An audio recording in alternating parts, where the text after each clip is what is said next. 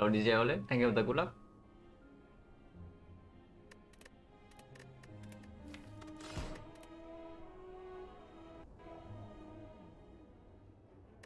Okay, hopefully you can use the gold.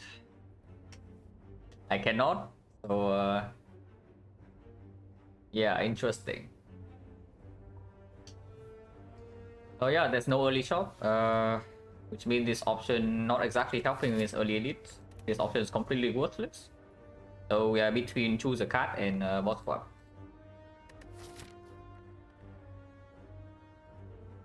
It is hexagon, so technically speaking, swapping is stronger.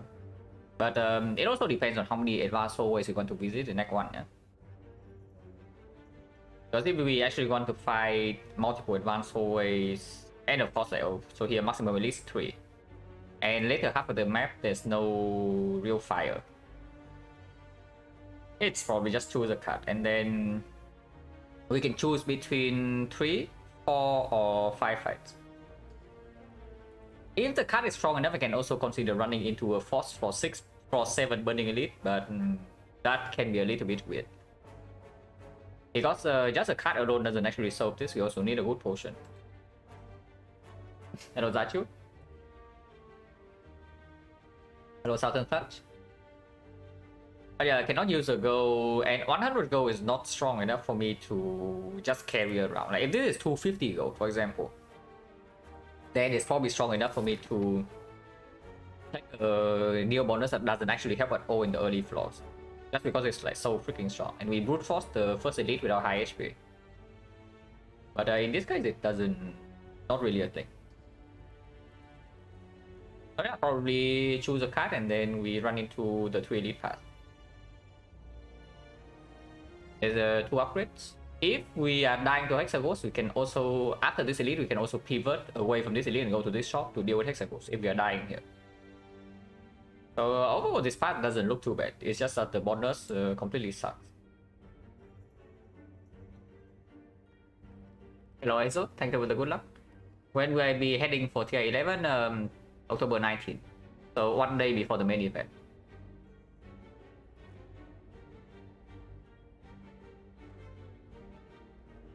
From Vietnam to Singapore is like a 3 hours flight. So yeah, I leave in the morning, arrive in the afternoon. So pretty fast. Yeah, we choose a card here and then we see where we start. If I can take 5 fights, I would like to, but a little bit risky. Yes, so maybe 4 is good.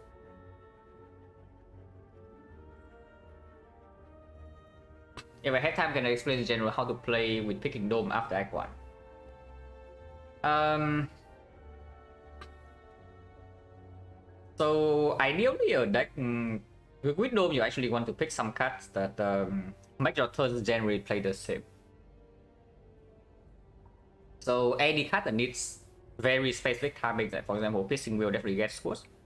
But a card you probably want to play on site and then it doesn't change your turn, something like Barricade, maybe the Blur, then they definitely get better. So basically, scaling defense gets stronger when you get the Dome. It's the usual thing. Or you have extremely high damage and you just kill them in like 1 or 2 turns. And the Dome is also better because you don't really care about like the random things wrecking you. But ideally, you have more scaling defense than usual, is what I would say. Because the biggest downside of the Dome are the late Act 3 and then Act 4 fights. Like you cannot really cheat your way in the first hard cycle. Like for example, Silent, you have Ghost in a Jar, and you have the Dome. So turn 2 of the hard fight, like do you Ghost or do you not? Because you want to Ghost the 67 and then you use Malaise or Piercing Wheel or whatever to block the second hit. So if you don't have scaling defense, normally that is your plan. But with the Dome, you cannot do that, so you actually need to block normally. The same goes for like Ironclad really. Like you have Disarm and then let's say the Impervious or something. When do you use your Impervious? Which definitely makes something like Barricade like way stronger with the Dome.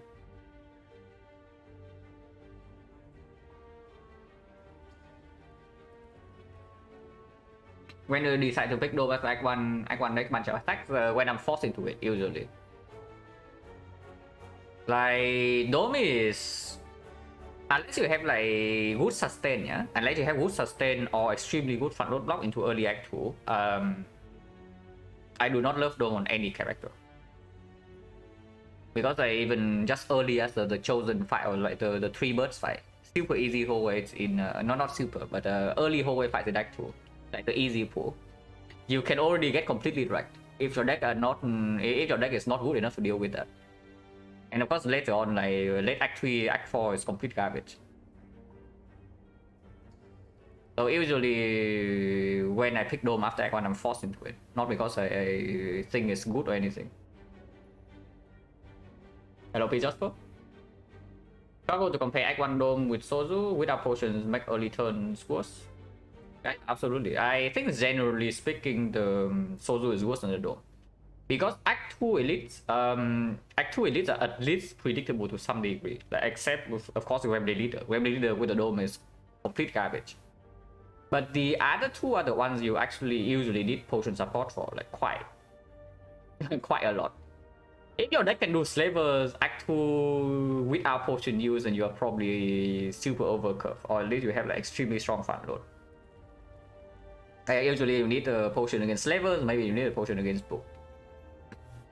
And the Dome downside matters like quite a bit less in those fights.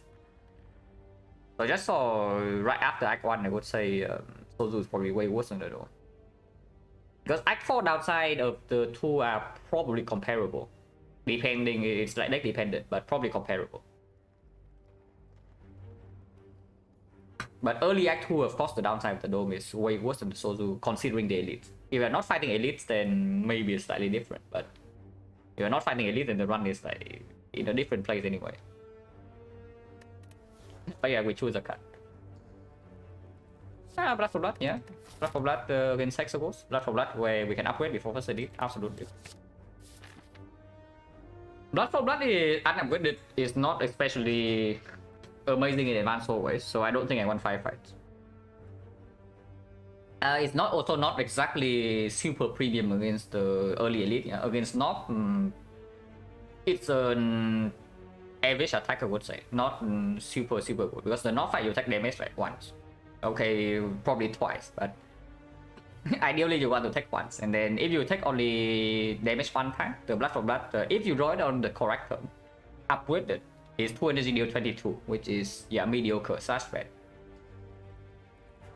In Lagavulin, probably take damage twice, but then you also need to draw Blood for Blood on the correct turn, and then it's 22. But basically, the Blood for Blood allows you to play a slightly longer fight in Lagavulin. But if you have Blood for Blood in your deck, you probably also, if you don't have any activators, then you probably also don't really pick that much block.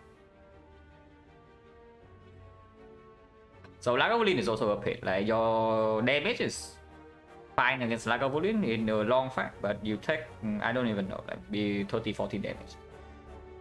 Against the sentries, Blood for Blood, yeah, also depends on when you draw it first cycle. Second cycle, of course, is good.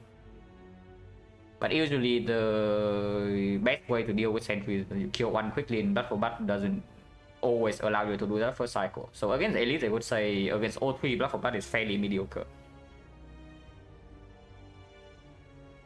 Basically, I'm saying this because one option is running into a Frost for 7 burning Elite. But yeah, Blood for Blood is probably not good enough for us to go here. So we start on this side. And again, not amazing in advanced always, yeah. So I don't actually want to fight too. And it needs an upgrade before first edit, so we go to this fire and we start here. Pretty clear. Anybody loving this fight? I have a feeling I have to say this every single time we see this fight, you know. Like anybody love seeing this fight on floor 1? Or is this just me? I mean, people freaking complain about Jawworm and all this crap, and you see this fight. Yeah, anybody like really enjoying this fight right now? Is the only reason I like this game, yes. But yeah, like this fight on floor 1 is freaking stupid. At least we are not being hit for 18, but we might be hit for 18 next turn. But like the free Countess is probably also free. Like if Countess is not free, you either draw extremely badly, in which case any other fight also wreck you, or you have a bad transform or whatever, and then again any other fight wrecks you. So if you take damage in the Countess, you will take damage in any other fight. Like Countess generally is extremely tame. But I hear the line is also super fast, so we just do the only line, and hopefully don't get wrecked too much. Oh my god, this guy is being friendly. Holy crap, it's actually being friendly.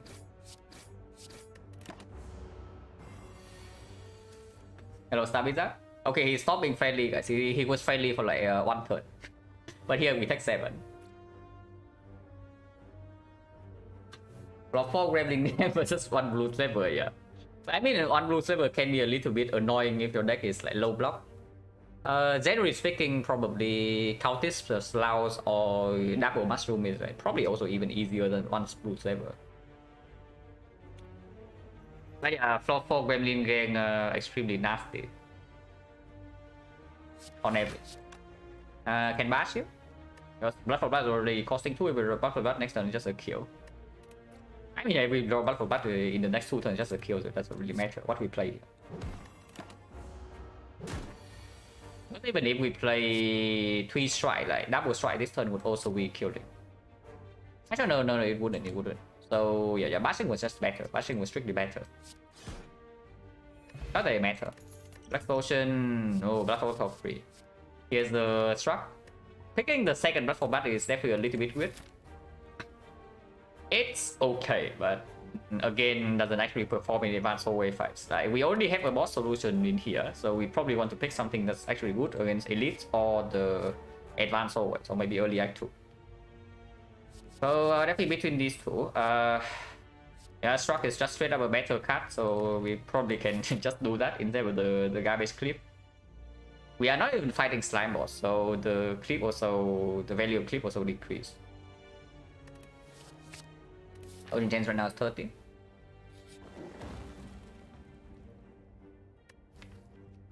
Yeah, what about Battle for Battle upgrade? We can also transform a strike. Now, if we transform into a card that needs an upgrade, doesn't matter. We upgrade Battle for Battle here, and then we have a second upgrade immediately here. Afterwards, we can choose to go to a safe path, and we are playing Ironclad, so maybe we're still healthy enough. Transforming into any sort of self-damage for Blood for Blood is super good. Breaking Transform makes this fight very bad, I would say that. Because Blood for Blood minus is already not good enough in the advanced hallway. And we also picked the greedier card, the Shrug It Off over the Cliff. And honestly, taking the upgrade is not bad either. It opens up the upgrade for any card we see in these floors. And even if we don't see anything, yeah, Bash upgrade is not bad at all into the hexagons.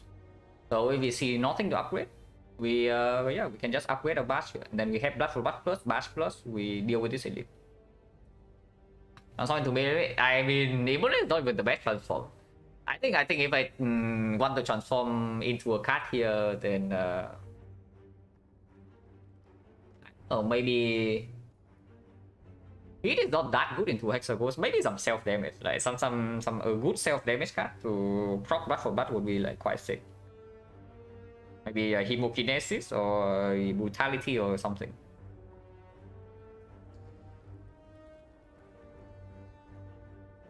I probably just take the upgrade Blood for Blood and run into advanced hallways.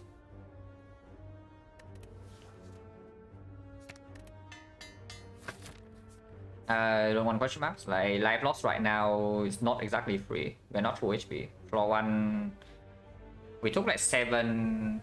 How much did we take here? 4 to 7, so 11, right? Yeah, took 11. So yeah, we're not exactly full HP right now. And floor 7 elite is still here, so I don't really want to take life loss. Like Word of Whoop or I don't know, Scrap Ooze that doesn't even guarantee the payout. And we just upgraded the Blood for Blood, yeah. So if we see Shining Light, it's also way worse. Oh yeah, just take a fight. Of course, Serpent's still completely dead. Yeah, can play a longer fight because of this card now. So, do this. And we also have the Shrug. Now, hopefully no heavy punish because we can get wrecked next turn. -7. Now it's at 19, so we don't have a kill, but it show mercy. So -9, yeah, could be worse. Yeah, almost right. Now this is another upgrade target, so that's good.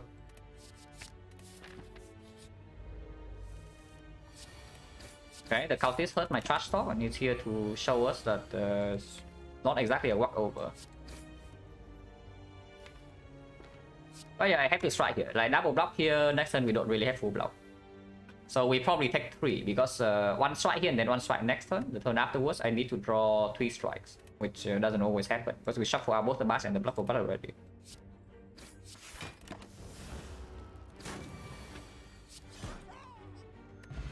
Nekoi, not too bad actually with the blood for blood and the bash. Actually, not too bad. Iron Wave, Sword Boomerang, Fire Breathing, yeah, Iron Wave for the second upgrade target here if we want to. Actually, do not need Fire Breathing or anything. And Sword Boomerang, I mean, it works 1 fight. Afterwards, complete garbage. And we also have, I mean, I don't know, into Hexagons, this alone is not enough. So we won the first strength fought we still probably take. But that doesn't mean anything, right? We don't really pick this before strength source. Especially into advanced so this is also just better.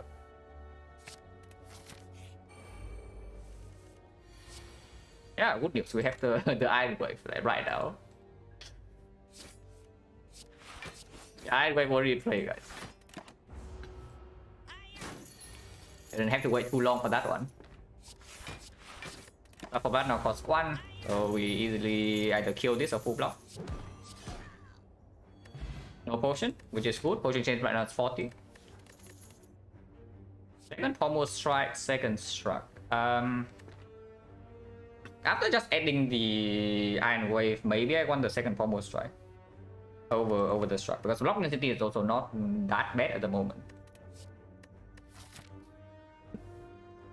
And if the act goes well, we have 3 upgrades, which is 1, 2, maybe the second pommel strike, maybe the Iron Wave. If we see a second vulnerable source, though, for example, like Shockwave, maybe Uppercut. Uppercut also requires an upgrade, so it's only really like Shockwave. Then maybe we ignore the mass upgrade and we upgrade a double pommel strike and the Iron Wave maybe. Adblock is good in the sentries, but don't you think sentry is already one of the better fights for us? 2 damage, yeah, I know. 2 damage block for probably is good.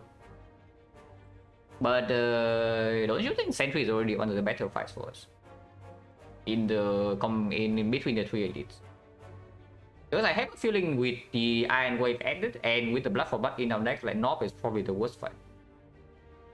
If we top deck blood for blood, bottom deck or bash or something. And if North is already the worst fight and the pommel side also plays better into Hexagons, then why would we pick a second structure? Hello, Angie.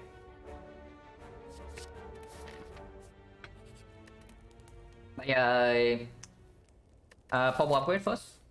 Yeah, pommel upgrade first. Not upgrading bash. Still, I mean the bash upgrade value is. Of course, the bash upgrade is still positive in the Lagavulin, but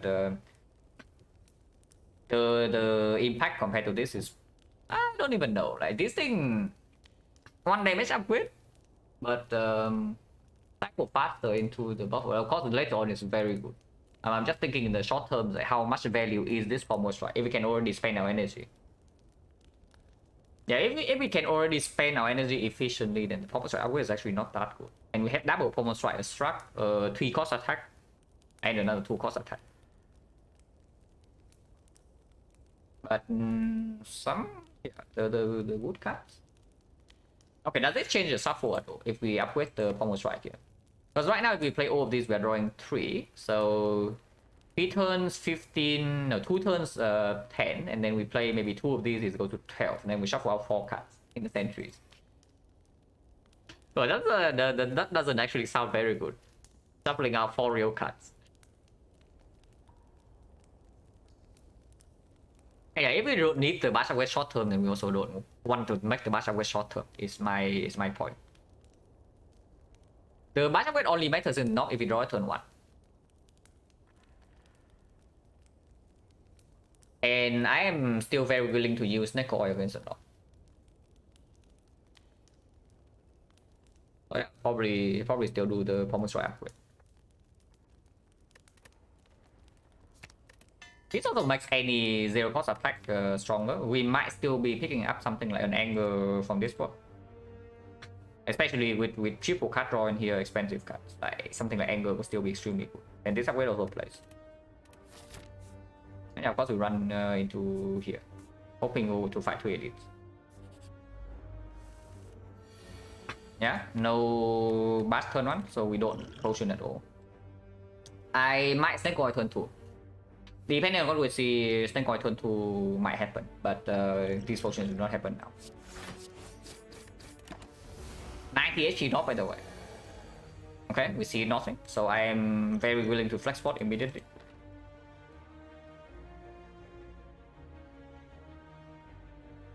Hello Megatron. I've got a few months retired from Silent. I mean, it's quite a long break, but after this 50 on Ironclad, I finish my 100 on defect, and then maybe I do another 50 on Ironclad, and then afterwards, maybe I come back to Silent. That was it. Hello, ego in your mind? That go by wood? Absolutely, this turn. I'm thinking whether I do Pommel Strike before the Snecko though, but probably not. The good thing about Pommel Striking before the Snecko is that we don't really shuffle. If we bottom deck the Blood for example, we don't really shuffle it out. But yeah, probably nonsense.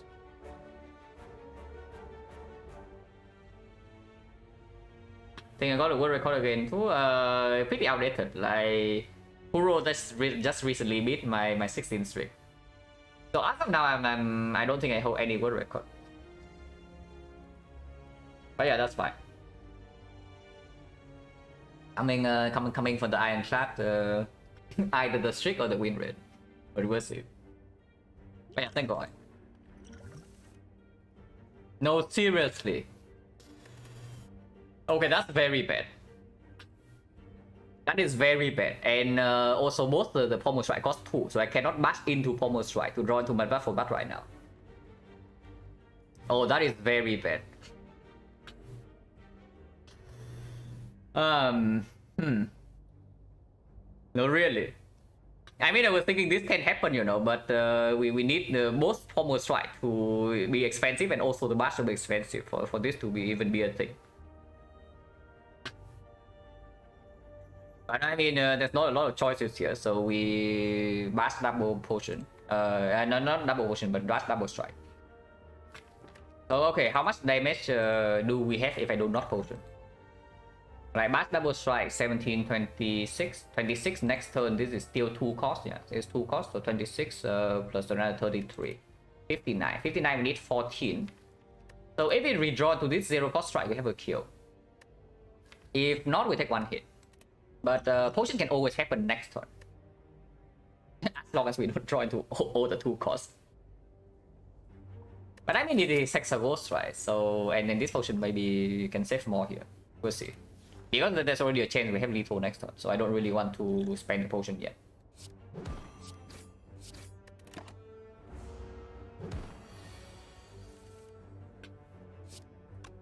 Yeah, did not draw into the 0 cost strike. So here I can potion for 19. This potion will kill.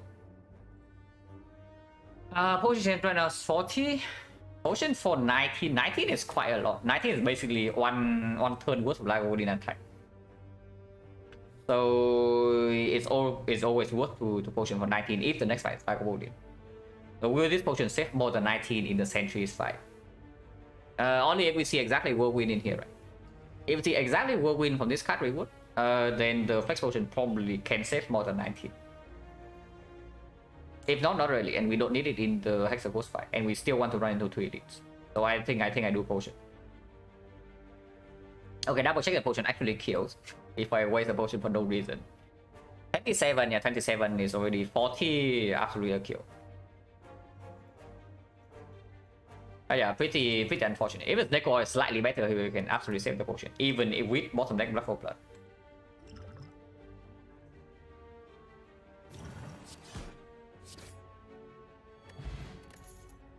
Man, can I get my potion back, please? Yeah, flex potion right now would be nice in our payout because HP loss is irrelevant. And it completely solves Hexagons. Like, we never have any worry if we have a flex spot in our belt right now. And we just thought the knobs of this potion is worthless. Oh, did I just say that the Chemokinesis is nice? Yeah, there's also a freaking Immolate here. So do I want to activate my Blood for Blood or do you want to solve AoE?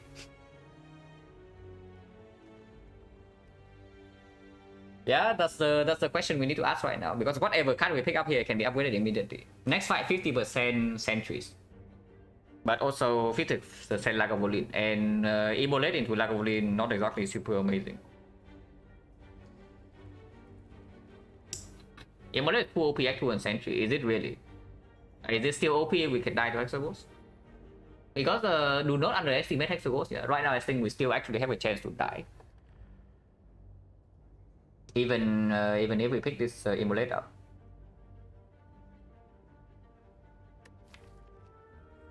I really want to add an activator for the Blood for Blood.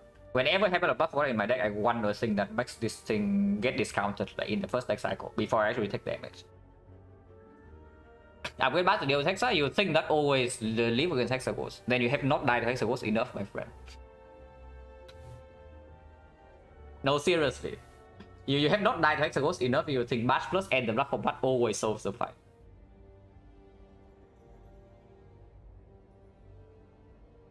Yeah, if I still have the freaking flex potion, it is different because now I have 5 strength and I probably do not need the potion at all in the elite fight. But here I don't really know.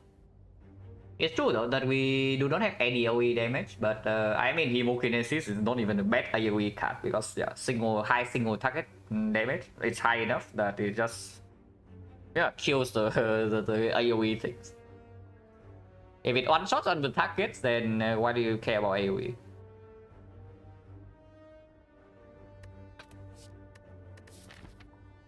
And I want this Hemo so freaking badly. Why does this have to be here? Like, come on. But yeah, Meat on the Bone, I don't know which one Meat on the Bone speaks for more though. Because Meat on the Bone also means that if we, for example, get Rack in the Sentries fight, it matters like a lot less. And it enables the Hemokinesis more.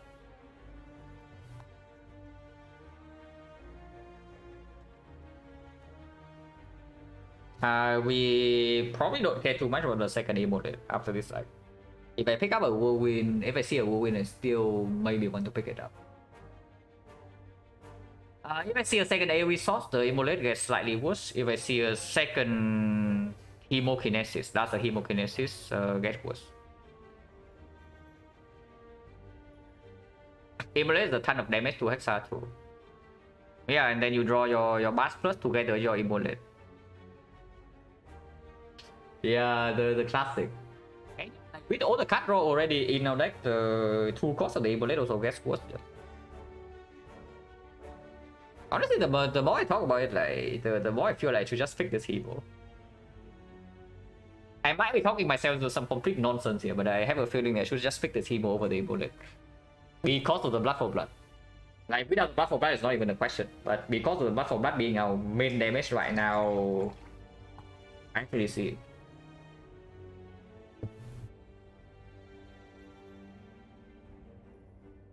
Yeah, I'm going to trust whatever nonsense I'm talking about. So I pick the Hemokinesis. Sure, now we can upgrade the Hemo. Because 50% Sentry is fine, so Bash upgrade also doesn't play. I thought we have a Immolate, yeah, that's another thing. Like, if Hexagons actually drop Immolate and nothing else, then the first Immolate also gets worse. And also this relic also speaks more for this card compared to the Hemokinesis because we can take more damage in AoE fights. And in boss fights where this thing doesn't help, this thing is better than Immolate. So that's actually a big point. But middle of the board, like, where does it actually help? It doesn't actually help in boss fight at all. And this guy is just better in boss fight because of this.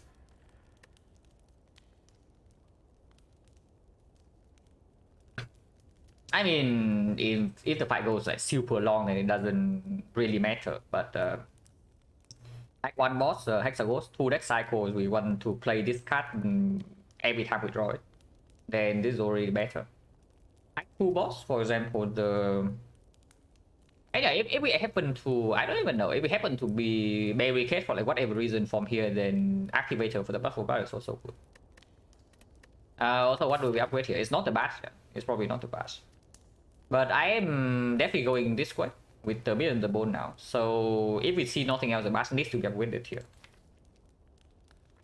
I guess this upgrade is not like super urgent right now. Like we don't really have energy to do pommel into pommel.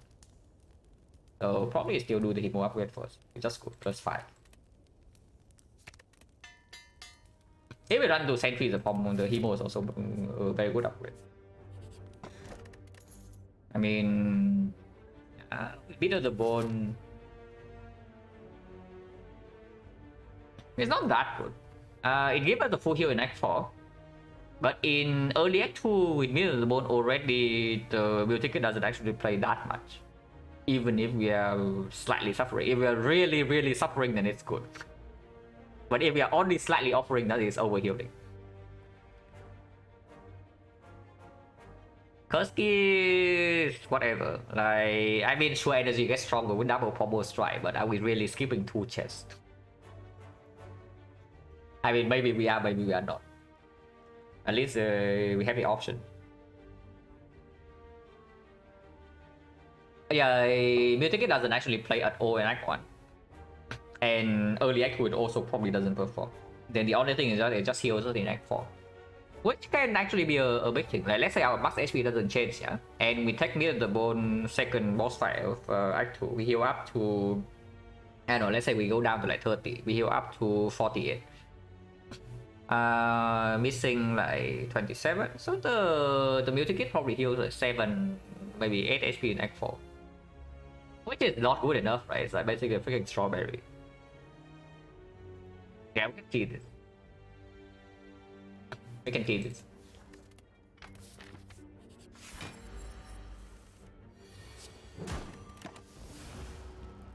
Could have struck, but yeah. Don't want to. Okay, here cho em một lệnh.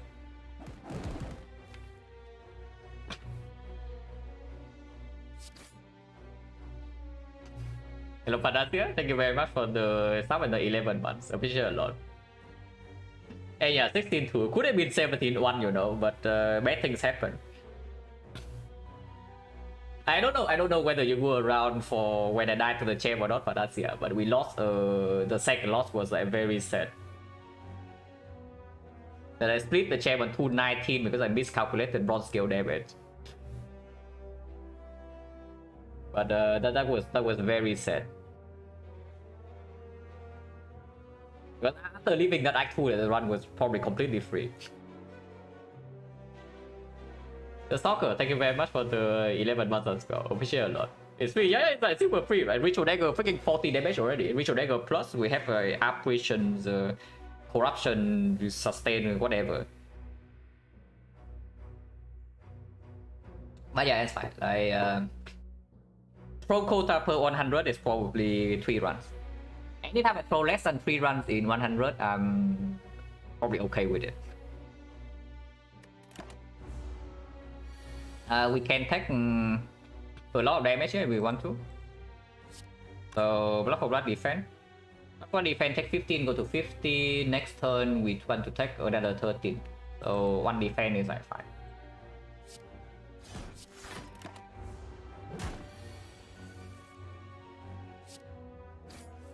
One defense fine, yeah. Playing 2 defense, blocking too much. So we play 1 defense to activate the mid.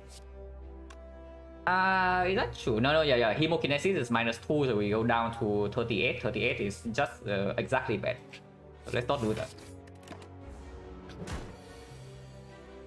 Yeah, next turn guaranteed lethal, right? So yeah, I mean this already cost 0, so we can't even play the Pommel Strike.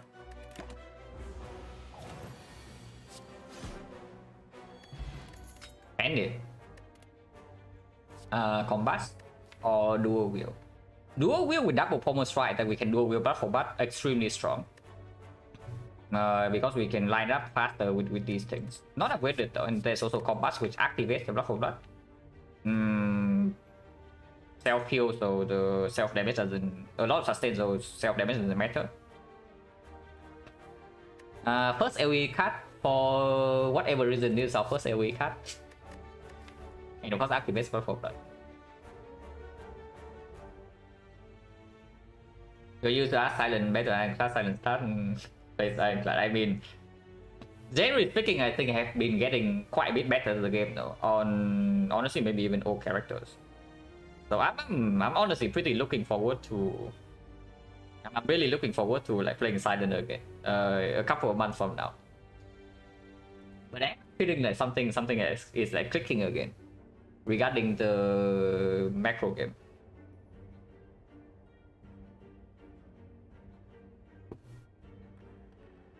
But yeah, Combat doesn't actually perform in Hexagons, but with the Hemo Plus and the Blood for Blood and the Penip, Hexagons is now probably toast. And then there's the dual heal. There's also a flex. Probably not. Too early for dual wheel, right? Like, it's probably strong if we see a good boss fight, like for example, Energy or Pyramid or Snacko. If we don't see any of those, yeah, if we are stuck on some cringe 3 energy, for example, like I don't know, Astrolabe. Astrolabe's not that cringe, but it's also not good. Basically, whenever we're stuck on 3 energy, because we already have 2 pommel strikes, yeah, in our deck. So even if it is something like Sundial, the dual wheel on pommel strike also doesn't really do anything. Yeah, if we have cringe energy, then the only dual wheel target is the blood for blood. We also don't have any powers. Probably skip is still better than picking a speculative dual wheel right now. We don't need dual wheel blood for a very long time, basically. So I don't really want to speculate on this thing yet before seeing the boss rewards. Probably skip. The other combat also doesn't get upgraded, right? The upgrade right now goes on the bash, and then Act 2 we still have the early upgrade with the pommel strike. And if that card doesn't get upgraded, I don't really want to add it to my deck.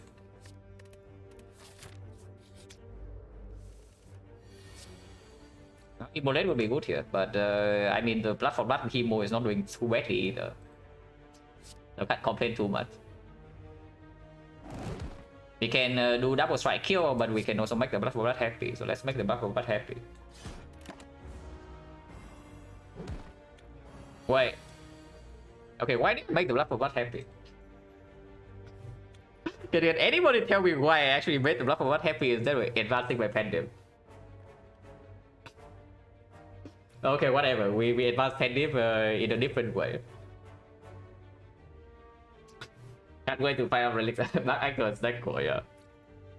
But yeah, whatever. Mid on the board anyway, yeah. And we can stay in this fight for a while. I want to lose 8 more HP. So killing this right now and taking 8 to my face is good if we can kill this. We can always kill this. So let's do that. Taking 8 immediately. Yeah, taking 8 immediately and then we just end the fight in 2 turns.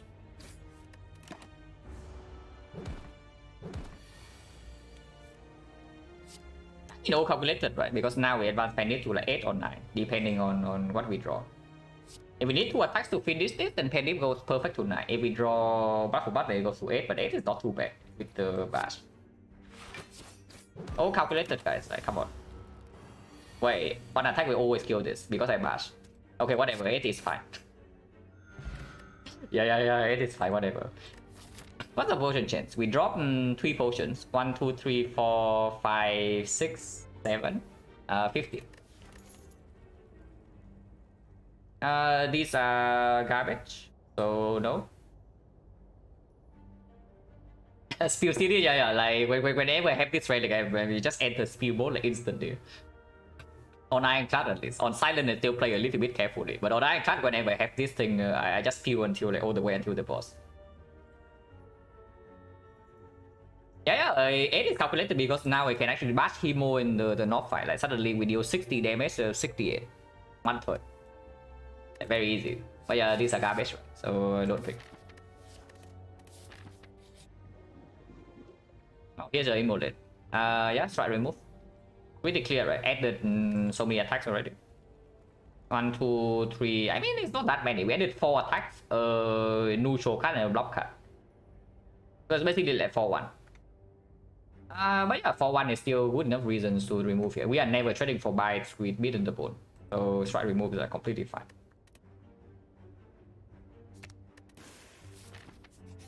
Yeah, bash into Hemo. Okay, not really. I mean, I can pen the pommel strike, which gets me 4 more damage compared to pen a strike. But if I draw into bash, I would like to play it. If I draw into Hemo, of course, it's good. If I draw into blood for blood, we have beat the bone. And of course, I'm willing to use this if we are getting wrecked here.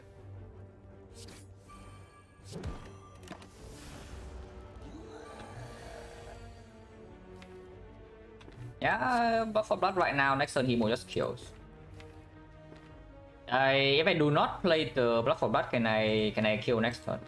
If I pommel into Hemo, then 13, 43, 16 next turn plus another here. Yeah, it's always a kill if I pommel into Hemo. If I miss the pommel on Hemo, let's say I pommel into a defense, which is the worst case, then I only have another attack here, which is 13 plus 9, 22, 22 37, 37. We do not have a guaranteed lethal next turn. So yeah, probably not.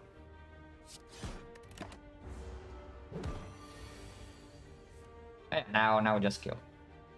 Penny to 4.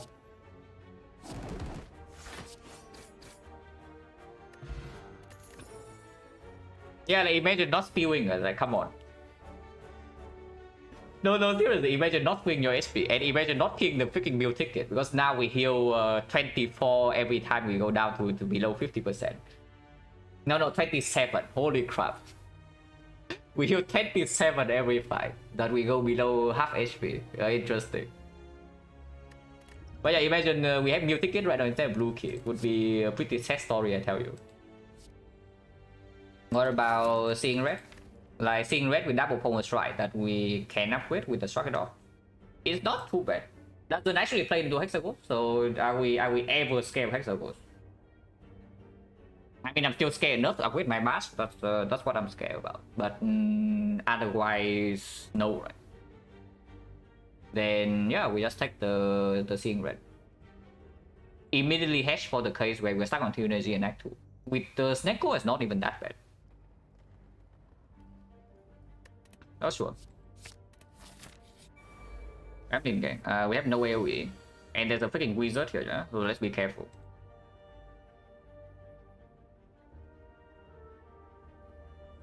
Now, one of the line is just doing bass strike on the bass strike on the effect. The other line is doing bass strike on the shield. We can also bass strike on the wizard if we say that we don't really care about these things at all because we heal 27. But we only care about not getting hit by wizard. We will never fail to draw the blood for blood. And if I take 2 instants right now, blood for blood next turn draws already 1 energy. I like that. So I think I ignore the fact rambling. So yeah, bass strike can go here, bass strike can go here, deal 17. 17, this thing gets shielded, goes to 20, but for that is still killing. And we can of course lose 14 HP. Yeah, we lose 14, we heal 27. Okay, we lose 14, we heal 18 because this thing always happens.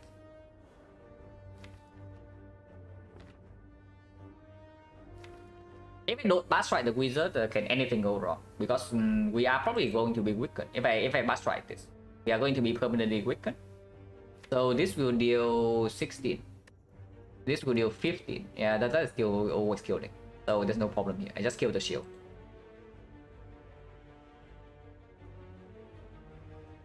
Hello, Devo. Thank you for the good luck. Yeah, just kill the shield, right? And there's also no need to do potion. Potion blocks quick. We don't really care.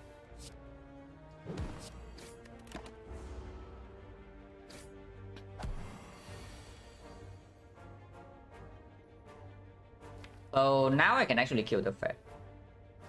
Because from next turn I always draw into a 0 cost blood for blood.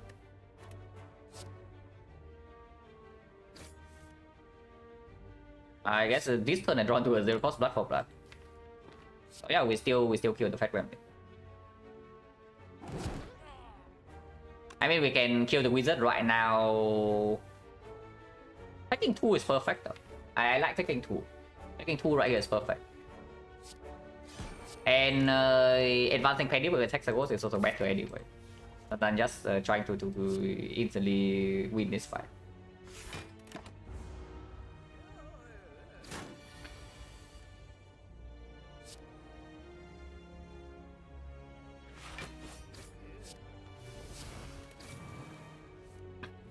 Don't need to play him.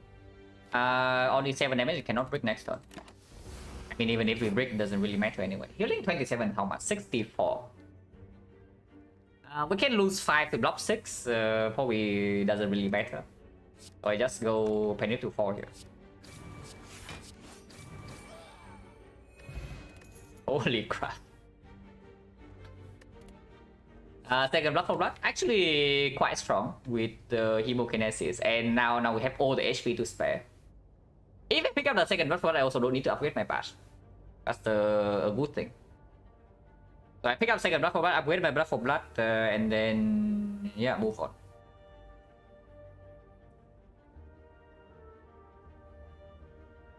Pretty good, right? That's actually pretty good. With the activator in the deck already, I like it a lot.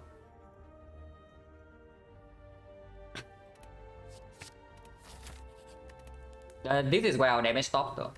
We don't need to pick up any more damage from here. Maybe an AoE card if we are really scared of something like Retromancer or Collector, but that's quite far away. But I think yeah, where the frick is bloodletting. Like this thing is bloodletting. Just imagine this card is bloodletting instead. Holy crap, that would be so good. Oh, yeah, we upgrade before that.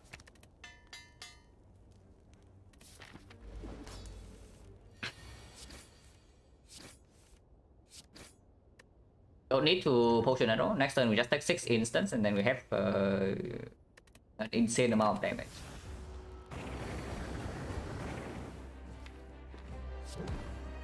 No need to do this either. I mean, yeah, we have 2-0 cost blood for blood already. And that time we can already penny the hemokinesis with this thing is 60 damage. So yeah, we don't need to do anything fancy here. I do not want to shuffle out the hemo. This shuffle is in the strike, which is slightly annoying, but I guess I don't even want to play hemo next cycle. I already have 2-0 cost blood for blood, so shuffling right now is fine.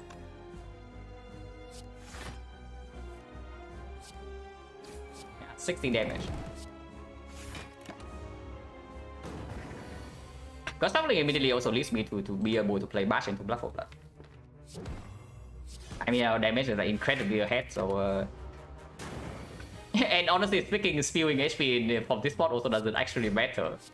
So I don't even know what we are doing here, but we are doing something. Even block that one. Oh wait, we went to set Penny into Act 2. Doesn't actually matter too much, right? Wait, could I have died here? Okay, better be careful. We could actually have died this turn. Yeah, that would be extremely tilting, I can tell you that. If we draw all attacks with no kill and 3 burns, we are dead here. Okay, so actually better be careful. Better be careful. Holy cow, it could have happened. Yeah, there are 4 strikes here and 3 burns. Like, extremely unlikely, but it could have. I mean, triple attack is how much? Triple attack is actually 9, 9, then 18. Yeah, it's not enough. So we would actually die here if I... Could I have done anything to prevent this? To have a 0% chance of dying here. Because I already blocked for 1 extra, and the damage we slick in last turn was also not enough. Actually, there's no way to prevent it if the game decides to kill us this turn. Except, yeah, freaking potioning. Oh, that is actually super scary. It's fine. No punish here. No punish. But what about next turn? Can we die next turn? Because right here we are already taking 15, so we go to 9. But we get a penny ready next turn. So we need to draw 1, 2, 3. We go to 9, so any defense in here is living. So if we draw a single defense, we are living, even if we draw both burns. So it needs to be both burns and then maybe these 3, but with these 3, we always draw into defense. So if we play defense here, we can never die next turn. And then 2 turns from now, we will have lethal. Okay, so from here, there's no danger. Holy crap, it was... it spooked me for a second, you know. But that's what the ghost is doing, right? If the ghost is not spooking you, it's not really a ghost.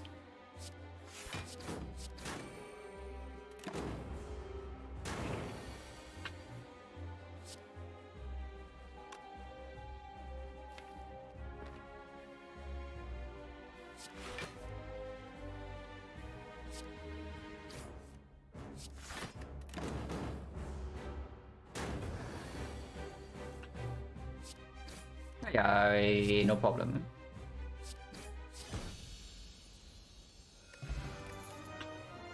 The corruption is a feat. Feat with magic flower, immediately healing for more than usual. Corruption not even that strong at the moment. Corruption right now, 1 energy, 2, 3, 4, 5, 6. 6 energy in total. With the beat in the bone, we can end the magic flower, we can absolutely carry any curse at the moment. So even if the corruption doesn't play immediately, if we think that it's stronger late game than the feat, then we can carry it. But the feat also heals for more, you know, and max HP is stronger than usual when we have like this much healing. It's feat, right? Snecko or not, the feat still is fine. And if we see pyramid, the feat is probably also is stronger than the corruption. With this much sustain in the short term. So we take the feat. Pyramid with our feet, and we can hold these things in our hand to discount. After they take the pyramid over this crowd.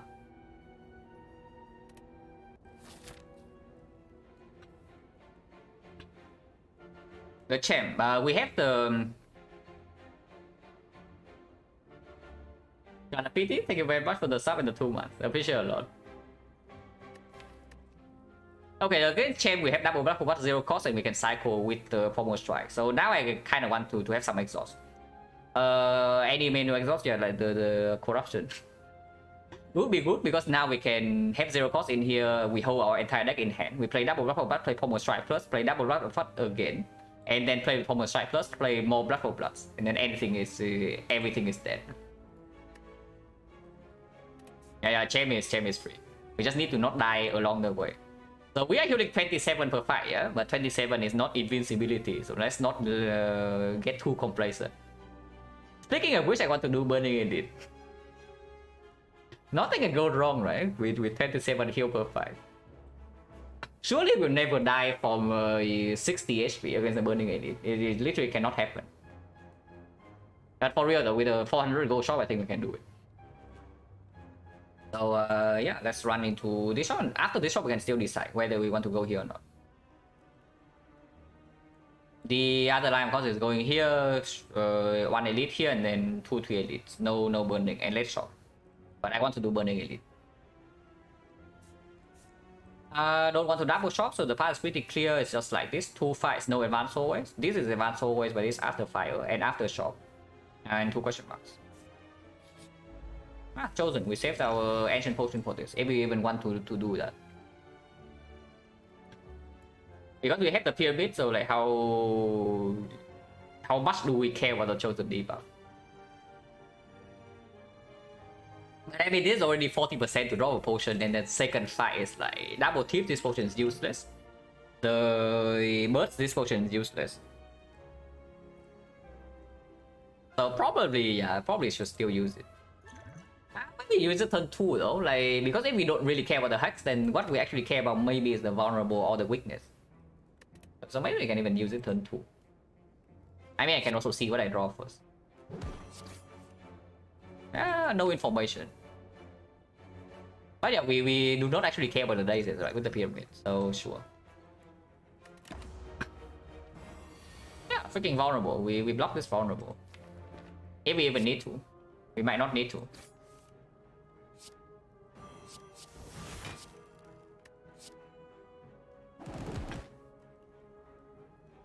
In fact, we don't. We messed up our pet name, but we don't need to use the potion at all, because next time we just have buff and do fit. Wait, this is vulnerable runs out. So this is actually only 32 damage. So if I do defend here, we actually don't have lethal next turn. Okay, that would have been bad. Take 4 more or what? Oh yeah, we have panic. No, we have panic. We have panic next turn, so it's always block right into fit.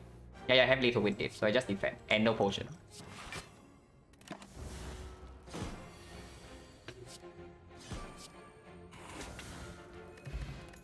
Full HP. Stack coin with the pyramid. So good news that we still have the ancient potion. Don't need any of these. Inflame with double buff what else? Damage engine. Zero necessity whatsoever. I mean, it's a little bit stronger with the pen nip, but we also don't really have a reaper or anything. Oh yeah, no need. Also, upgrade right now, we still want to upgrade the pommel strike. And now with the pyramid, the seeing red upgrade also performs. And honestly, if we are greedy enough, we can even upgrade this. Has never sealed this hard. Yeah. We are in maximum seal mode right now until we actually have a chance to die. But the longer this run goes, yeah, the funny part is the longer this run goes, like the lower the chance that we actually have a chance to die, because we have a feat now. So the only chance we have to die is actually in the short term, which means I should actually be more careful. But I mean, we have full HP, right? No potion use, so what is really wrong here? Where the card? Sure. Okay, how greedy am I? Because I have a feeling that I want to upgrade this feat. How much HP does it gain me in this act 2? Come on. 80% here, so 2. 3, 4, 5, 6, 7, 8, 9. If not upgrading the feat, then we upgrade like seeing red. Yeah, no, that's already +1 relic. +1 heal. With the magic flower, this heals for 5. Upgraded feat, it heals for 6. So it's +1 heal, +1 max HP every fight. Man, now I want the dual wield. Where the hell is my dual wield? That I skip that one, because now we can dual wield the feat plus. But yeah, we can upgrade the feat. Because like short term, we already have so much power with this.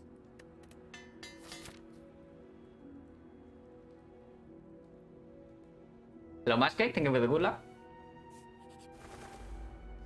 Yeah, -8 HP. It's my -8 max HP because I don't have a dual wield right now. Now I probably don't pick a dual wield though, even with the pyramid. That aside, because we already have a very nice group with the Blood for Blood into Pommel Strike if I find any exhaust. And with 2 Blood for Blood already, the dual wield is only for the feat. Blood Flower was dual wield offer after the Hemo. Like when we already have the double Pommel Strike, Blood for Blood and the Hemo, but before the second Blood for Blood.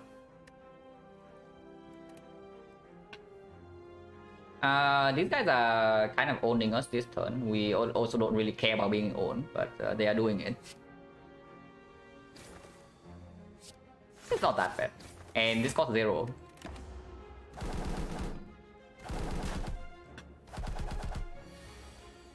Wow, these birds are smart. I can tell you these birds are pretty smart. 16, yeah, this already kills this. So we can bash elsewhere. I mean, if I can get away with not playing Hemo, it's also better. But Blood for Blood is how much? But then I still have to play Pommel Strike. But yeah, Blood for Blood is how much? This is 33, goes down to 16. So it's still 2 off. We still need to play one more attack here. Baiting probably doesn't make sense. Then I just do this first. Yeah, this is 10, 11, 26, right? So we cannot kill these.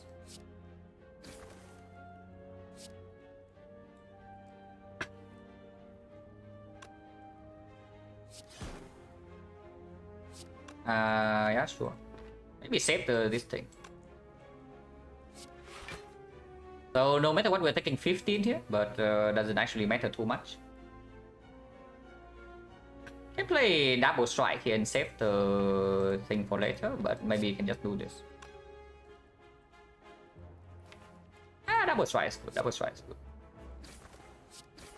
These things have not buffed yet, so we also don't need to down them super urgently.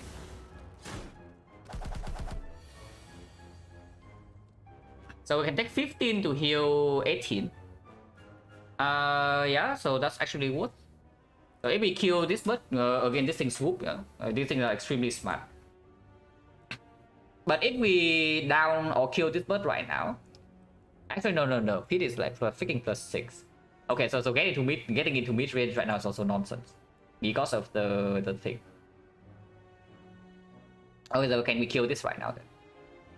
Okay, this heal 6, so that's just losing too much HP compared to 18 heal. Blast for blood, the feed is how much? Again, yeah, this 16 is for 20, this is 18, so 9, 29. Interesting, 29. I guess we can just save the feed for later to kill this one. So we can Hemo here then. But Hemo lose another 8, unfortunately. Can we get away with another line? No, right? I think you can play 4 attacks, but then I have to waste the feed because it's not really a kill here. Is it? It's actually 12 because of the pen name. So 12, 11, and +8. Actually, it is a kill here, and we don't need to play Hemo. So I save 2 HP. Yeah, let's do that then. Blood for blood, double strike here into feed. It's lethal. And we also advance pen more for the next fight. I will check, yeah, 11, and this is going to be 24, so it's 12. So 23. 23 plus, wait, it's plus 6. It's not 8. What am I even talking about? What am I even talking about? Like, I literally just skipped the inflame, yeah? Like 1 minute ago. And now I'm talking about the strike as if they have the inflame damage. Okay, I actually need to get my head back into this game because it is still throwable. And throwing this run would make me feel extremely bad, I can tell you that. Sure, we pay 2 HP then. Bash Hemo blood for blood. This is absolutely lethal, right? This is 30, 15, 15, 16, yeah, 31. Even without the bash damage is already lethal.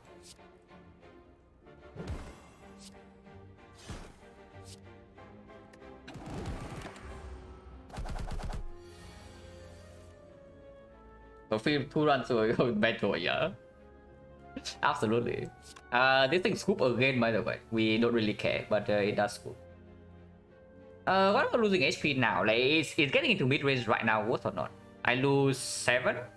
I mean, I can lose 6 this turn and then maybe 2 more from Hemo. So let's say I actually do that. I go down. No, like, I need to go below that. So how much do I need? With the feed, I'm going up to 82. So I need to heal. With the feed healing, I need to be at 41. So I need to go to 35. So I think 11. So if I defend in here and then play the Hemo afterwards, so take 9 in here and then play the Hemo afterwards to lose 2 more. That's perfect. And then it absolutely is positive HP. So let's actually do that, yes. Yeah, let's play a single defense and then maybe advance Penip with some strikes.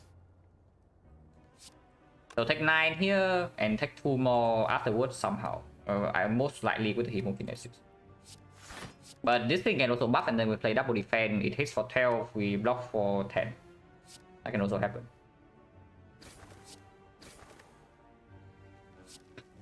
I'm sure I can play this, but it advanced Penip less. Okay, double check the math. Take 9. Go to, yeah, take 11, go to 35. 35 with the feed, we hold to 41 out of 82. And that's perfect mid range. Hemokinesis needs to be played, and this deals 10 damage, so need to be careful. Because if I play blood for blood in here, there's no other attack I can play before the Hemo. Or I need to lose 2 HP otherwise.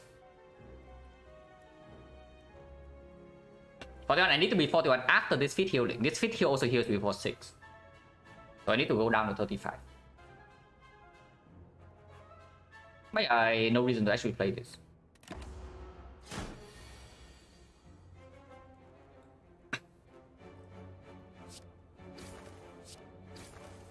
Okay, Hemo is perfect. We go to 35, or we go to 41, next turn we feed.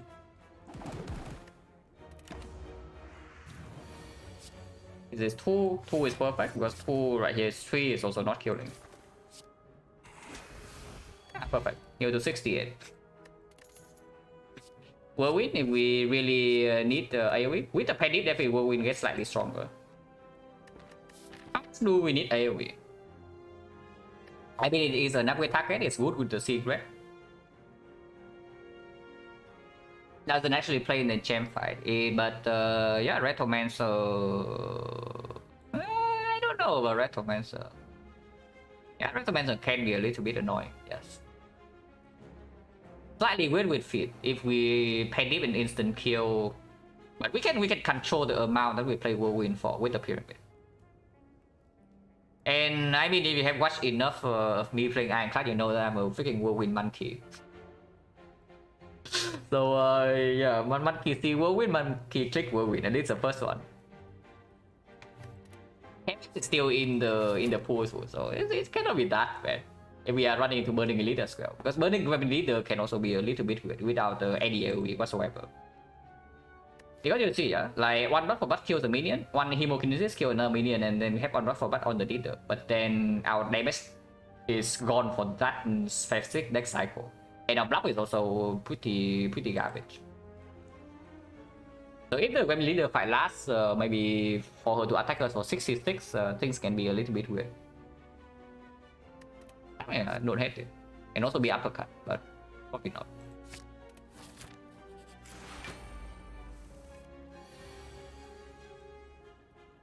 Well, the bone is doing a lot of work here.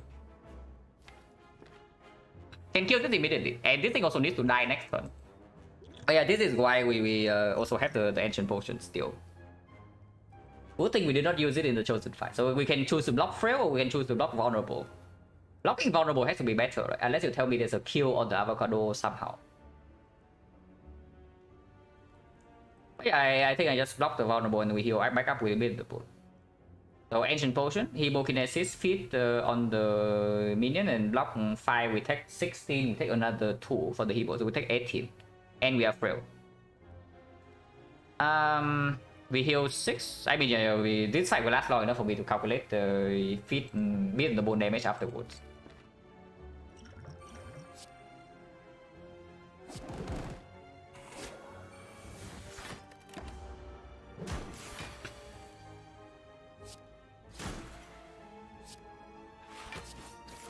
Yeah, their cost will win also advance the Bandit for free. Next fight is still not an elite.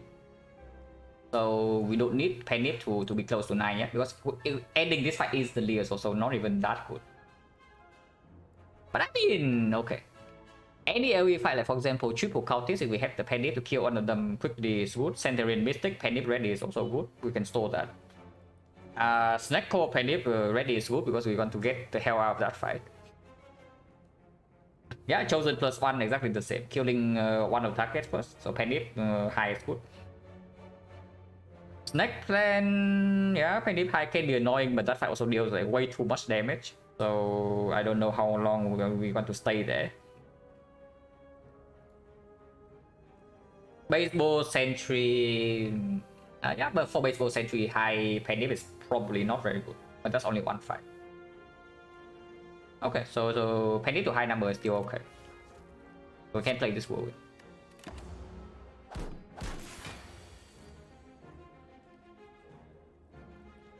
Bonus to this hard fight with 9 phosphor cake at 26 focus. Yeah, interesting. But yeah, I'm assuming it's like reprogram barrage, right? I freaking love reprogram decks, so yeah, very cool.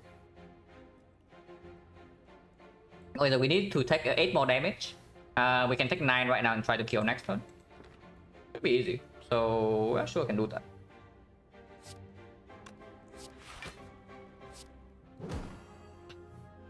Block for blood right now and block for next turn doesn't really matter. We always draw into the scene, right? I think he also heals for 9.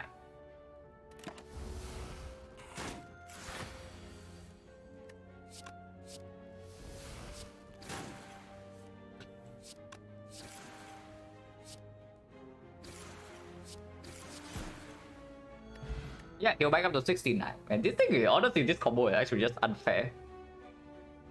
Without these things, yeah, and if we did pick the fit over the corruption, we are, I don't know, maybe close to death by now. But in fact, we are near full HP.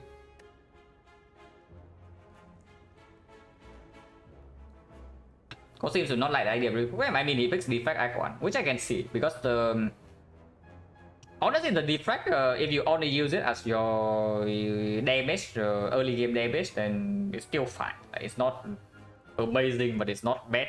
It's not too bad.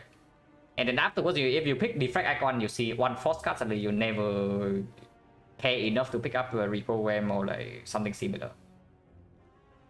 But the same, honestly, the same for me. I'm not picking reprogram act 1, so I can also agree with that. But yeah, give me a second.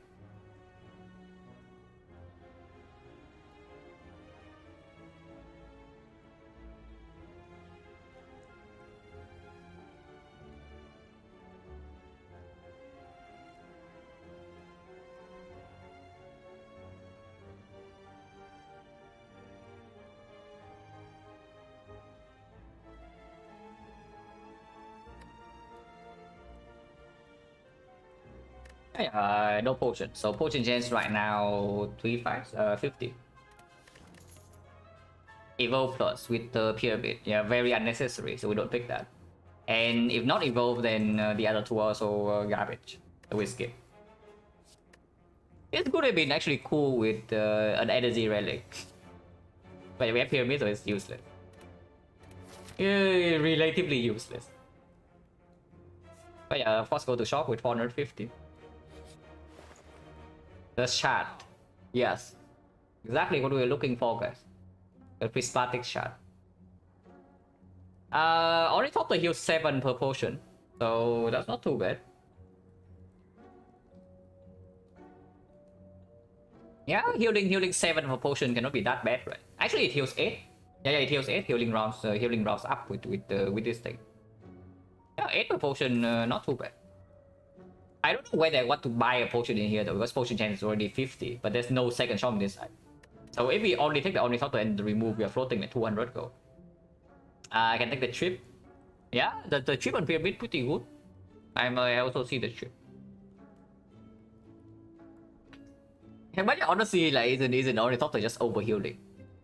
We freaking key build ticket, and in fact you see here, build ticket is already healing 15 for 4.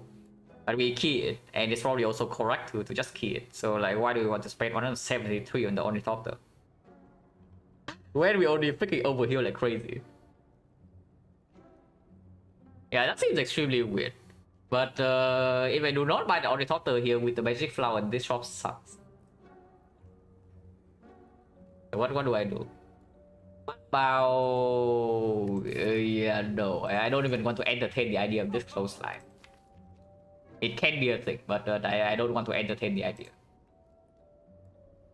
We already have some away targets. We have Pommel, we have Seeing Red, we have Whirlwind. But yeah, I also like Trip. I like Trip. I actually like Strike Remove. So Strike Remove definitely happens. And then, yeah, sure. Trip with Panic on 3 energy is just good. If we see like Corruption second win, this also goes away, so it doesn't get in the way of our Blood Loop later on. And then now what? Like, we have too much gold and nothing to spend on. Unless you tell me to go to this path, but I want to take 3 elites. We can also save our gold. What about... I mean, buying a potion 50% of the time is really sad because we immediately drop a potion, and with Mid and the Bone Magic Flower, we are never using potion in the advanced away fight.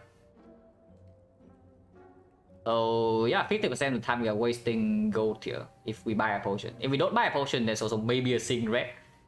But the second Seeing Red, especially unupgraded, is also weird considering we also pick any Bloodletting. We see a Bloodletting, we instantly pick that. Then yeah, then suddenly the second Seeing Red is not even good. Things like nothing at this shop, really. We bring 450 in and we can only spend 170. Really though.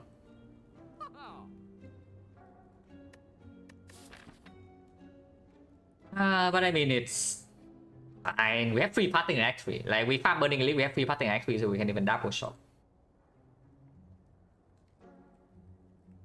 Okay, we talk about the terrible case. We talk about the terrible case, like how often it happens that we do not draw a potion here and we don't draw a potion here. And we also need to use a potion in this fight. Then we have no potion to force Burning Elite. What is the chance of that happening? Right now it's 50.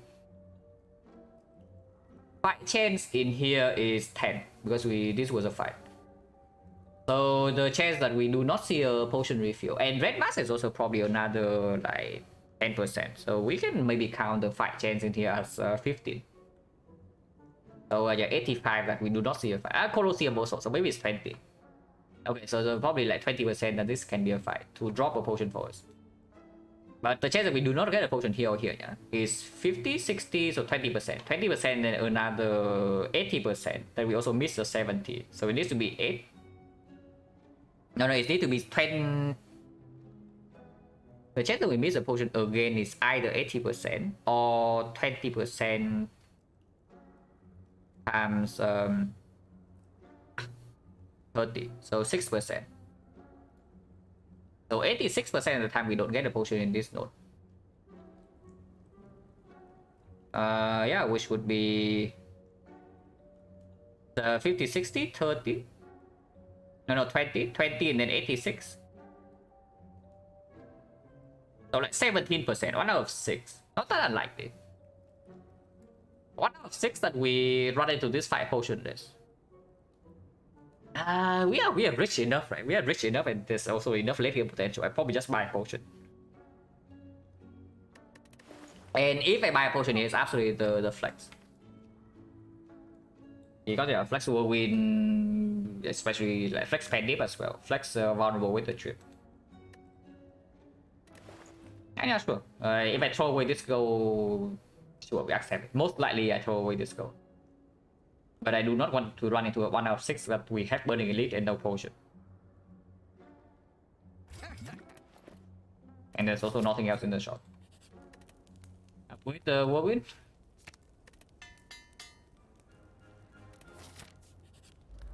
Okay, so we end this fight as fast as possible.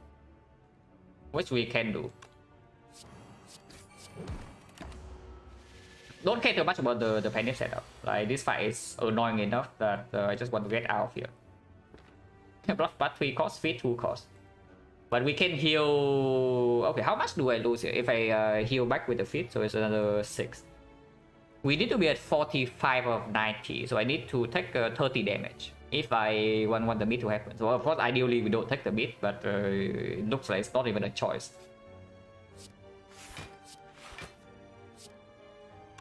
They strike over whirlwind? Probably not. Maybe.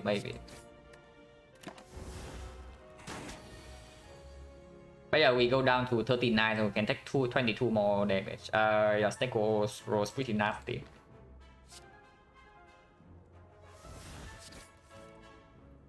Okay, very nasty, the Snake roll. So we're going to get the hell out of here. If we can. This goes to 1, so next time we can do Hemo into Blood for Blood, but cannot feed. And we also weaken. But we can take, yeah, 22 more damage. This turn we take 5. So we can take 17 next turn. He is for 27, so that's not too bad. We can play Shrug into like Hemo or something.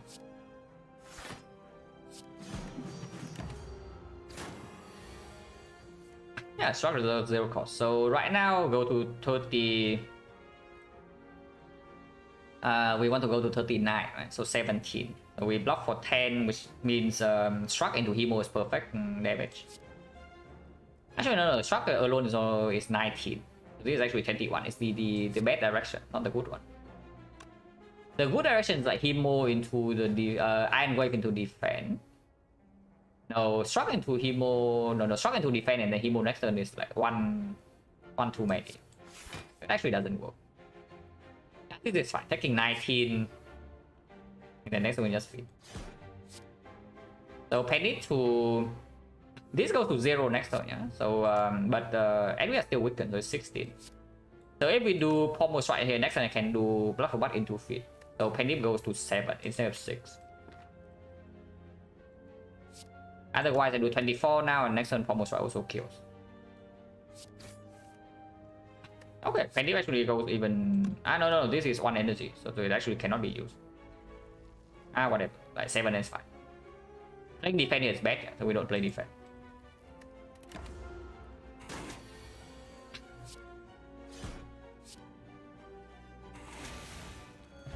Okay, 60% potion chance now. And then now the potion buy is already justified because we can use the power potion here. War Cry Plus, yeah, not as good as usual with the pyramid, but still okay. I mean, it's still positive. So we can do that. Cannot be that bad. And yeah, we force ourselves into burn early with 2 potion, basically full HP. Flavors. Once again, yeah, we heal, we go to 94 to 147, so we can take 29 damage here. We have a whirlwind in our deck, so there's no super big rush to kill the Taskmaster.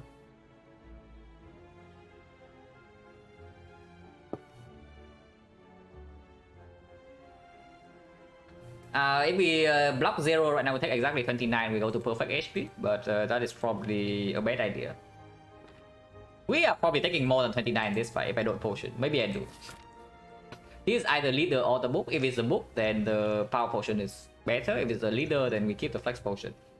But in general, I think flex potion is slightly stronger. And I don't really mind using 1 potion here.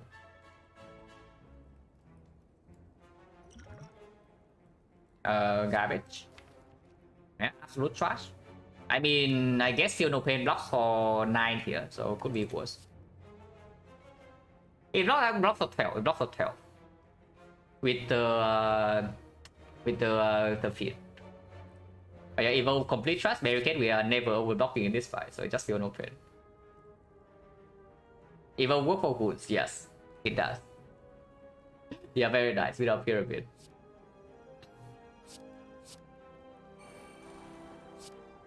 But yeah, still bad here. Yeah? Next turn, this thing still needs to die.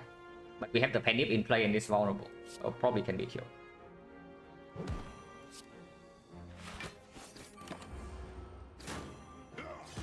And Wrath of God is already 0 cost. Can be killed. Okay, we can Penip will win. Now that is quite good.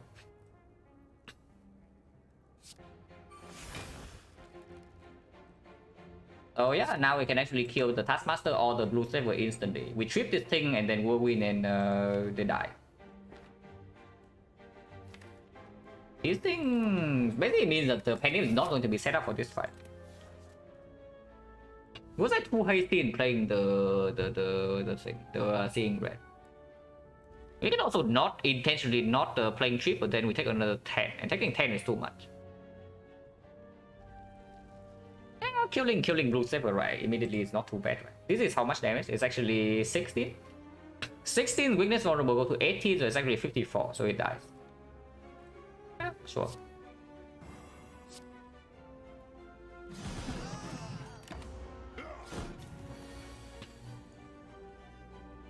So we want to take 5 more damage.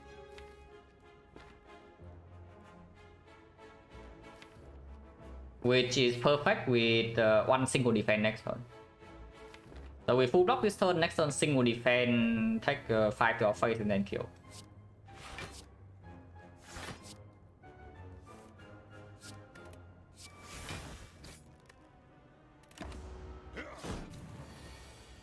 Yeah, single defense, play some attacks, advance panic, next turn feed.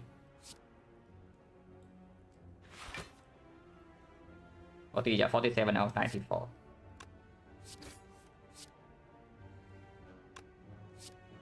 That was actually a bad play.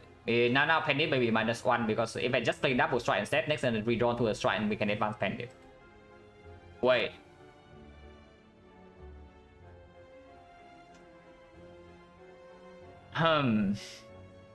Okay, I did not think about that. That was very bad then, playing the pommel strike.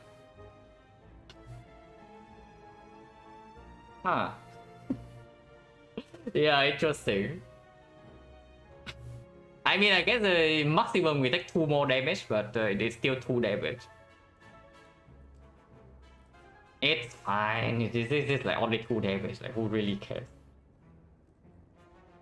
But if I play the defense here, I'm betting to redraw into a defense next turn to take 1 less. So probably not. Actually, I take 3 more. Okay, whatever, 3 HP. Yeah, stealing 3 HP away because I did play the pommel strike.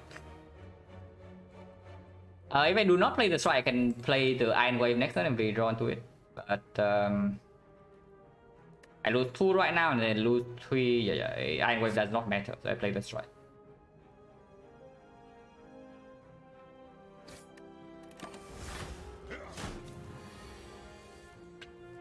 Okay, never punish because we drawn 2 struck. So now we take 3 damage. It's perfect.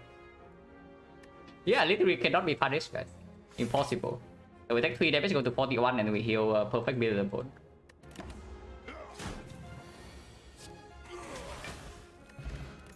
Yeah, potion. So now potion changes back to 50, but we have 2 potions to burning elite. Anger plus would be actually killed if we don't really have this insane sustain. But yeah, no, it's too late for the anger train. These are our angers. The blood for blood. Armaments can be upgraded. Yeah, I mean at some point we also need to beat a block, just a little bit, not too much. And I guess with the pyramid armament plus also gets way stronger than the other upgrades. It's fine. If we don't have a feat plus, then the value of armament go way up. With the feat, the value goes down a little bit, but still good in the champ fight. Yeah, it's good enough in the champ that I'll probably still take it. If we see corruption second win, this also doesn't get in the way of our blood for battle loop.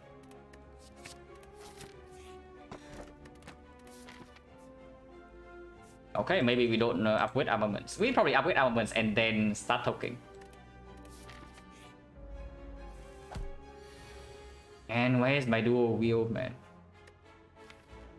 -8 in the bird fight.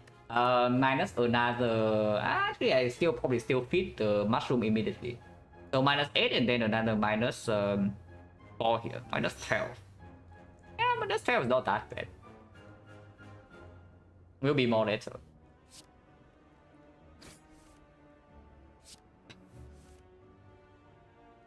So we are getting on this turn. That's fine. We mid the bone. Once again, calculate the mid damage. We go up to 98, so we want to be 49. So we want to do 43. So we can take a 31 damage in our face here, and everything's fine. Friendly Quarter, thank you very much for the gifted sub to Bubba. Appreciate a lot. Let's be honest, never pick a duel. Is it true? After the second Blood for Blood, I say that we never pick it. But before the second Blood for Blood, there was actually a small argument for it. And it would have paid off. So I still don't know whether it's actually correct to skip or not. But probably it's fine. It probably is fine.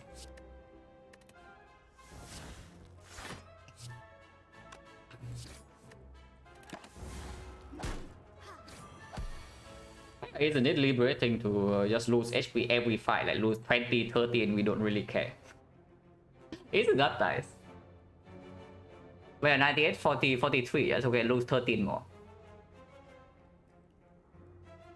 We're amazing with strong boss relic, yeah, it's true. But the thing about that is that at the time I don't know. I guess with the bone we can always say that we are slightly ahead. Yeah, it's true that if we say that we are ahead into early act 2, then we should not pick the thing that is bad with bad boss relic and only good with good boss relic. If it's before mid the bone, I think maybe I pick it. But it's definitely after. But yeah, we lose 13 more HP here. Should not be too difficult.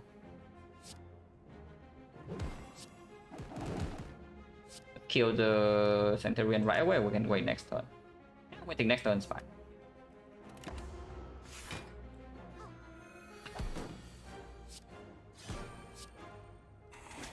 So next fight is Burning Elite, so we would like to have Penny set up, absolutely.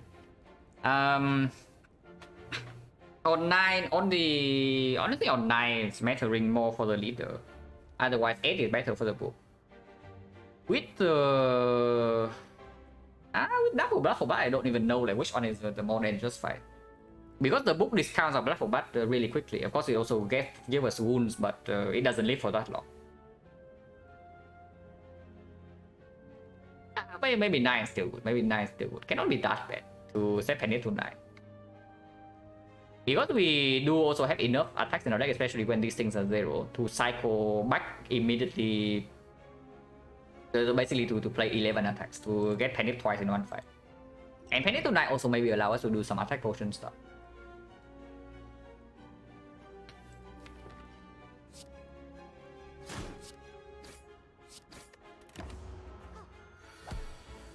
Oh yeah, we want to take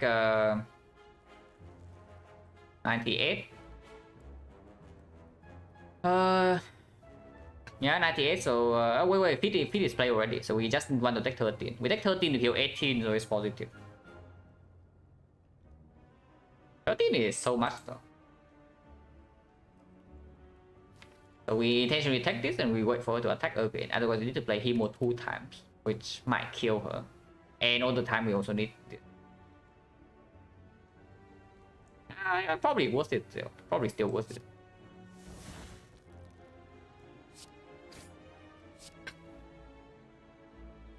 Let's take this 9 to our face.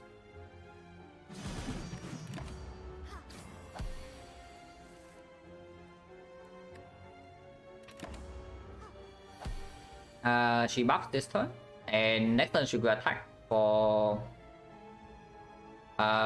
14. 14, and we want to take 4, so we can block for 10. That's perfect.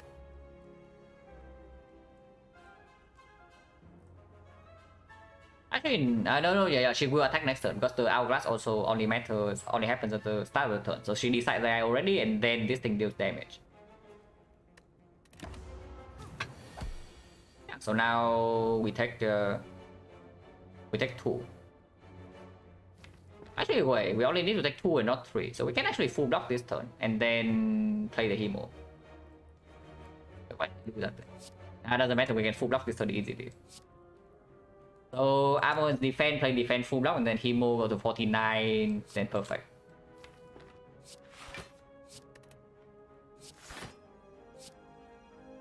Could have been Iron Wave Struck as well. Maybe that's slightly better.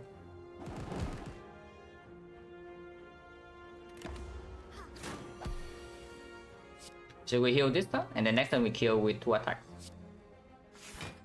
So the 25, and then yeah, Black for Black plus 1 attack.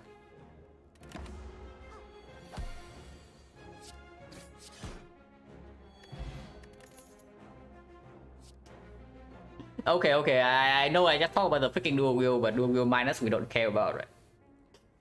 I know I literally just complained about the dual wheel not being in our deck, but we only fought like 2 AoE fights. That the dual wheel gets value in. So yeah, like, is it too late or not? Like, it is fit plus. It is fit plus. And dual wielding Blood for Blood is not bad either. But I don't know, like, we never get this avoided. But eventually it will be avoided with armaments. Probably not good enough. Probably not good enough. And uppercut is like first weakness, but again it's also minus. I don't know though, like not picking up any weakness. We will have a lot of max HP into Act 3, but and mid the bones are here 27. But you can also see like from the actual fights. Apparently we are taking like 20 damage every fight. We eventually take a little bit more to proc mid every fight, but we are taking like 20.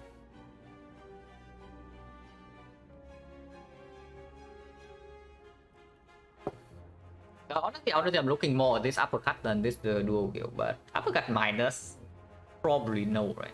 Because with the trip in the deck already, I would even prefer close line to this uppercut, and close line are common. So yeah, probably not. We can skip.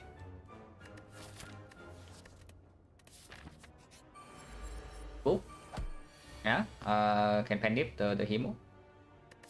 So potion chance right now is how much? 1, 2, 3, 4, 5, 6. 6, and we got 2 potions. So it is still 60. I can Hebo block for Bat right now. I can also block a little bit. But I don't want... Actually, blocking 2 times, getting the block for Bat down, and we don't really hurt the panic at all is fine. I mean, normally when you only block against this thing, the fight doesn't advance, but not for our case, because we can get closer to the trip, which is very good with the Pandit.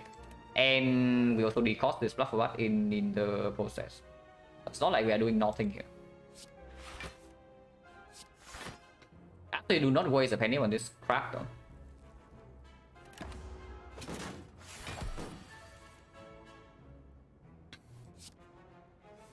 Okay, no trip, but we can penny or whirlwind instead. Tech 21 doesn't actually matter, and we get the plus one cost to 0. That's pretty good, right? This fight I don't think too much about the mid and the board. Like I just want to get out of here.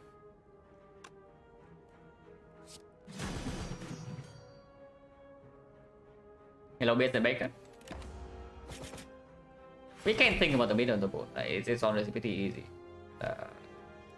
It is still not run yet. With the feed, we go up to 102, so we want to go to 45. We take 9 more damage. So triple block in here is actually perfect. But only if we kill next turn and we also draw the feed. So we probably take a little bit more than that, yes. Yeah, unfortunately, not drawing the trip right now means that we probably... I mean, not getting perfect bit is fine too, as long as we kill next turn. We need to kill it next turn. So I think I have to bash. Actually, it's not even true. Bash with double block for blood is already 66, 74 in here. So even if I don't bash this turn, let's say I do Iron Wave, double defense, take perfect 9, and then do, I don't know, maybe even Hemo. Take 2 more is a little bit annoying, but whatever.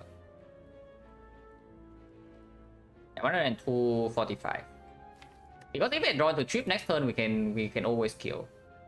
If not, this is still 2 energy for 74 damage, which is 68, 71, so this thing is currently at like 20 something.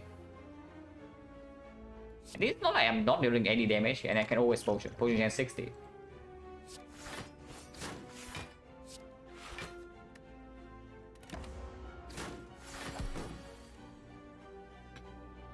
No fit though. So if it armaments into pommel strike, that's the fit kill. 50% and we get a fit. Yeah, 66. 66, we need 108. So we need 34. Wait, we need 42. 42, so it's not enough. So I cannot armament the pommel strike here, unless I also flex spot. So do I want to flex spot or not? Oh, attack pot. One of the two. I mean, if I fail to draw the field, I can also just Hemo and get out of here. So that doesn't really hurt at all, right? Yeah, 30, 66, 96, 96 plus 15. Yeah, that's enough. I don't even mind using the potion for max HP. This is basically 2 max HP right now. Maybe 1. It's actually 1 max HP. But potion 60 and we have 2 more fight to refill before this. I don't mind using that.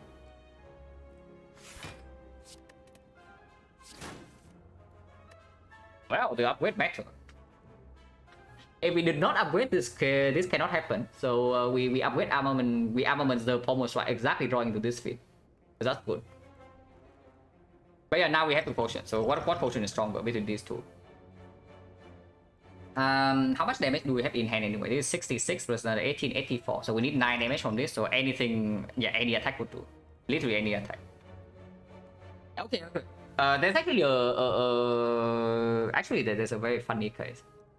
That it gives us 1 attack that doesn't actually kill. For example, a whirlwind, and 2 attacks that kill without a feat. For example, it gives us bludgeon. 66 with 27, right? So it gives us bludgeon, immolate the whirlwind, for example, then it will not kill. That's really funny, but it is a case that can happen. I mean, if it happens, it's good content, right? Because I do think flex potion is slightly stronger. So if it happens, it's just good content, and then we also use the other potion. But yeah, the hand sign is also nice, so this is not breaking anything. Okay, it is fine. Like, Sword Boomerang is fine.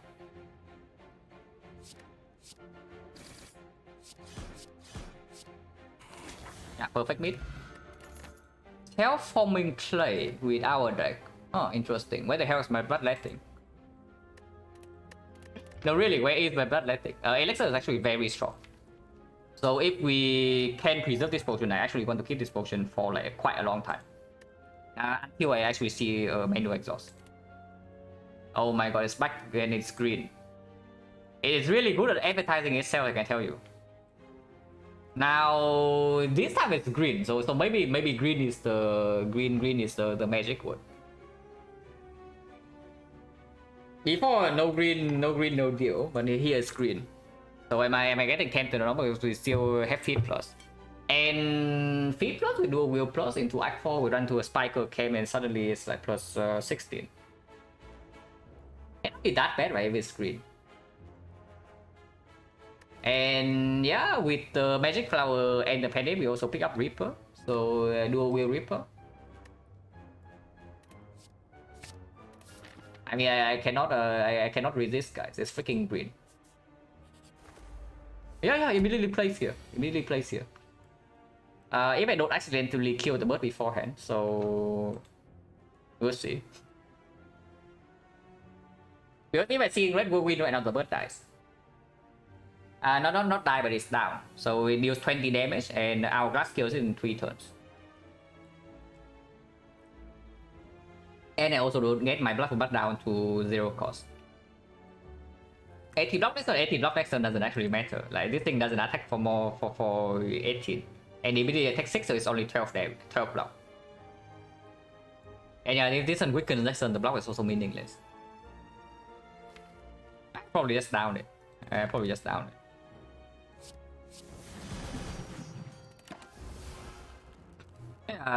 The Hourglass will kill this important. Yeah, the thing's wasted. This 3 damage I will actually take though. Because next turn Chosen is guaranteed to attack. And maybe so basically this 3 HP is free, completely free, unless I overblock next turn, which might happen because Chosen Northeast is only for 18, and next turn the bird doesn't attack. But I also want to decost my weapon, but they are still 3 costs, and Chosen also needs to die at some point.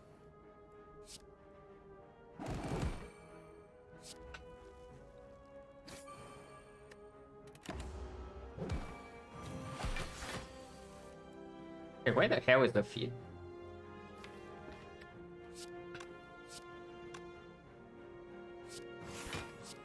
We can kill Chosen right now, but of course with the dual wheel feed, I want to feed.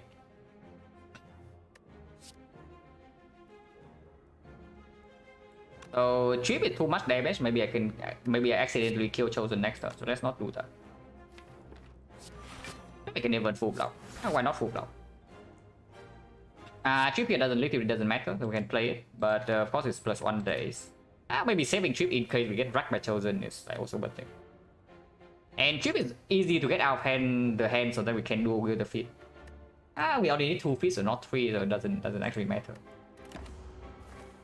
But yeah, freaking stupid Hourglass. Where is my feed, man? If I don't draw to feed this turn, the bird is dead next turn.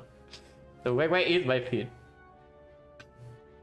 But yeah, chip here also doesn't actually matter now. So we can chip. Come on, please feed.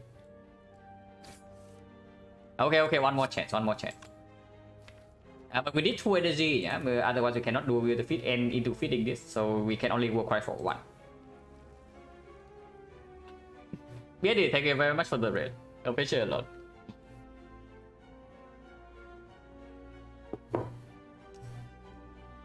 This stupid Hourglass. Honestly, it hasn't done anything except maybe -4 bucks HP first here, so I don't know. 1 out of 7. Okay, fine, no feed on the bird then. What can you do, guys? Like, sometimes you cannot feed. If we do this, Chosen goes to 9, and we will draw to feed in maybe 2 turns. With so much I'm feeding daggering survive with 800 HP preventing, yeah. Don't worry, don't worry. You will feel right at home. You are saying the wasted feed.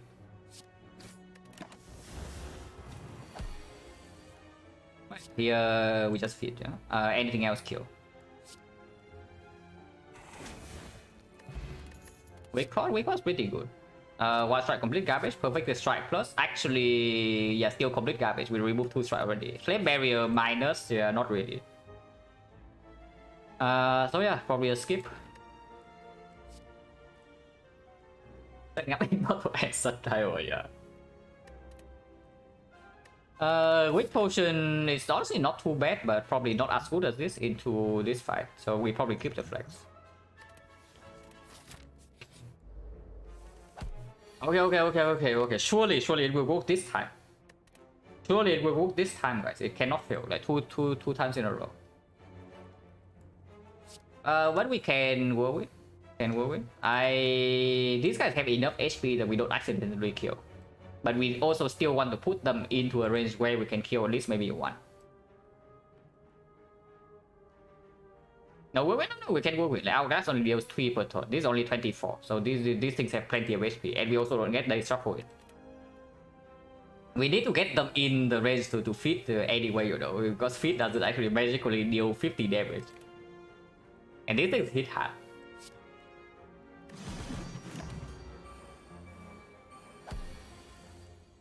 Okay, it works, guys. We are getting plus 12 here. We are definitely getting plus 12 here. Maybe not this turn, but next turn we want to feed at least one of them already. So one combo strike goes here is fine.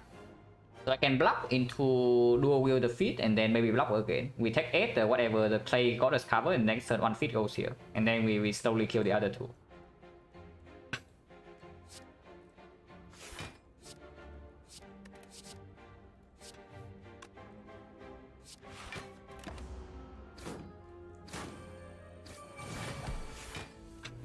Easy.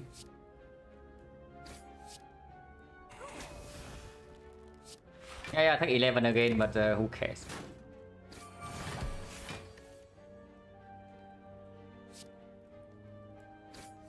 Yeah, honestly, nobody cares about the 11 damage.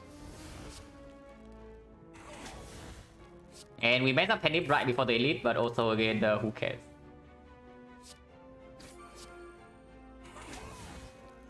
Okay, so dual wield, even if dual wield is doing nothing from this point, yeah, which is actually not true, because we can always dual wield the blood for some insane burst damage. It has already given us 8 bucks HP, so yeah, honestly, not too bad. This is cringe though, so we don't take it. I mean, hemokinesis is way better than usual with the clay and the 2 blood for blood, but we don't need it.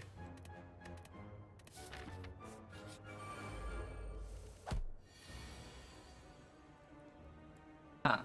Interesting. So if we don't use the feed here on the median, we are getting owned next turn.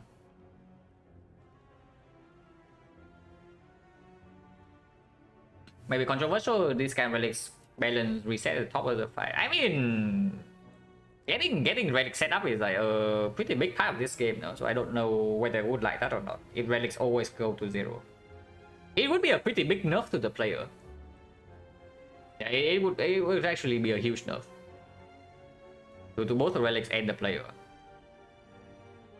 I don't know whether I would like it or not. I mean, if I'm playing super fast runs and I don't care, then I can just do it anyway.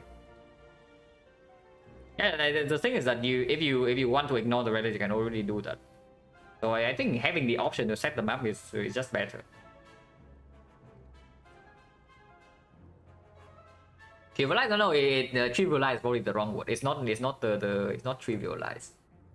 It makes the game simpler, but more difficult. But difficult in not a very good way. So yeah, I cannot agree with that. But yeah, you're correct in the sense that it's controversial. I mean, getting old next turn, how bad is it? We are healing freaking 27. We can get old. So let's get old next turn. Taking the damage here is putting Blood for Blood to 2. Blood for Blood to 2 is still not enough to do anything unless we draw also the Hemo into the Blood for Blood. So it's just negative block, but having this in hand next turn will be block for more.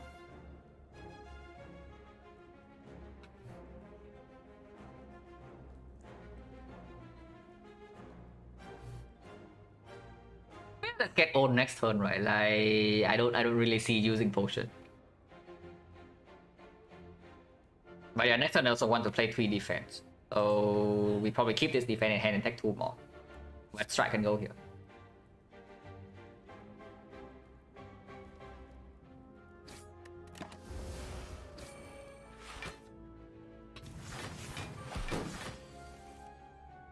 But yeah, Black Bright is guaranteed to be 0 next turn, so we can we cannot block more than that. We maximum block this turn, we're blocking for like 21. So 21 we take 2 hits, minus 22, and then this go to 0. So it's perfect. Yeah, next time we can do a wheel block for blood for some insane damage. That's good.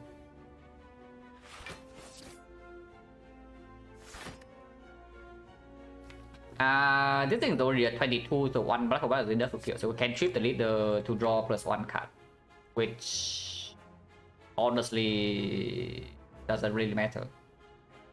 It's fine. Vulnerable is not wasted anyway. We kill this very fast. I mean, we can even kill next turn. It's freaking 99 damage. Yeah, it's freaking 99 damage.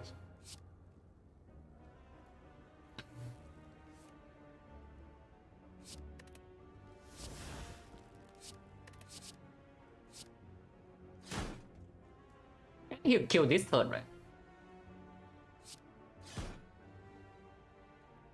Yeah. Hemo on 2 feet. I mean, that's a lazy way out because it messes up both the Pendip and lose 2 more HP for like, no reason. But I want to do it.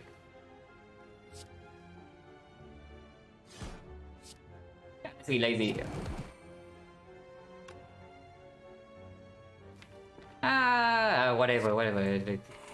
Whatever. Preserve insect. Yeah, after we farm all the elites into wax already. I mean, it's still useful, but not that good. Combat gets way better with the self-forming play with 2 blood for blood. We can do a wheel combat, yes. But yeah, probably not. Okay, how important is this armament upgrade? Because a lot of things are upgraded already. This upgrade doesn't actually matter. These are upgraded. Upgraded. So what are the relevant upgrades? This exhaust. This upgrade is relevant. The defense upgrade is slightly relevant in Champ 5, but maybe not so much now that we have the self-forming clay. Yeah, we freaking want to talk, right? Let's talk. Yeah, let's talk. Why not talk?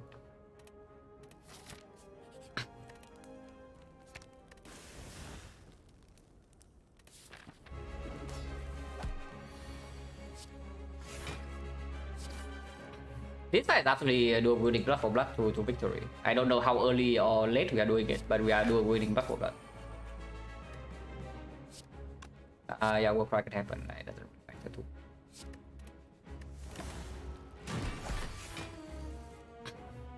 I think Red can be safe, but also doesn't need to because the main attacks are 0 cost.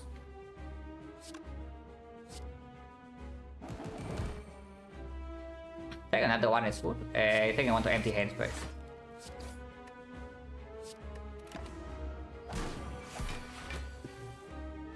Because we also do need to finish this fight decently quickly. Like we actually don't have block at all, yeah.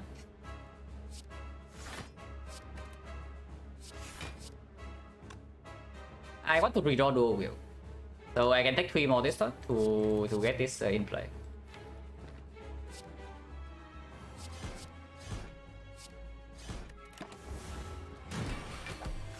That's so weird. I mean, it's cool, right? Like just some insane sustain with high max HP and blood for damage. When I do with campfire, I took a strike.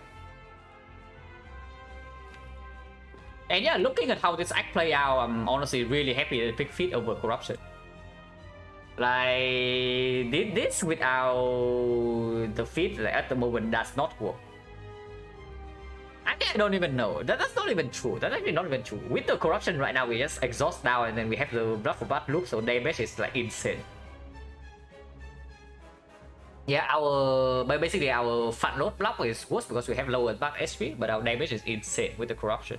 And I don't even know whether our fat load block is actually worse when we can play all our blocks for free. But I mean, we just get corruption after this accurate, so there's no debate here.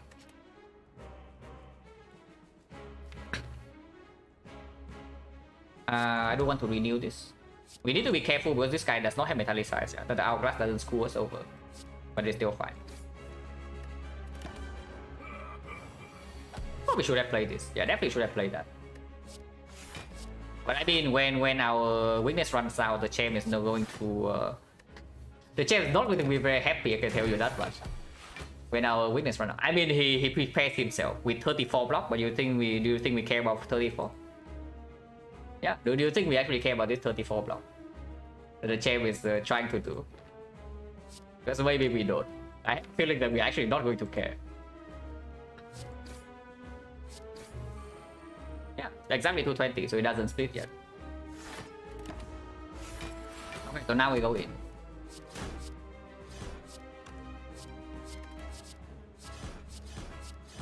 He's dead. And yeah, build the ball so perfectly set up, not that we need to. Okay, not quite the corruption, but there are two choices. I don't need a short light break, so I take the breakfast and then we are back in like 3 minutes. But these are both very strong. It's probably not barricade with the pyramid. Maybe it's barricade with forming play, but probably not. But yeah, be right back in like 3 minutes.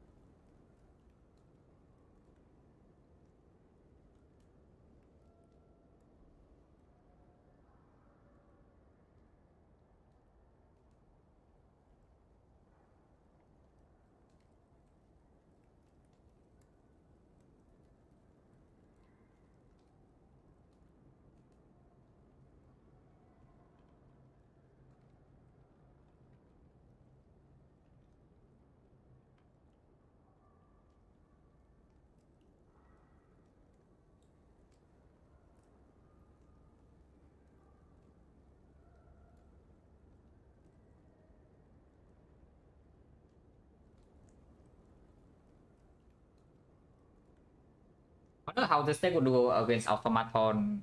Probably not too badly. I think we have enough HP to just face tank the Hyper Beam, so I don't think Automaton ever kills us. But yeah, we probably will take Hyper Beam. It doesn't take us that long to get 2 dual wheels on Blood for Blood though. 36 Blood for Blood already is freaking 132 without vulnerable. And the Penip is actually plus another 22. So it's 154. Yeah, we actually kill Automaton before the attack after the Hyper Beam.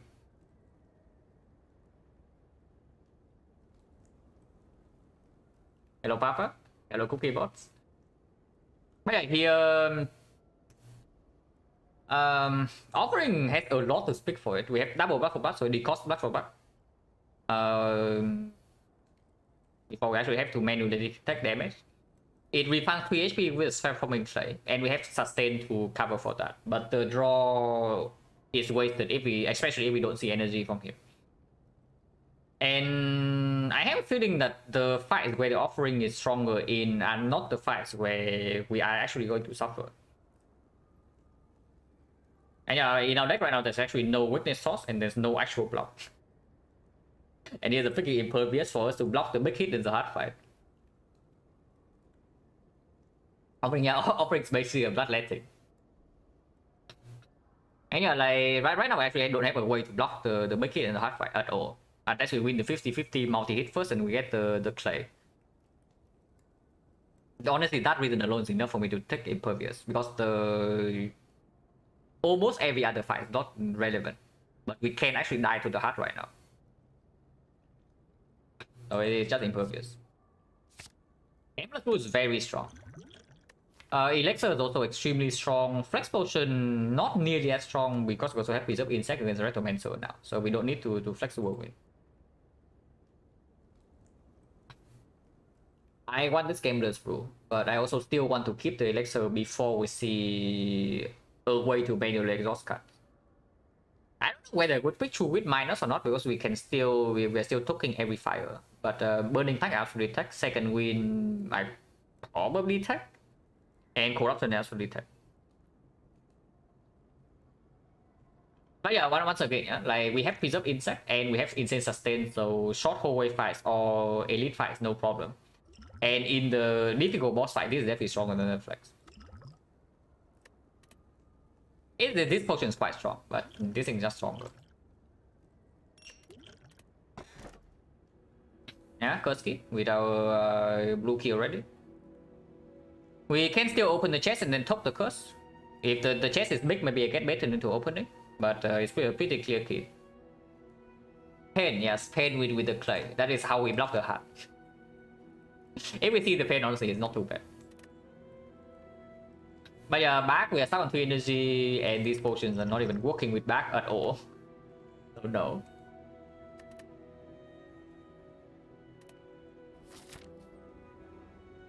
Honestly, this can quick crown. If the Kursky is something like extremely cringe, maybe I don't know, Black Blood, then I can see even picking the crown. Like perfect crown, no, we can. We could actually take the crown. Like you don't really get a much better setup to pick the crown than this deck. But before picking the crown, I also see 4 elites. So we run into 4 elites. If the chest is big, we can open and then maybe remove here, maybe top here, depending on how much gold we still have. Don't really want to double shot though. Not the question mark. Yeah, I think it's fixed for the question mark. No golden idol, no red mask. Rare relics are fine and all, but we also have feed plus, so the value of this also goes up. Yeah, I see 5 fights. I also see 5 fights. The thing with going 5 fights in here is that we probably go to this shop instead of the thing here. So if the shop is cringe, then we only remove and we are just losing gold. But doesn't really matter, right? We go to 5 fights.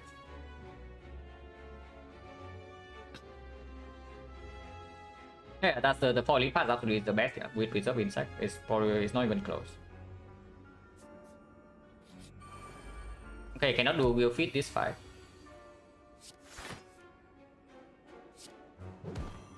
Intentionally attacking 2, so that we decost this thing. And this guy also needs to die like this turn. Maybe he doesn't, because we can armor impervious full block. Otherwise, we're also taking like a lot. I can take a little bit of damage if possible though. So we are being hit for what, 38? So if I impervious and take 5, that's good. But then I cannot actually empty my head because everything else in here blocked. Okay, this is pretty unusual. So I cannot intentionally take damage if I play the Impervious unless I want to not play anything else. Impervious plus 1 card will always full block, or I waste my Blood for Blood. Actually playing Blood for Blood is not too bad. I one of them. We still have the second one to dual wield. So like, Impervious Blood for Blood take 5. And yeah, sure.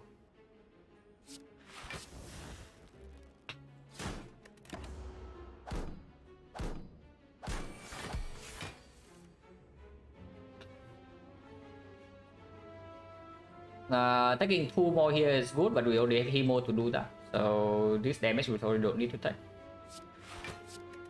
Refund the energy.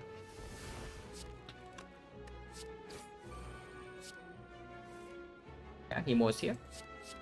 If we want to do that.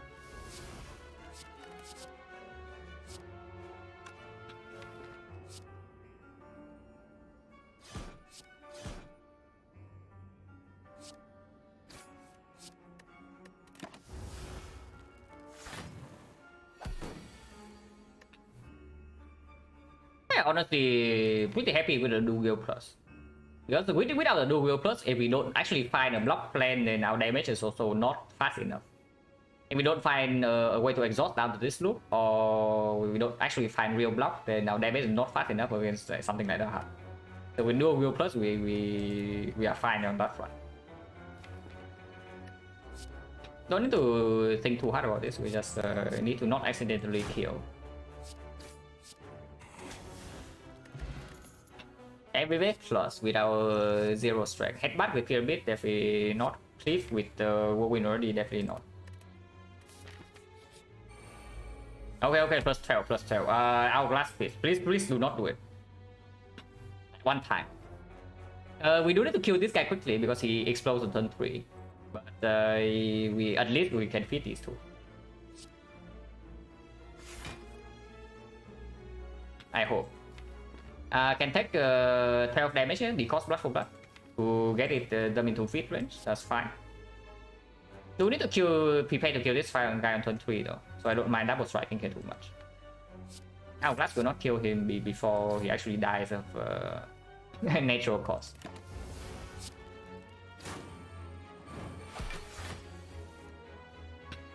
Okay, next turn he explodes already, so we have one more turn to draw the feed. Otherwise, we are forced to kill him.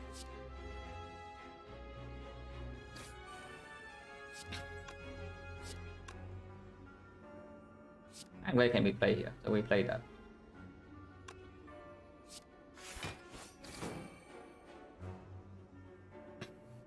And next turn, even if it explodes, we have the Impervious. Doesn't matter too much.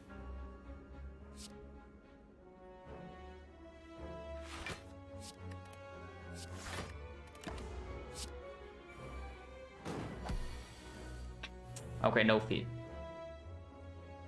So yeah, I guess plus 8. But only if we actually draw into the feed, because emptying these things are also not that easy. Taking 4 here is like fine. Yeah, taking 4 here is fine.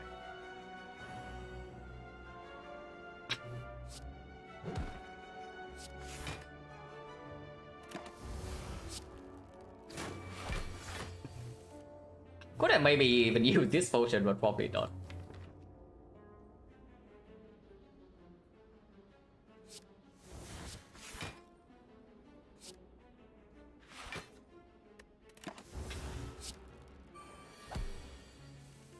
Okay, it is here.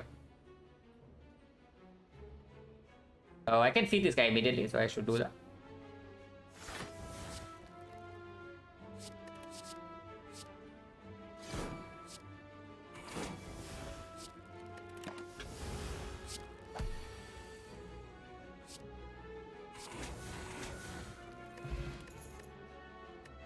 Boy, this is very strong. This potion is actually freaking insane because it heals us 45% with the magic flower and we have a million bucks HP. So this potion is like, by the time we get to that, it's probably something like, yeah, 90 HP. So let's pick that. Over what though? Maybe, maybe over Elixir. Yeah, maybe over Elixir. Elixir is very good in boss fight, but the fairy is already a potion for the boss fight. For a fight like let's say Retromancer, which can still be some serious problems, the game does prove stronger. Yeah, Spear and Shield also game does prove way better. Yeah, sure. We toss the Elixir away and then take the fairy. And these are cringe, right? Oh my god, the dual will fit again, guys. So the dual build so far is already what? Plus 8, plus another 12, plus 16. And this time it works one time, it's already plus 20. So yeah, absolutely worth it. Once again, this guy explodes on turn 3. So hopefully we draw into our thing earlier this time.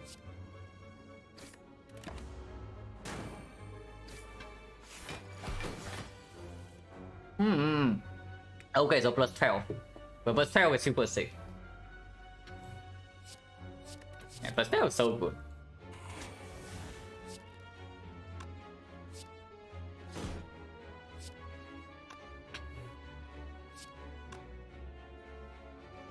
Not taking damage, we are frail, but we can just kill this next turn.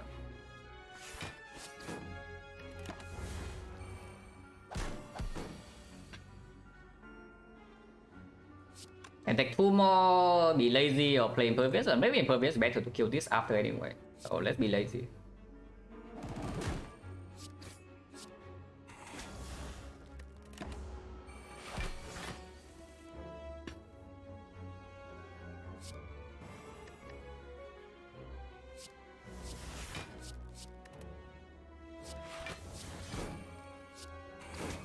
Easy.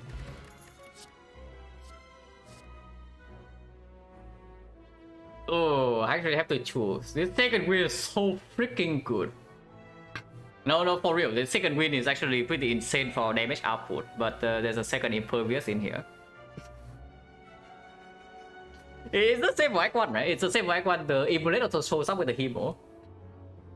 And now there's the second win showing up with the Impervious. Yeah, very difficult. Like they are, I don't even know which one is actually stronger in boss fights. Infinite, no, we don't get to Infinite, but we get to a loop where we play like, I don't know, like 7-8 buff for buff every turn. We have enough sustain to actually cover for the thing, right? Yeah, I'll probably take the second win. I probably do take the second win. Because we also have more tops for this strike. And with the second win, I might not even need to remove the curse. I don't know, big chest I open.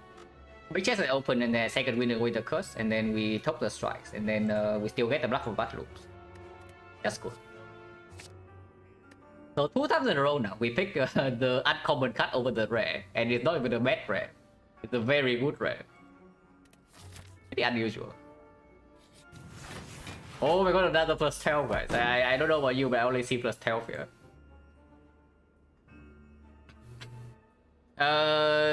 Stalling in this fight is not that easy though, so better be a little bit careful.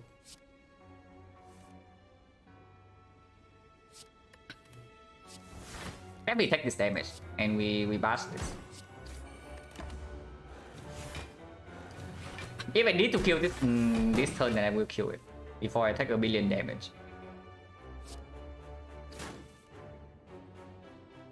But we have the meat, so yeah, maybe taking a billion damage is not too bad. 7, so he dies in 3 turns, but he also gains block, so yeah, actually he dies in 4. So if I maximum block here, block 1 goes to 0, so I can kill whenever I want, and I still have the option open to triple feed. Let's actually do that. You cannot tell me this is a bad idea. I mean, we have sustain, we should use it, right? Yeah, we have sustain, we should use it. Absolutely.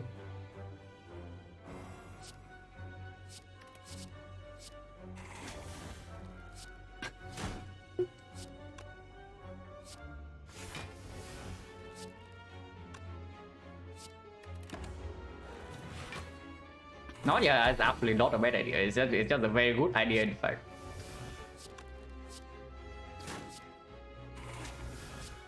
Like, not doing it in this fight is actually stupid.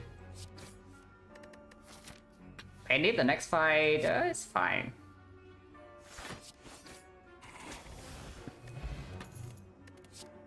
Druid plus. Where is my impervious? No, seriously, where is my impervious? Can we exchange this second win for an impervious? Because now apparently we have a Druid plus in our deck. I don't even know though. Do I pick Druid plus over Clothesline? Yeah, school Clothesline, right? We have like the 200 max HP with a fairy. Like we face tank the heart. Yeah, who cares about quick? But Druid plus still good. Druid plus is still good enough.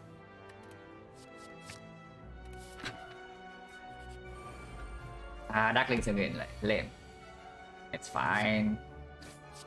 Hit once. Hitting once is not that bad.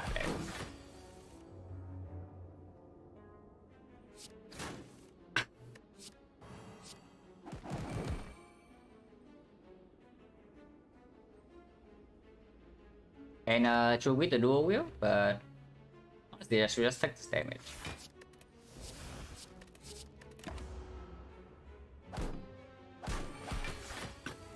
Can you set up next fight doesn't actually matter that much? It's only matters for Retromancer, but just a little bit.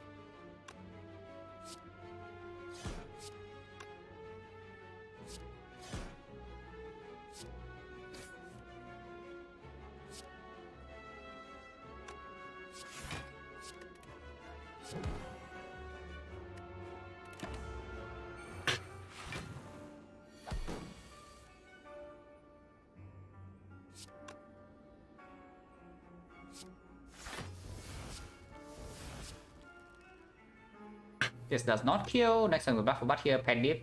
Yeah, perfect Pandip waste. It's fine. Yeah, wasting Pandip. Like who really cares?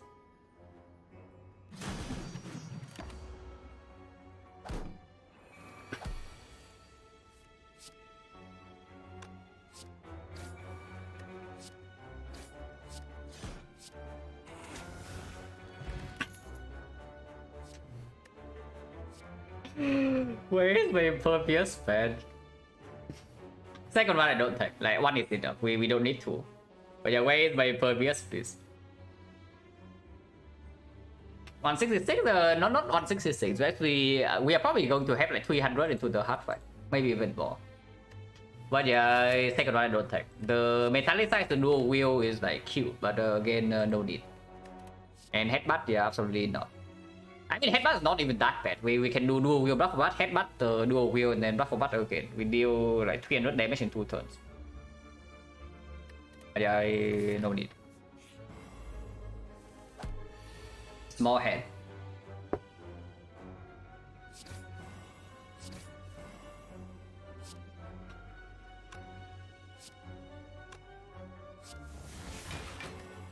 I don't actually want to block this thing. It's why I second wind away the thing.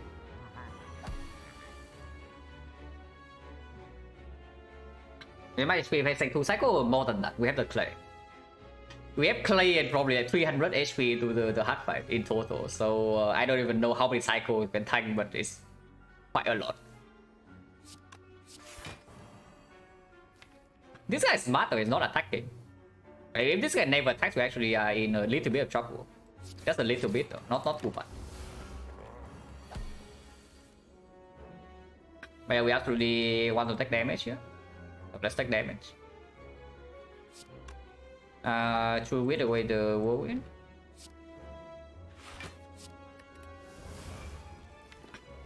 And can armament the when he attacks for 30. Pervious is perfectly bad. We also block for 3 more with the clay. it's probably fine to do something like this. Wait. Okay, what the hell am I doing? That's actually very bad, yeah. But I think we still have no problem. That's actually a very bad play. Seriously, what the hell am I doing? I just completely forgot that the armor is blocked for 5. And now the Emperor also perfectly blocked this, which is perfectly bad. But I guess we can do take 30 this turn and then take 5 next turn. Yeah, that's fine. We have the yeah, we have the steal protection here. We can steal a lot.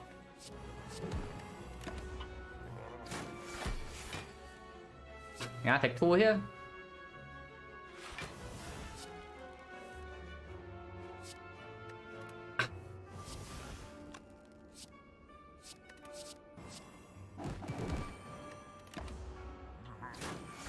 Singapore soon, yeah. In 1 week.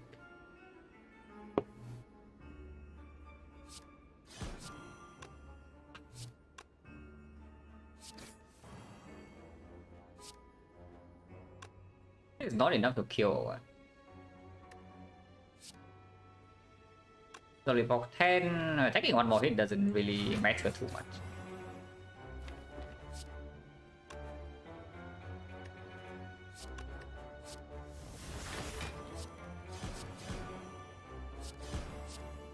Okay, it's not enough. So we take 1 more hit, but then we get out here.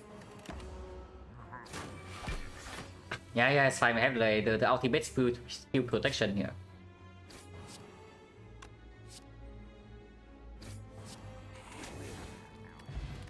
Toxic egg. Yeah. Ooh. Yeah. These are totally cards. Yeah. What do we pick, guys? Even the Hammer is not that bad, but of course it doesn't compete with the other 2. And we have a second win in down deck, so the power through not bad at all. It's very good front load block, but there's a freaking burning pack plus. Yeah, power through with second win, absolutely. Like good, very strong front load block. Burning pack plus. We are going to top like 2 more strikes, and then we already exhaust all of these with the second win and the true grid. It makes the first deck cycle slightly faster, but we don't have that much energy. I think I prefer the power 2. Don't need block? Are you sure? Are you sure we don't need block? Because last time I see we just took like, I don't know, 70 damage in the giant head. A small giant head, by the way. 70 damage. So are you sure we don't need block? And of course that's because I get the fight slower by 1 turn. But even without that, we are still taking like 40. So are you sure we don't need block? Because we can heal 27 per fight, but 27 is not 40. If we have a Bloodletting plus in our deck right now, then I would love the Burning Pack. But here, Fun Load Block is not that strong, yes. But we also don't have energy to make use of the Fun Load Block, is the idea. I take this. Top again, yeah. Absolutely top again. Over upgrading armaments.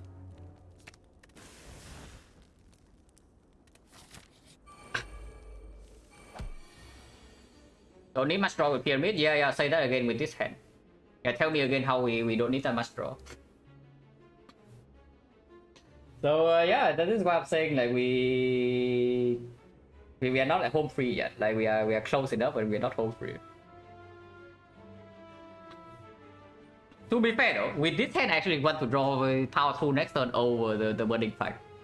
So there's that. Gambler, no, if Gambler's come is next turn, we can still Penip Whirlwind kill all of them. And taking like 30 damage from the Retromancer doesn't actually matter. I'm wondering how many cards we play this turn though, because 5 block this turn is also 5 block next turn.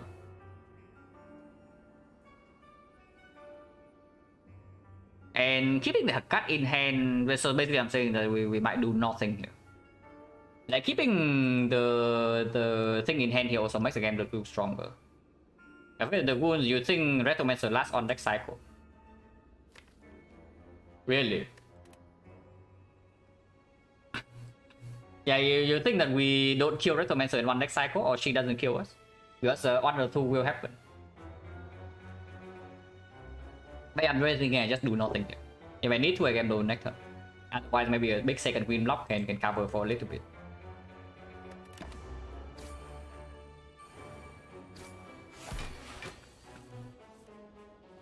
Yeah, Impervious. I can armament the Impervious. Not that it's actually enough block, that it's not enough block. I have Pendant, so any attack I draw into will kill, so I don't need to actually trip one of these. I can trip the other, for example, I can trip this one, so I draw into 2 attacks, I kill one with this, and then strike the other, kill with the thing, with the vulnerable, without the Pendant, and then I play Impervious to block the other 3. So I can see that.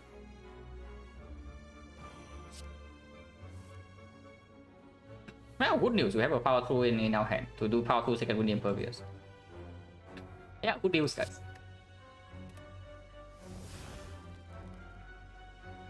So I can also do Seeing Red, yeah? So I can Seeing Red into Armament Impervious, and then power 2 second wind. That blocks a lot. And we don't need to potion this turn. This block was 45. 45 plus another 20, 65. 65, then 1, 2, 3, 4, 5. 90. Yeah, we block 90. So we take 12 damage, but that's okay. There's no problem with that, taking 12.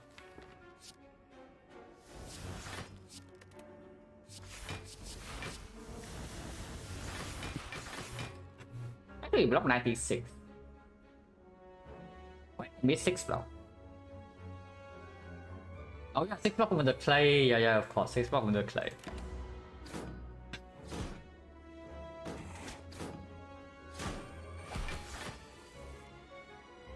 Yeah, can do a block of what now to kill this. Still panipping, so we can do this, not waste damage. We are weakened next turn, so I don't really mind doing this. Maybe I do. And yeah, this is what I'm talking about when I say that you really think we don't need block. I think second wind will be better. It was. No. It's the same. For that turn. It's the same for that turn, it will be better in the redraw. Yeah, it was like 10 plus 10 regardless of what we upgrade.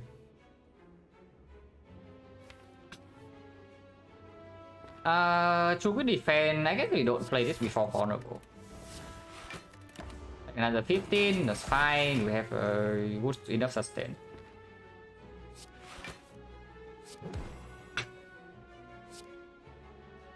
Next turn 99 damage and then plus another 18, it just kills.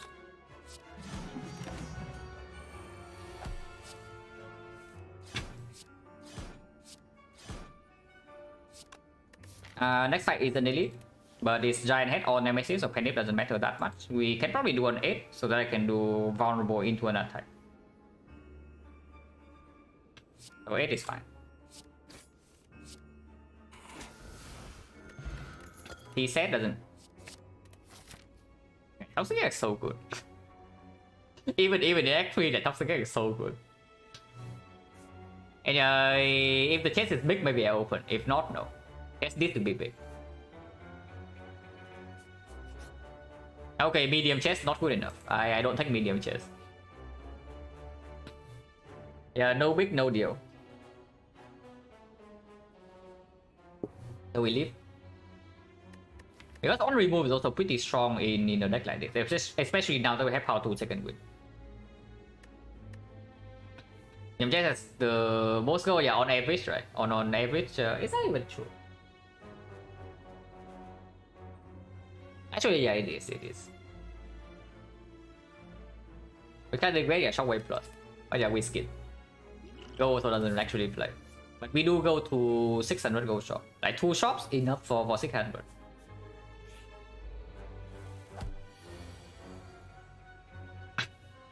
Yeah, this fight is a little bit annoying.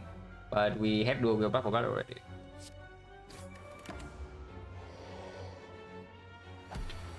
The freaking classic. We can block 45 here easily. I don't know whether I want to. I think I want to block 43. But let's block 43.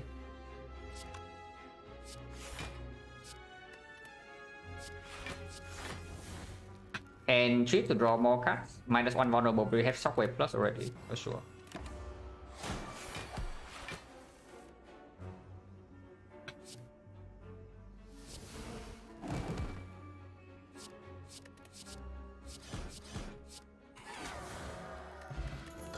Sundial, yeah, it's late, but we can still use it. We don't need to, but we can still use it. Disarm plus, yeah, we take that, even with the clay. Yeah, clay or not, I still take disarm plus. With Corelic, yeah, very unnecessary, but we can still play into it. So here we can choose, like, I do not take 2 question mark over 2 fights, but 1 question mark over 1 fight maybe is okay. Red Mask Garbage, Sensory Stonewood. In Madness, can Infinite? Yeah, absolutely. Any Ironclad deck with 2 Pommel Strike can go Infinite with Sundial.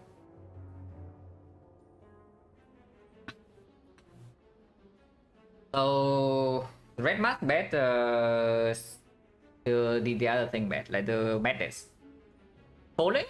Can Falling screw us over? Actually, yes, Falling can screw us over. We have no powers. We took away like most of the garbage cards already. So Falling is probably on average also like quite bad. If it asks for blood or one of the wood skills, like it's yeah, it's bad. Yeah, shop is fine. Shop, then we just go here and top. So we trade 1 normal fight for a reboot, which is absolutely fine. Yeah, there's no reason to go to event, and we have P plus, so let's just go to the fight with the Toxic Egg as well. And also Sunday was right. Sunday playing into Sunday was like so slow though, because we actually don't have fun note draw. Like if we have the burning deck plus, then it can be faster. But right now you see, yeah, we draw 5 cards turn 1. In first deck cycle we have what? +2, +1, +3, +4. Yeah, +4, +5. So we have +5 draw in the first deck cycle. We need 4 turns. We need 5 turns. With status shuffle in 6 turns to draw to an entire deck. And we need to draw to an entire deck like twice before we're actually infinite. I mean, we can speed it up with dual wheel Pommel Strike plus sometimes, but that is very slow. So honestly, I don't think this will we'll see that much play unless we see like a Dark Embrace or something. So I do not want to kill my main plan of the thing. And here it's also +12 HP, so it's actually just better than question mark. But 4 days per turn is very annoying. Yeah, 4 days per turn is actually very annoying. So hopefully we don't want to feed, dual wheel feed quickly here so we can kill these losers. Maybe I can kill one of them first.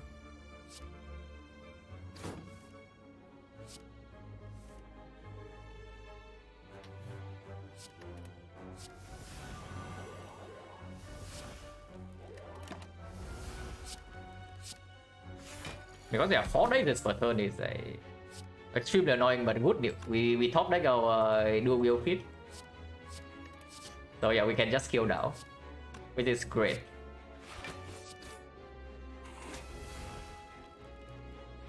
Take 1 is good. Take 1.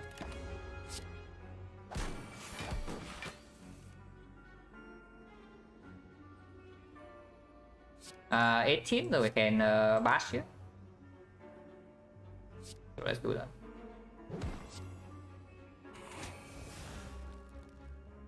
And second win this entire thing away, it's fine.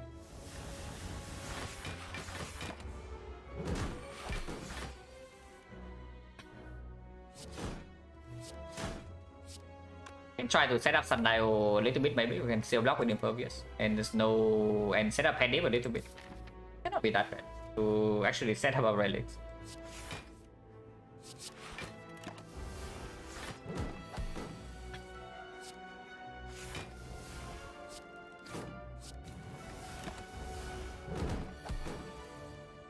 Need 1 more turn.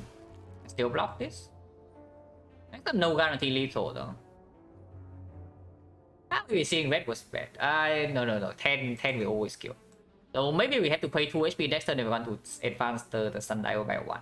but 2 HP is also, yeah, not exactly relevant with this. Not sure, I can see it.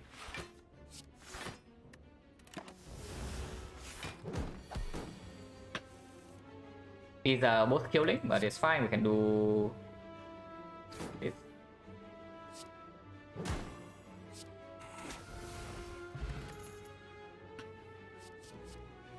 Oh really?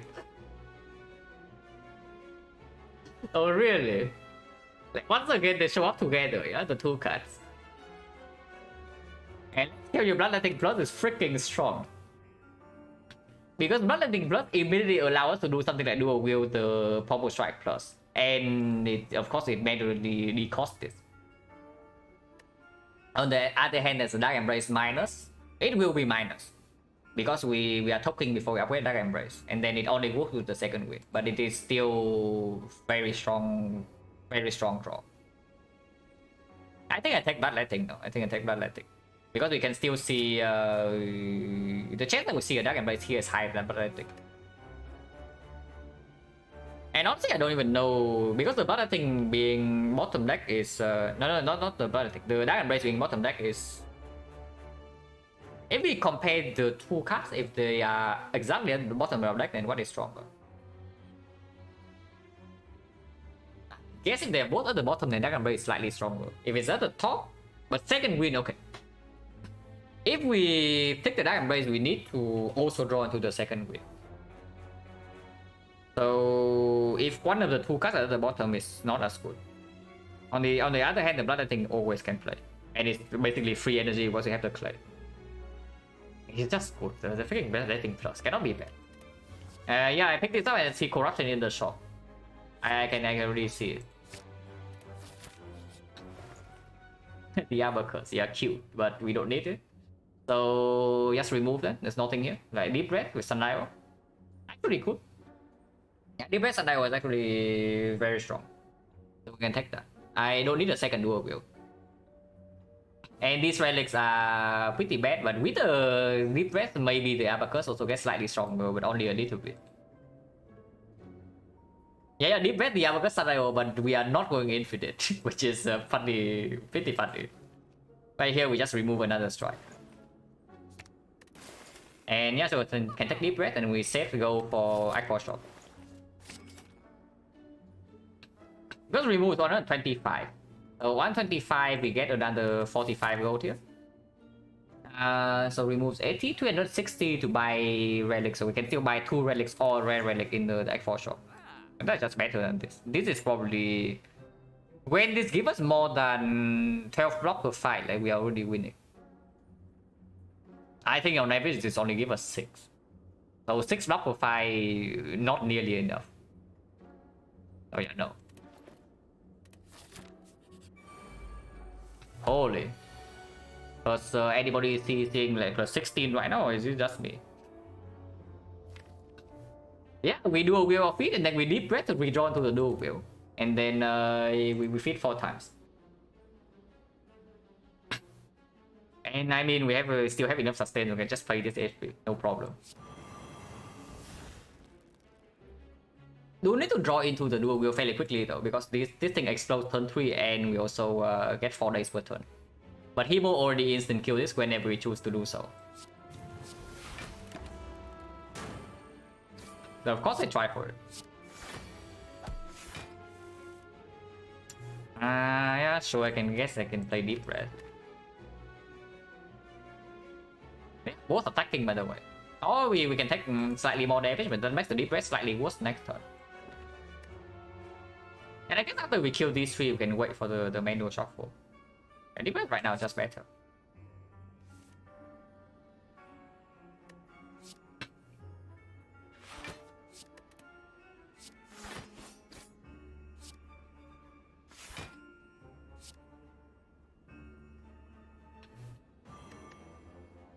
Take a little bit more, doesn't matter.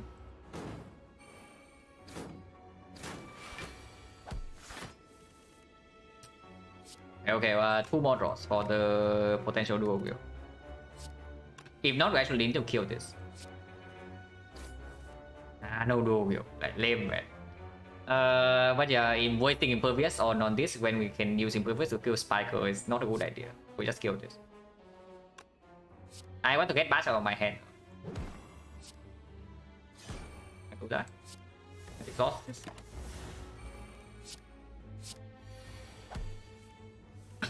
Man, maybe we can only get 8 here, depending on what happens next.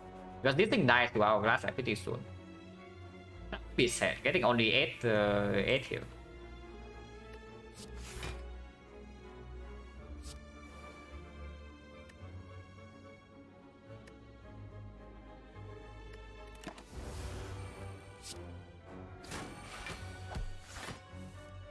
Okay, we get 12.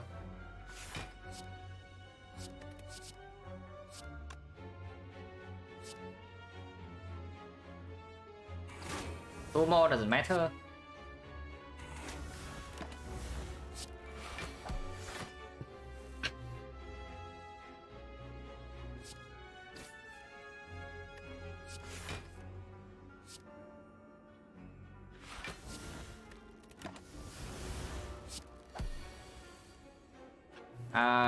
Yeah, no more attack in here, so we just kill with speed. Okay, plus, yeah, cannot be that bad. Still fat note draw.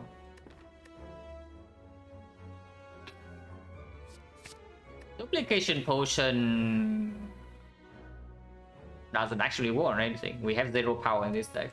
I mean, we can do a duplicate to dual wheel, but it's probably not as good as the Gambler's Brew. Duplicate dual wheel is a lot more damage because we give us 66 with double Blood for Blood, and then afterwards we cycle back into more Blood for Blood. Fairy is amplified by amplifier, so we have like 300 plus HP right now in Act 4. Yeah, there's nothing that duplication is actually good for compared to this.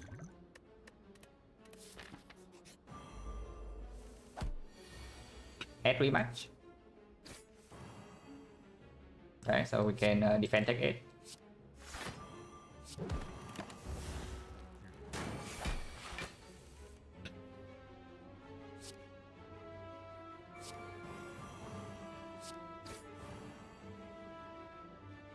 Take another one here.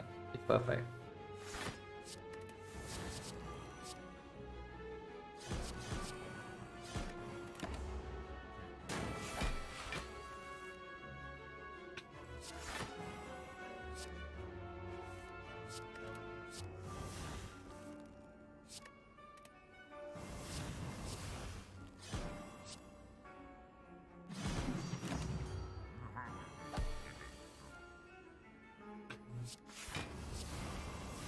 This mess up the sundial, but we have the deep breath to push it up back immediately to 1.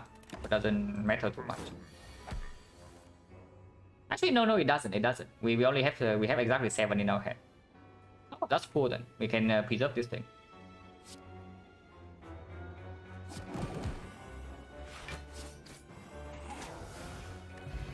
Regal Pillow, yeah, extremely helpful. Another duplication potion is once in, but it doesn't get to be in. Seeing red very unnecessary now that we have a bloodlighting in our deck. The Havoc is probably still slightly good, but we have double gold price. Rest, yeah, this rest is actually insane, right? With rest for already 60, like it's going to be 70. Rest of 85. But yeah, honestly, we no. With the Peace 5 we don't rest. With the Peace 5 we are still talking Act 4. I was thinking maybe we rest Act 4 for like 20 HP or something, but we probably still talk. Oh yeah, Havoc with double gold cry is interesting. But if we top deck of Havoc and there's nothing else, it can waste Impervious, it can waste second wind, which would be quite bad. We have full gold cry is no headbutt. No Frozen Eye. I don't think I like it. Yeah, probably not. Don't need the close line because we have Shockwave plus.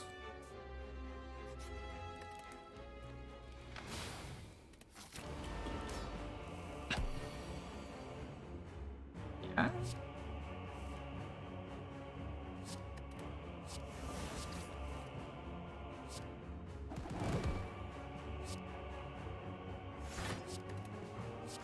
It's quite pretty annoying, by the way. But we have a lot of healing, so hopefully it doesn't matter.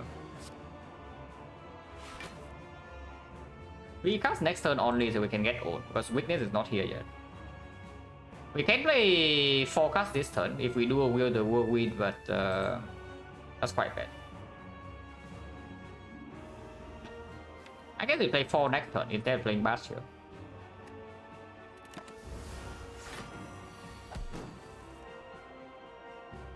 Yeah.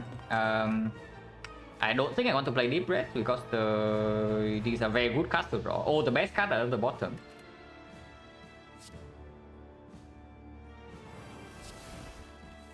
We will not have weakness for the second half, which is a little bit annoying, but we still have vulnerable.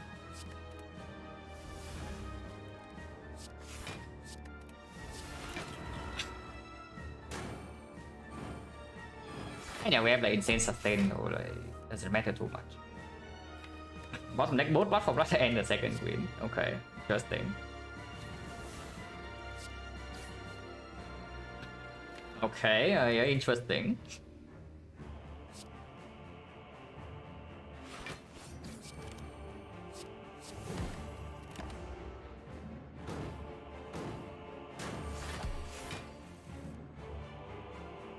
It's fine though, like doesn't actually matter here.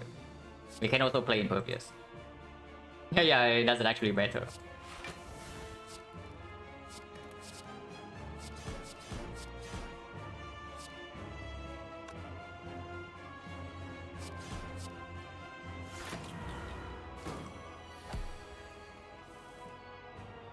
I mean, yeah, especially when we don't really have fun load draw. But we brute force the fight with like extremely high HP. Cannot kill through this, right? But it's okay.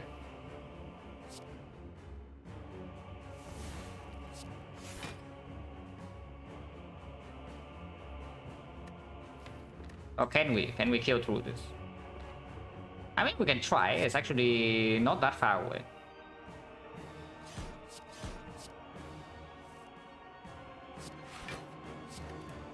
Depending on how many what we draw next turn, it's actually not. I know it's only 4 cards and it's healing already, but yeah, doesn't matter.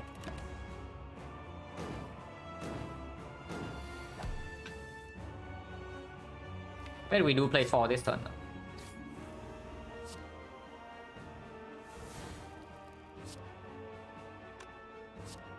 Wait, they have a kill. No, it's only 99, 118, so I'm 20 something short.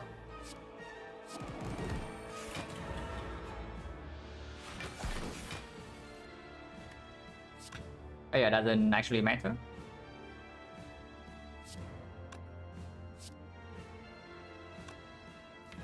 Don't need balancing here.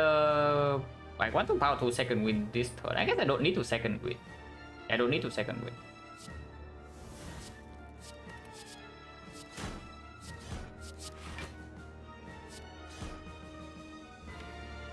You can second win now. I mean, yeah, there's also not a reason to not second win.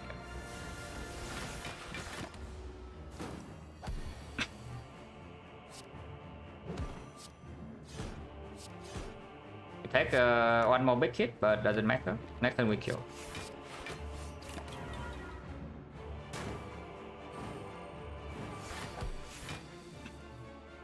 I mean, maybe don't kill this turn, but we also don't really take more damage than this.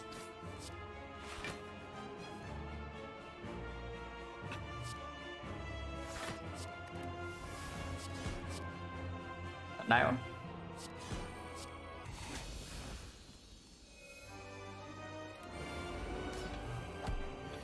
$94.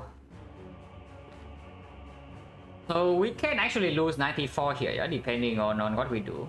I think the Awakened one was probably the easier fight between the two. So let's be a little bit careful. How about just letting Whirlwind? How about just letting Whirlwind this head?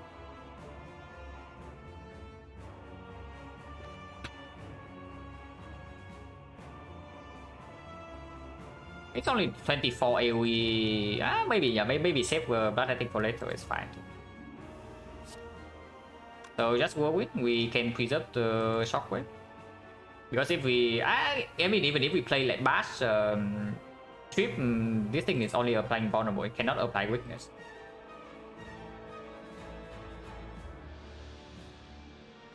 But I don't want to true with anything away here. Is the thing, and armament is also completely worthless in this hand. Yeah, probably just play whirlwind.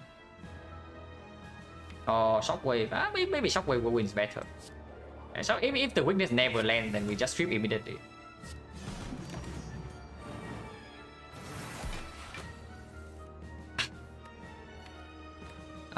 Deep breath right now is not very good. It's okay, but it's not amazing. It's fine though. Shuffling in days immediately is a little bit annoying, but it's fine. I can start with War Cry. If the hand's bad, then we can deep breath. Like this, we deep breath and we don't see the seeing red. Yeah, who wins back again? We can disarm.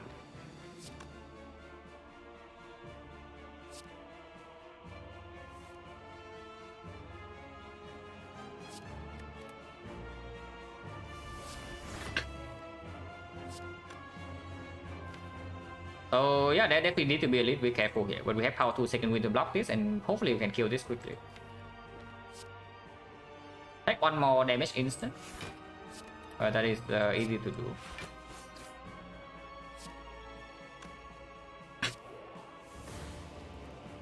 And leave it in hand.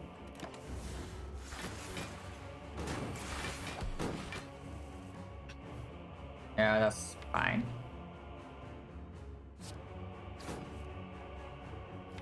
Need to draw into some vulnerable and the dual wheel soon, but we still have enough block wind here. Power 2 second wind impervious. This block one hit, this block one hit. Our face block one more hit. And this is just positive, so you can play it.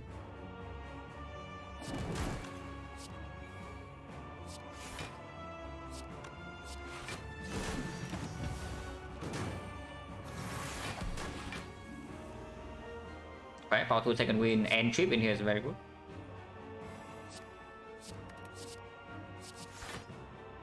Don't need to even second wind yet, but we can.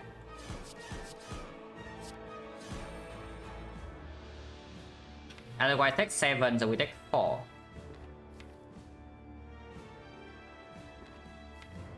Maybe saving 1 blood for blood was better, but we also shuffle next turn already with 4 blood for blood, 5 blood for blood in the deck. Actually, it's only 4. That's fine. Take 7 is fine. Like this probably lasts on one more hit for us. May as last on more hit.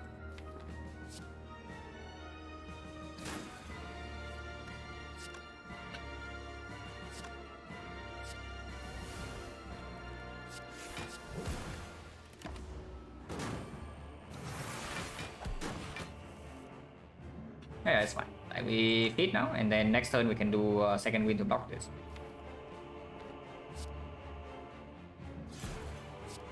I don't wait for the dual wheel feed. I mean, I can try. Like, there's no reason not to try.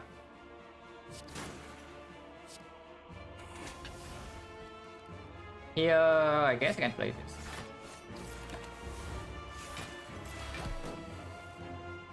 Korean 10, yeah.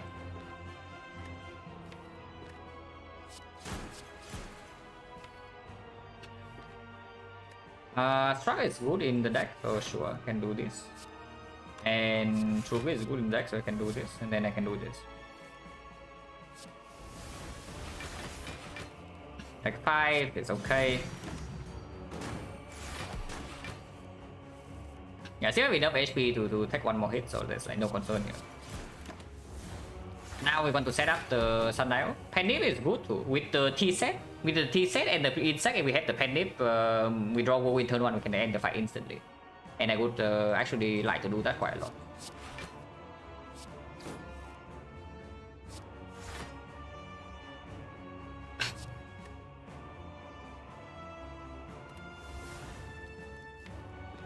Taking 12 more, but I mean we can kill right now. Then set up the Pandip and the Sundial, but it's like 3 HP. I think a Pandip in this spot is not... I guess it's not that easy. We can kill. Deep breath or deep breath. Deep breath or sun level on 2 actually matters. We are talking right over resting. I mean, I don't know. This is freaking missing. Wait, this is missing 40 HP. So we are resting for 40. One remove cannot be better than 40 HP. So I guess we are resting. Yeah, I guess we are resting in Act 4. If we are resting, then HP loss doesn't actually matter here. So we set up the relics. Yeah, sure. Let's do that then.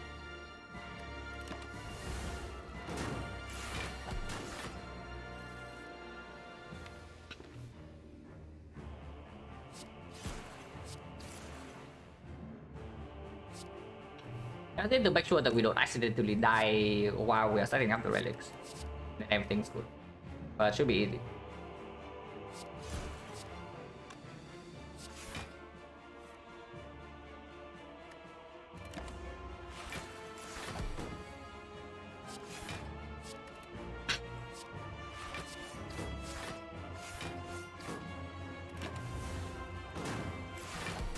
Oh yeah, we need to kill next turn, but that's good enough already. Hopefully I can draw into deep breath though, so I can advance on level 2.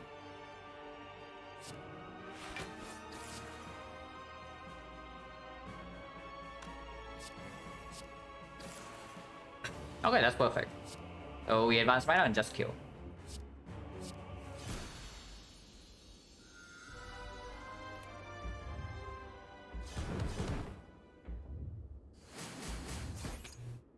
Yeah, 214 HP with Magic Flower and a Fairy, and yeah, we are resting for 43 here, so we are resting.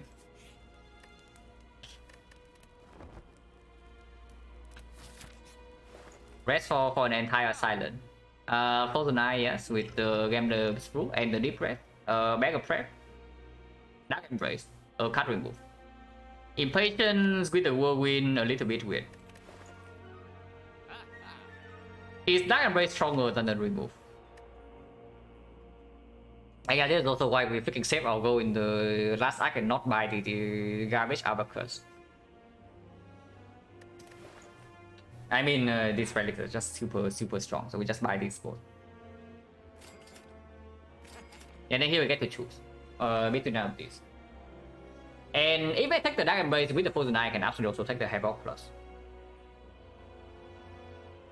That's good, right? Dark Embrace, yeah, Dark Embrace has to be better than one remove here. It's probably not close. And sure, I can take a Havoc. Havoc Plus with the Frozen Eye.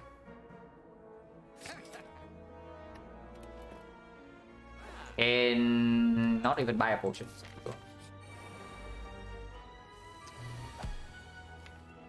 Okay, did not draw into Whirlwind. Whirlwind is at the absolute bottom of the deck.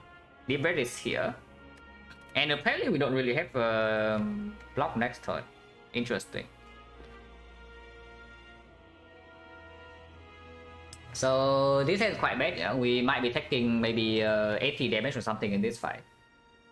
Which is problematic. Unless we game the Sprue. So Warcry -1, draw 2. Yeah, go so -1 and then it puts 1 in, so it doesn't change hand side. Right? Yeah, like this 7, it goes to 8 and then it goes back to 7. So it doesn't change hand size at all. But it digs on cut deeper. So we can get until here and then we can get until here. And then we have 7 in hand, so we can gamble for 7, for example, until here. Gambling for 7, have energy, so we can still pommel strike until this and shock until here. Dark Embrace is in play.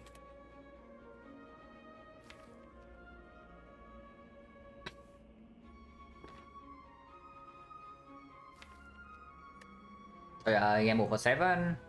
No, not until here, gamble on 7 until here. Do Warcry after is better because it draws 1 more. So if we Warcry 1, we draw until here. And we put on card on top, so it's still 1, 2, 3, 4, 5, 7. So we can gamble 7, but then this Warcry is not played. So it's like irrelevant. It's the same.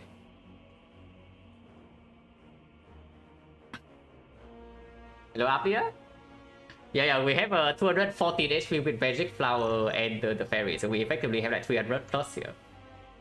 But we can actually still die in Act 4, yeah, so let's be careful. Oh my god. Thank you very much, Push, for the huge trade. And I hope the defect went well today. I mean, I saw the little bit of Act 1 and it looked really strong, so I think it's going to go well. Easy win, yeah, yeah. Like looking at that act 1 is expected. But yeah, here the freaking spear and shield. Yeah, I'm really thinking just gamble this turn because otherwise you get like completely owned next turn. And it's not very fun, dude. Even with 300 HP, you can still die in Act 4. Act 2 was rough, okay. But yeah, gamble until here for 7. And then if we play double world cry first, we can gamble until here. We still have 6 energy, so 2 energy. 2 energy, 4 energy. We can draw until the power through. And then the turn afterwards, we draw these 3. So seeing red can draw 1. Yeah, drawing until these 3 actually good because we draw seeing red, draw 1 until the Havoc, so we can power 2 into the Havoc, the second win. And then after power 2 second win, we draw the entire deck.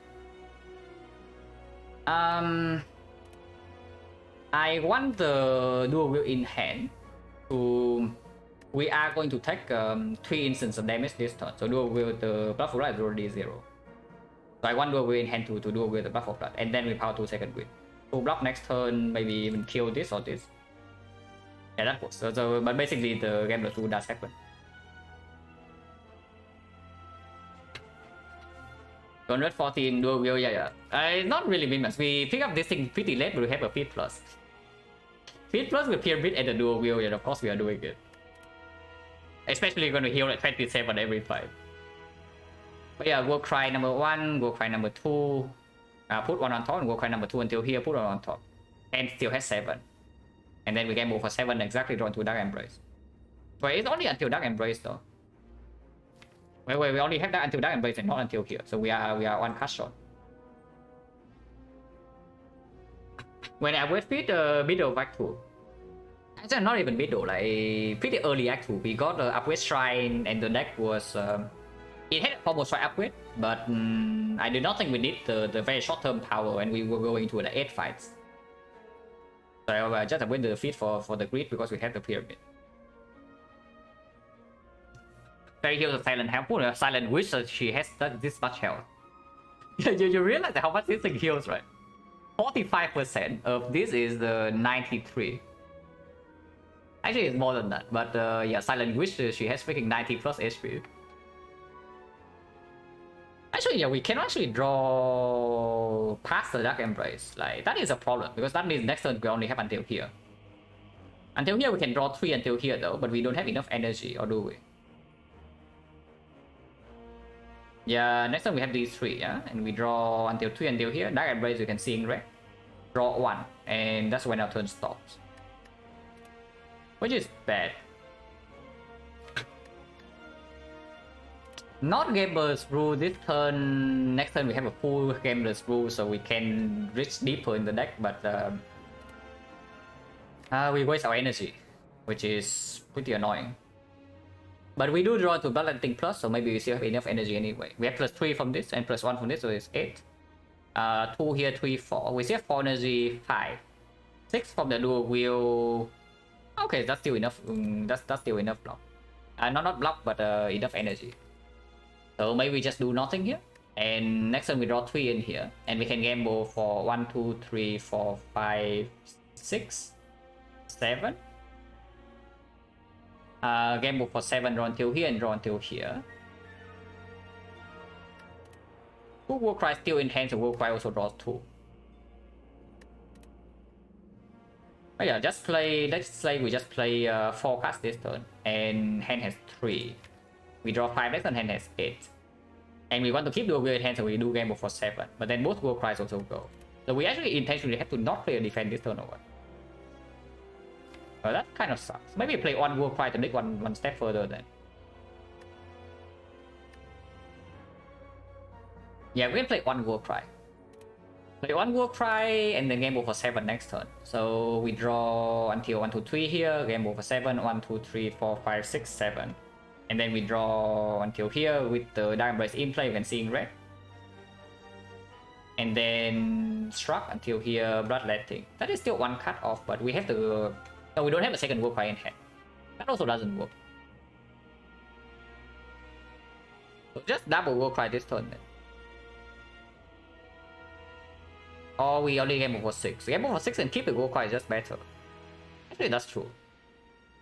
So we go cry first, and then play some blocks in hand, and then next turn gamble for 6. So yeah, until here we're +1, so we draw until here. So 1, 2, 3, and the gamble 1, 6. 6 is until here, and then we can still play Dark Embrace. Play Dark Embrace, play the World Cry to draw 2, and then we can play Pommel Strike, draw 2 again. We play Sting Red. This is when we run out of energy. But we get 2 back, and then we draw into the Bloodletting because Dark Embrace. And now we play the Bloodletting, so we have energy again. And we can struck into the Havoc, and then we have power 2 second win. Okay, that works. So let's do that. So yeah, we'll try once. 222 probably not happening. Like dual wheel fit in here, it sounds like sounds like a pretty bad idea to me. We keep one World Cry. We can World Cry one. Need to make sure that we have enough cards in our hand next turn though, and we have the dual wheel, so we cannot play every single defense here. But yeah, I need to keep this dual wheel and still gamble for 6.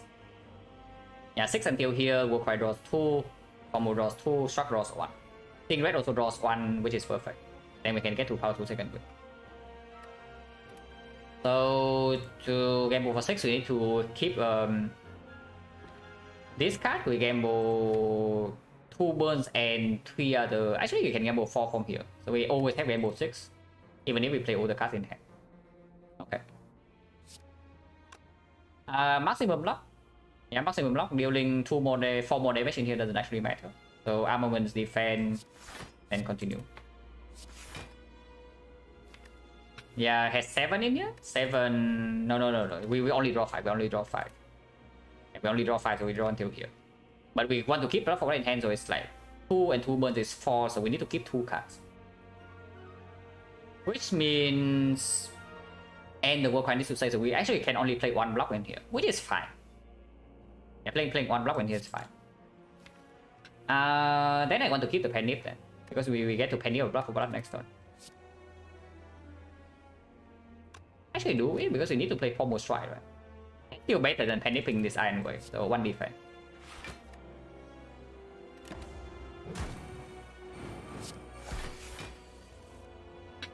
Oh yeah, now we gamble for 6.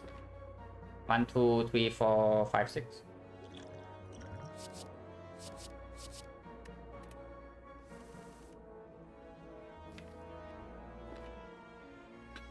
So Dark Embrace.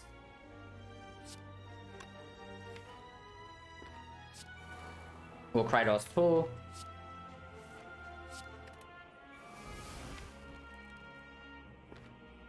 And actually I miscounted by 1 card. That doesn't matter. No, I do not miscount. I do not miscount. Energy wise, I did miscount by 1 card, right? Draw 2 and then draw 3 and then no, draw 4 until we need to reach Havoc and not the Blood, I think. That's fine. It's okay. So Pommel Strike draw 2, play Sting Red draw 1, and then Bloodletting into the Struck draw until the Havoc, and then we are fine. We can skill this turn at full block with power 2 second win here. What's the record for max HP? I think Baylor had like 400 plus HP in the run. It's seeded, but it was like a prayer wheel singing bow start into dual wheel fit. Yeah, dual wheel fit this turn, yeah, right. Of course we are doing that. We have 18 plus 60, 40, 42 here. 42. That's not quite enough to kill this.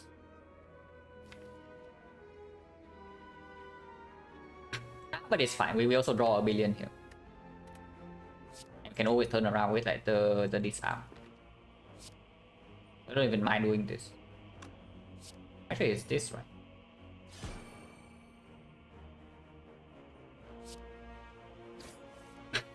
Red draw 1, and then Struck draw until the Havoc.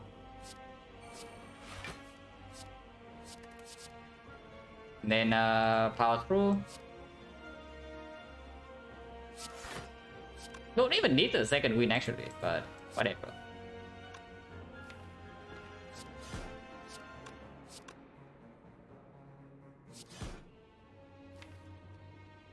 Yeah, second winning right now is also not even bad. So can just do that. This guy will die before the next time he attacks. We have vulnerable next turn, we have blood for blood, yeah, no problem. Sundial energy, which is slightly wasted, but whatever. I don't think we actually need Sundial energy that much for the heart. I mean, with the deep breath, of course it plays, but this fight is probably the scarier one, because the clay also covers a lot for the hard fight. Pick 2, yeah, I pick 2 blood for blood, the next one.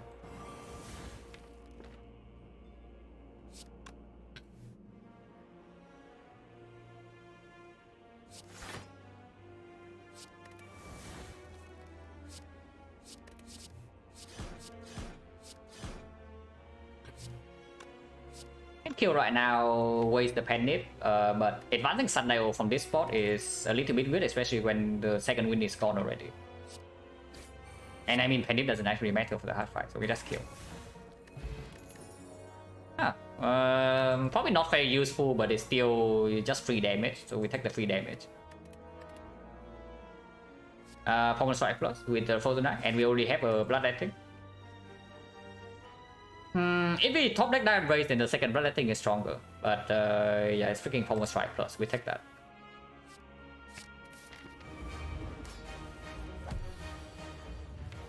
Okay, so yeah, top deck Disarm is good. Top deck Shockwave is good. Bottom deck Dire Embrace not so good. Bottom deck Deep Breath not so good, but it's fine. I think we have enough things in here to make it work. So we can War Cry and then Havoc the Shockwave for free if we would like to do that. That seems not bad. And then we want to take some damage this turn, yeah, for the play. It's just positive. 200? No, it's more than 200, Peter. It's more than 200. Look at this. We have a Magic Flower and the Fairy. So it's more than 200.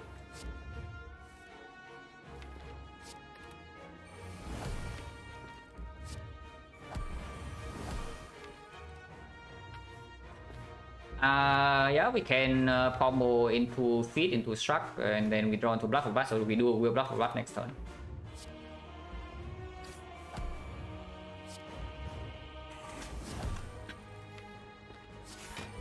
And just play the Disarm.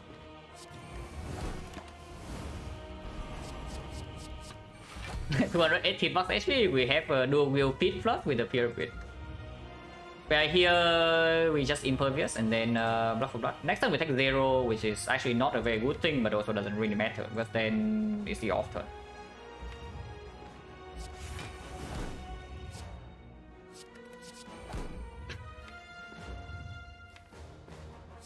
So I think I want to keep the True Wit around, and second win when we have these things in hand is slightly better. That's also the power through.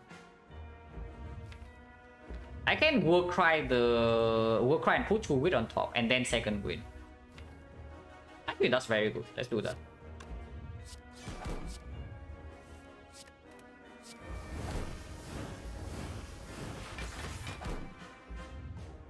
And yeah, we can keep these things. Don't need to play right now.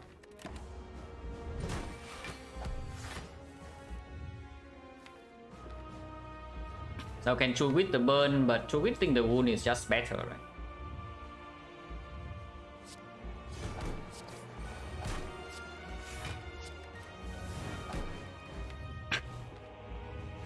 Armaments on Seeing Red or the Pommel Strike. We cannot get to the Dark Embrace next turn, but we can get to Dark Embrace 2 turns from now.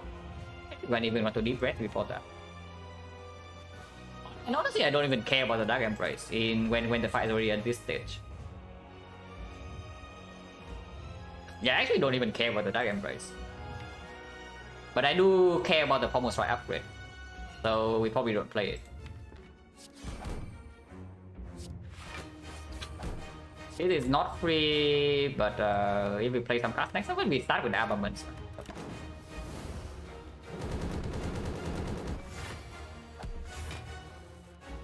Here armaments the Pommel Strike. Play the Pommel Strike to draw into the Bloodletting and then Deep Breath. I don't care about shuffling this in. Yeah, we top deck Diamond Base anyway. Okay, interesting top deck. But here, taking some damage is good. Taking some damage here is actually good. We do draw a little bit.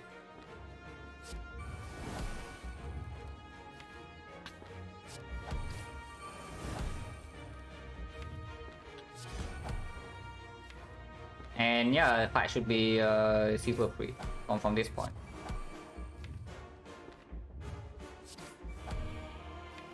Can do a block for blood again next turn, but we can. I guess we do play safe power 2 second win first. So keeping one blood for blood in hand to do a wheel next turn is fine too.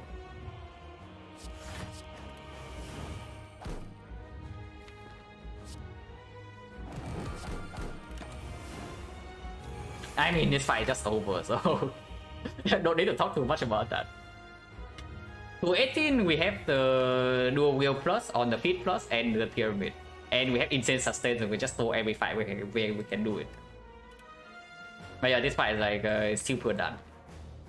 So we can just end the fight.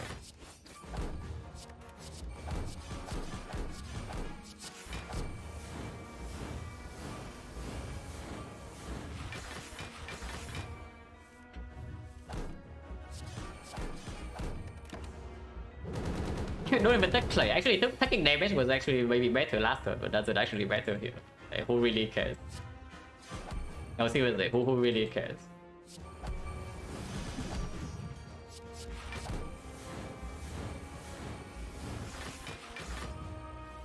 So we use like 60 HP of our feet.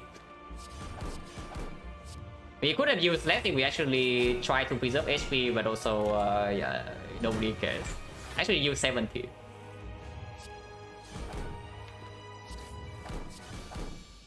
Yeah, panic setup for next one. Okay, 17-2. This sounds cool. I like this run. I talked about it like maybe a few streams ago, but Blood for Blood is my favorite Ironclad card. So whenever I actually can play into the Blood for Blood, it's really good.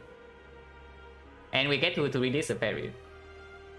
Yeah, 200 HP to it's more than that. This thing heals for 95 or something. There's like 250 HP into the void.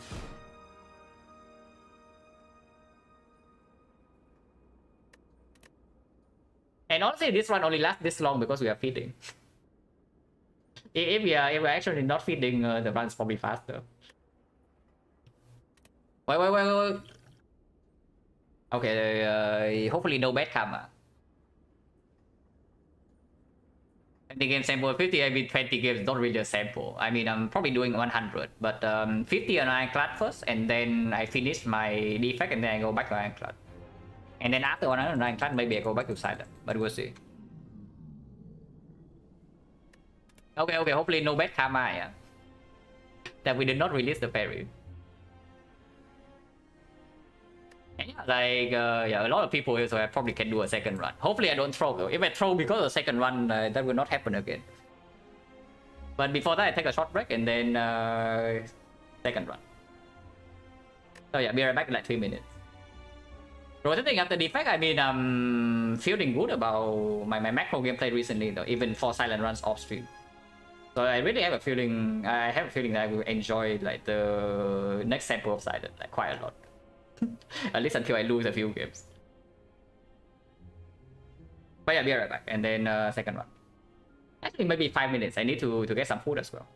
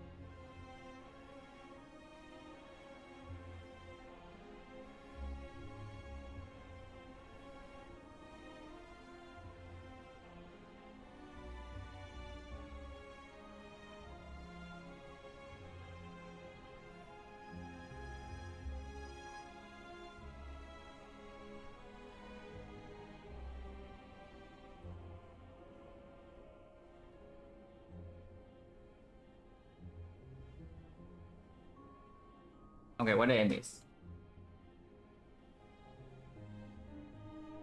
Rotating Gwen at this rate, I don't know. Quite far away.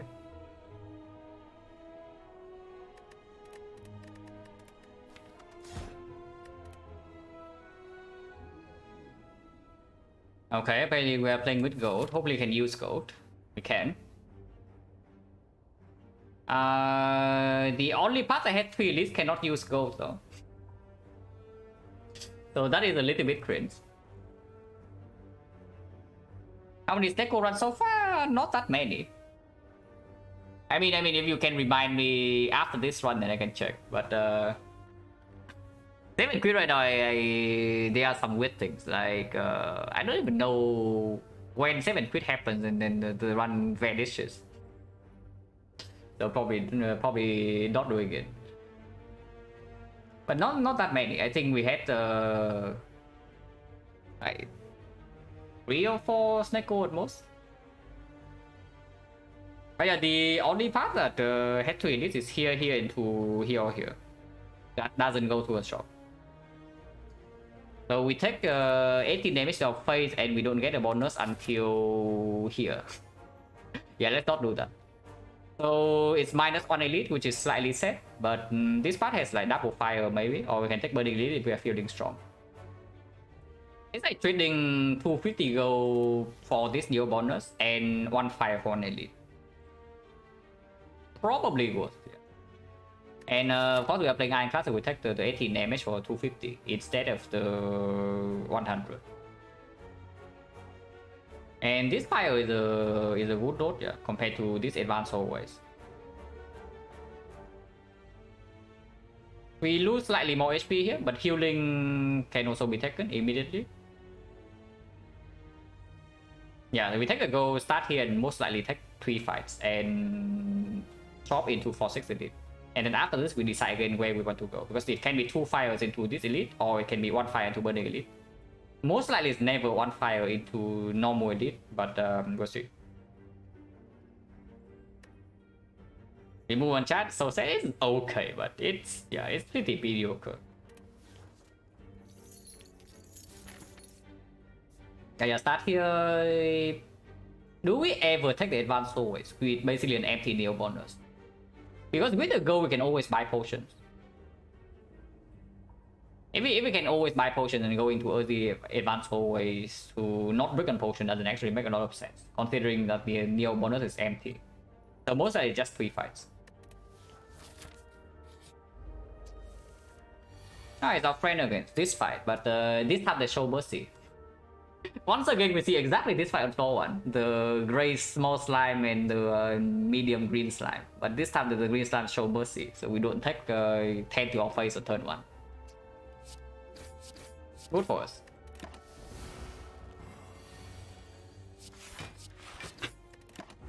Could have played Bash, but this guy doesn't even... It's not even guaranteed to attack. Next time we have 12, so we have lethal. Taking only 2 in this fight with basically an empty neo bonus is really good. And go, no potion. Now that is not very good. Yeah, and wave flow with close line. And body slam into slime boss completely sucks. So we take Iron Wave. Iron Wave performs a little bit here. We lost no HP here and we have got no potion, minimum gold. Can still use maximum healing though. If we see Cleric or... If we see Cleric or the Banana in here, we can still take max healing. It's fairly good here. Oh yeah, Tango no potion and the Iron Wave drop kind of makes me want to take the advanced hallway. Is that stupid or not? I mean, it is stupid. Okay, how many advanced hallways did we take immediately after they did? Fire safety, so 1. And then second fire safety. Okay, so basically after we survive this fight, there's no danger here for a long time. So even if we get completely owned here, with Iron Wave now and these are Jawworm cultists or Double Laos, let's say we lose like 7 in Jawworm, so... And maybe 2 in the other fights. Probably 1 cultist, 1 to cultist, and then maybe 2 in the lies. So on average we lose 3 HP per fight. So we heal 3, we go to 60. 60, 66. Let's say we get completely owned here and lose 20. It's still 46. Yeah, 46 is more than enough to brute force this elite. And we also have a freaking huge shot. Let's take the advance away. Because live loss event right now is also a little bit weird. Only healing is good. If the serpent is here, we also cannot take yet because there's like 2 fights. So it costs a lot of HP. And the remove, it costs 1 remove, so it's not even a lot of gold. And let's take advance away. If this guy drops a potion, I would never go here. But it did not draw a potion. Okay, I say that this fight is -1. Hopefully it's actually -1. Looking at this, probably -2. And we draw 3 attacks next turn. Okay, didn't draw 3 attacks, so -1.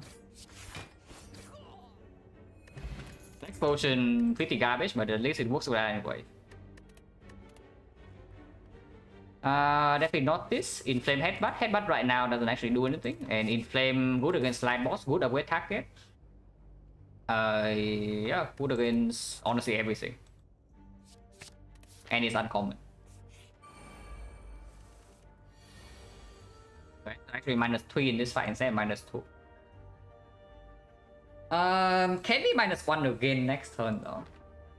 But there's like no line here. And of course we play strike over Inflame.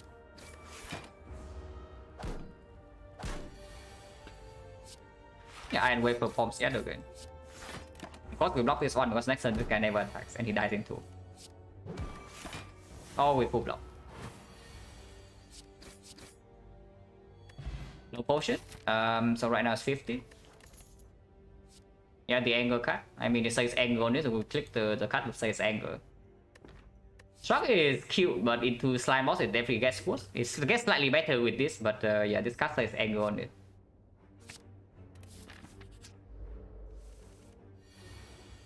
Okay, anger draw would be good here, yes. But I mean, I just say that we get completely owned in this fight, but we -20, then we are still fine. And that's -20 after healing.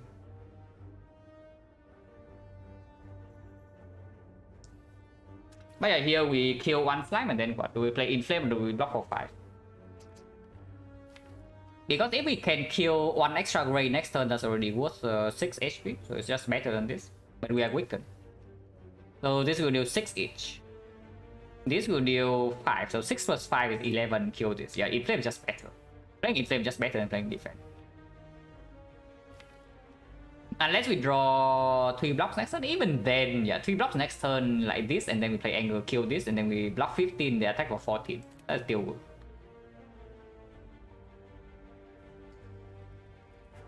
And we're actually good for on pick. Acceptable is very good. Act 1, the card is very strong. But here, double strike and then play Inflame, yeah? And not the defense.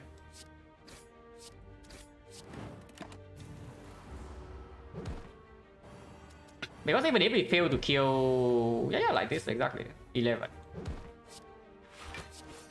But okay, I mean, if we don't draw a defense here, then it's better to defend last turn, but it's fine. Because afterwards the fight is not over yet, we still need to kill this thing next turn, otherwise... If we defend and instead Inflame, we need to play 3 attacks here. For exactly 11. And now we are still weakened, so this deal 4. So we can defend 1, deal 8 here, this go to 7. Next turn we are weakened. So we take 3 more. And then we draw to Iron Wave. Yeah, it's fine. It's fine to strike turn 1. Yeah, it's fine to strike turn 1. Is there any way to not waste like, a lot of energy here? We can take 1 to not waste anything, but that's stupid.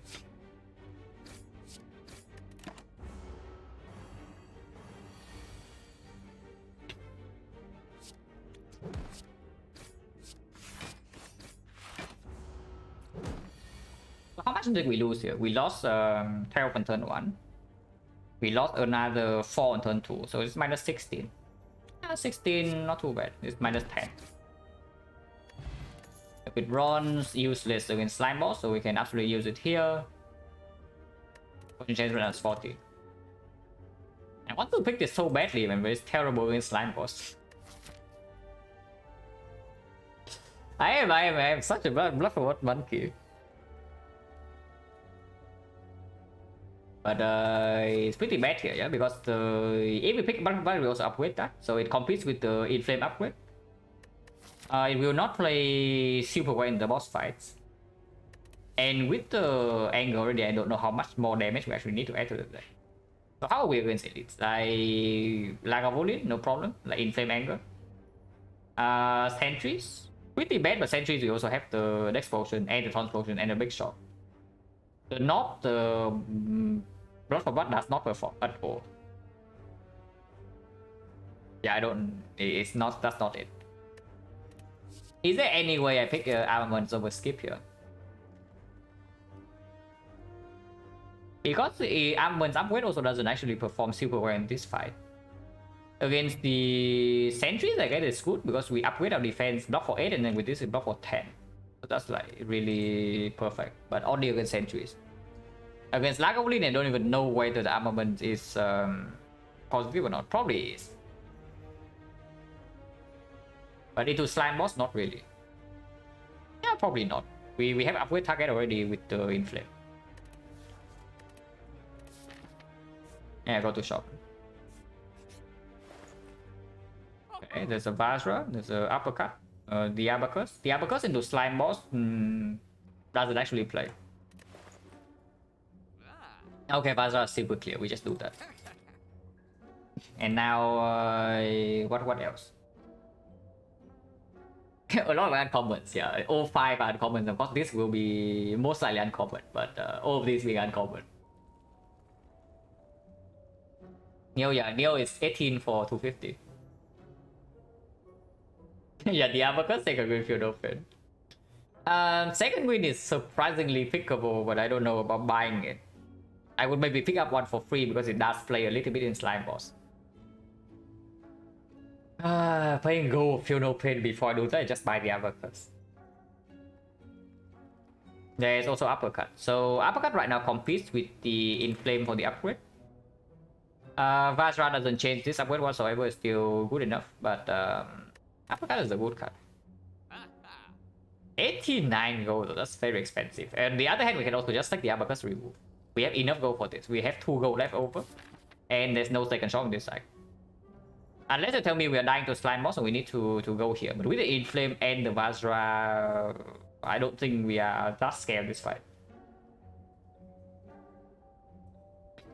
So as a complete garbage crowd with the trust, yeah, it's true. You know, when on sale is too good. Is it really? Like, what is it good again? Sentries, yeah, sure. But Sentries already have the next spot. Lagavulin is worthless. I mean, it's a quote-unquote free setup, but if we die turn 3, it's already like really bad.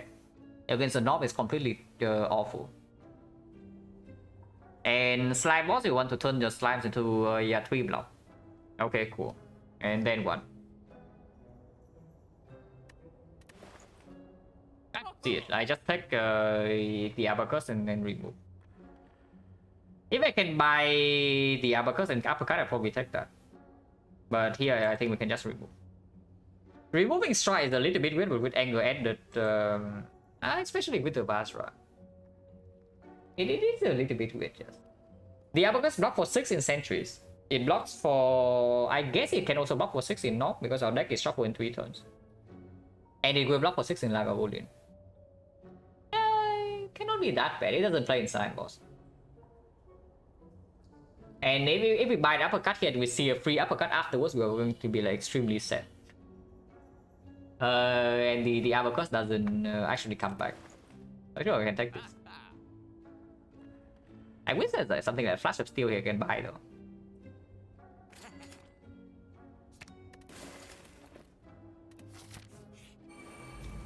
Yeah, sentries. Absolutely the next spot fight. I'm wondering about the taunt spot because the taunt spot is also by far the best in this fight compared to the other 2 elites. Potion chance right now is 40. Yeah, another win for Feudal Pain, yeah, sure. Feudal Pain would be good here, yes. I'm thinking maybe we want to do this. Probably depends on what happens here. We go here first, then we decide.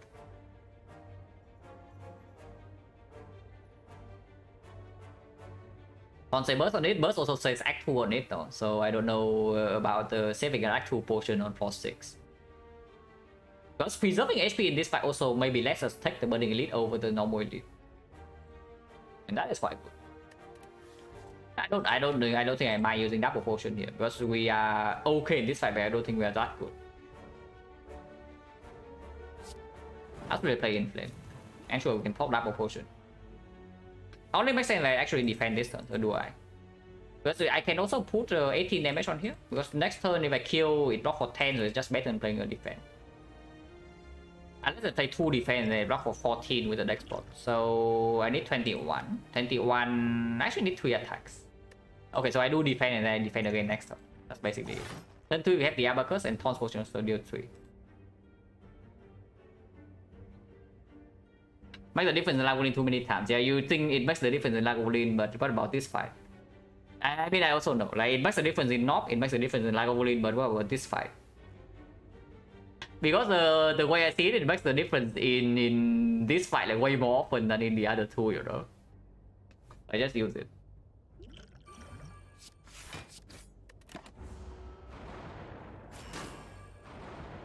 Also, this HP is like perfect 3 strikes, but he has an Iron Wave. Oh yeah, next one already played.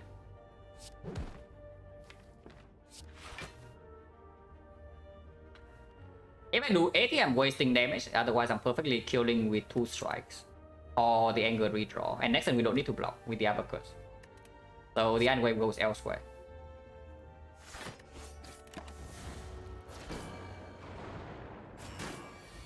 In the sounds like different in the chain fight. Yeah, me too.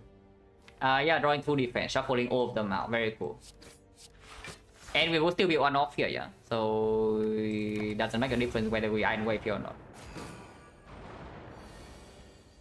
We're perfectly killed on this because we taunt. So good for us. Next turn we 1 off here because we taunt or what? Actually no, we perfectly killed this. Why guys? Yeah, because we use Taunt Potion. Well, okay, I don't even care about what happens in this fight next. The Taunt Potion already paid for itself.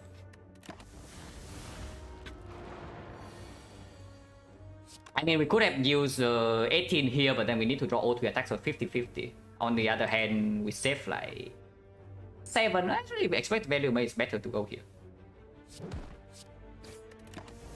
But it doesn't matter too much.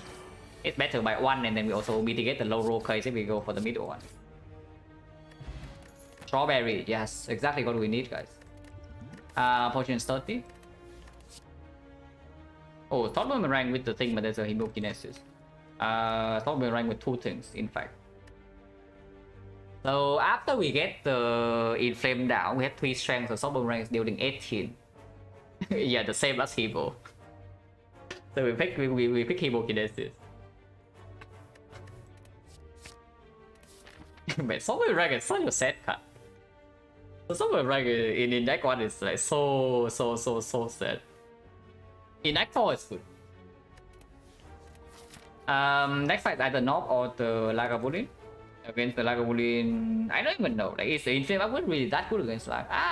We have the advanced right? So we cannot actually do something like set up the Inflame first and then set up Anger then after. Right? The Anger already opens. So the Inflame Upward doesn't really hurt the Anger setup as well. At all. Yeah, buy Abacus? Yeah, of course. Like, this is the shop relic, so if it's in my relic buy, I have to buy it. Emos plus 5, Inflame plus 1, 2, 3, 4, 5, 6, 7, 8.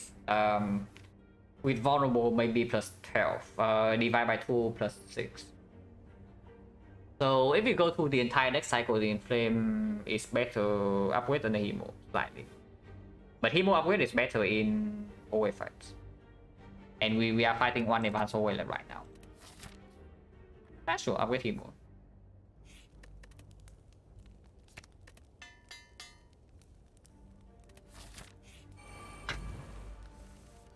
Okay, green Hemo doesn't make a difference here. Good news though, we have the Hemokinesis and not the Sword Boomerang.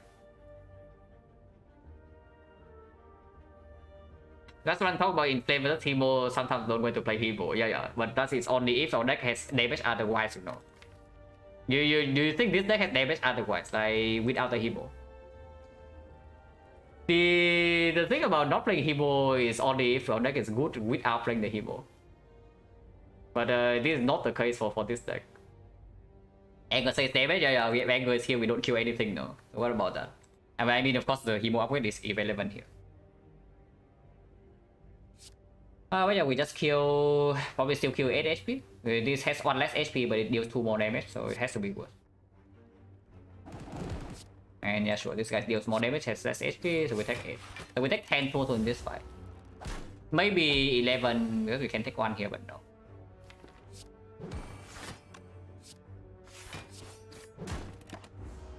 The Abagus full block, not that we need to. No potion, so back to 40. Heavy blade with the Vajra, yes. Real talk though, is not that bad. Unupgraded that is. Like compared to like Perfected Strike during 18, compared it to actually it's 19 with Vajra. Compared to Carnage during 21, it's not that much worse. But yeah, it's still very bad. So we skip. Unless you tell me one server so for whatever reason. But with Hemo Plus, with Vajra, with Anger, yeah, no. So do we run into Burning Elite or not? 39, 45, this is either Knock or like a Woolin. I think Knock we are okay against. I think Knock we are okay against. Lost number 1 against Hard or Champ is against Hard. The throw against Champ was loss number 2. Loss number 1 was when we died to the Hard by like I think 4 HP. Because the draw there was bad and then the it was pretty funny. We were like at the end of the fight we were depending on the metamorphosis to actually generate like any block, you know, and it gave me like 3 hemokinesis. So pretty funny end to that run. But at least that run was a real loss, right? It's not actually a throw.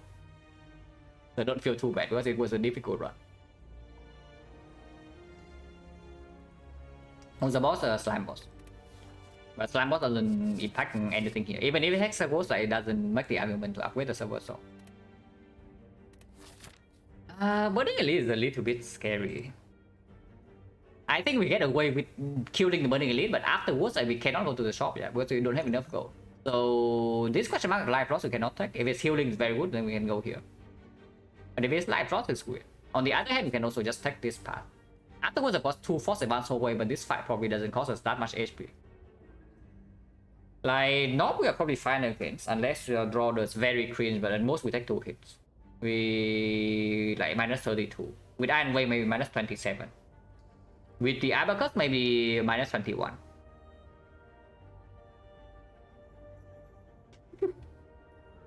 Wait, the peace fight hater just got erased. So Knob minus 21. If it's strength Knob plus 2 strength, so minus 25. Minus 26. Minus 26 is still very playable. So Knob is not a problem. But Lagavulin is a bigger issue. Mainly because we cannot block. And we need to block 40 no matter what. So if we can set up like Inflame turn 1 and then open turn 2 to get the Abacus block on turn 3. Then we need to block 34 in Lagavulin. And maybe we can block for like 15. So it's like minus 19 in the good case, but it can be strength Lagavulin, it can be max HP Lagavulin, which takes us 1 more turn to kill, so it's another 20 damage. So max HP Lagavulin is bad. Strength Lagavulin doesn't. It's like plus 4 damage basically. So probably expected value of damage. Abacus block for 3 on average. So probably if we run into max strength Lagavulin, we take like 27. It is. It's not that bad. 27 go to 12, heal to 2, 24 the next fight, and then we get 2 relics. Regen Metallicize. Regen stronger, only a little bit. Plus 9, but we have 3 strength set up. And the Hemo plus. So I don't think the Regen or the Metallicize will make a difference. So bad Burning Elite would be max HP knock. It's awful. Actually, max HP knock can kill us. Not always, but it can. Actually, that is probably enough reason for me not to take it. Because there's the max HP knob is very annoying. The strength knock deals a lot of damage to us, and there are two lack of lead variations which are also like annoying. So that's roughly a like 37% chance to get a bad fight. Maybe 5% to even die in the fight. And again, another thing is that regular elite is also an extra fire. So first of all, there's basically no risk, and we also get one more upgrade. And yeah, the burning elite pass is only for free passing later. It's not even an extra elite or anything. So if we are healthier, if we are at like 50 HP, we are absolutely run to burning elite.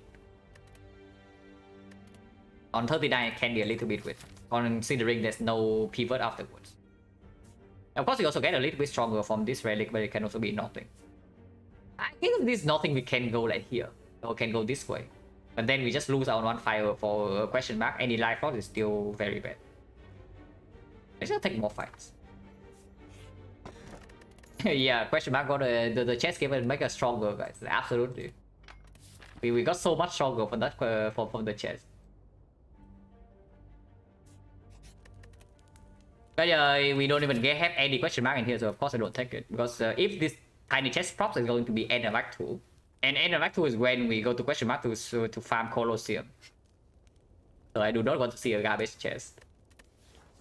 Upgrade Inflame or upgrade the Bash. We just fought the Sentry, so Bash upgrade will play in this elite. And the Inflame doesn't always play against the knock. I mean, okay, Bash upgrade also doesn't really play against the knock if we don't draw turn 1. But that's already like 1 out of 3.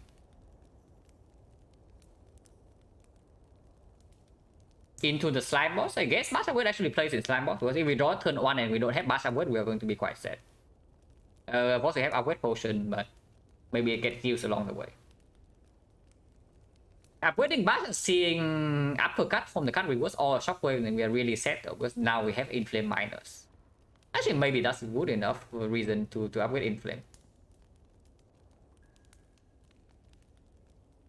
Yeah, we see any other vulnerable source in this Bash upgrade is freaking crying.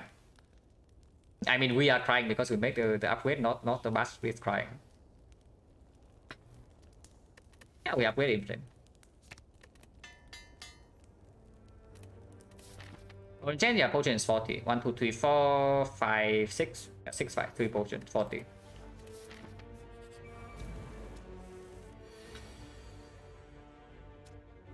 Well, minus 8 or what? Yeah, killing this right now takes 7. And killing this right now takes 6, so we kill this. Unfortunately, we are 2 damage off, so we need to do Bash Hemo here. And then we take the full 6.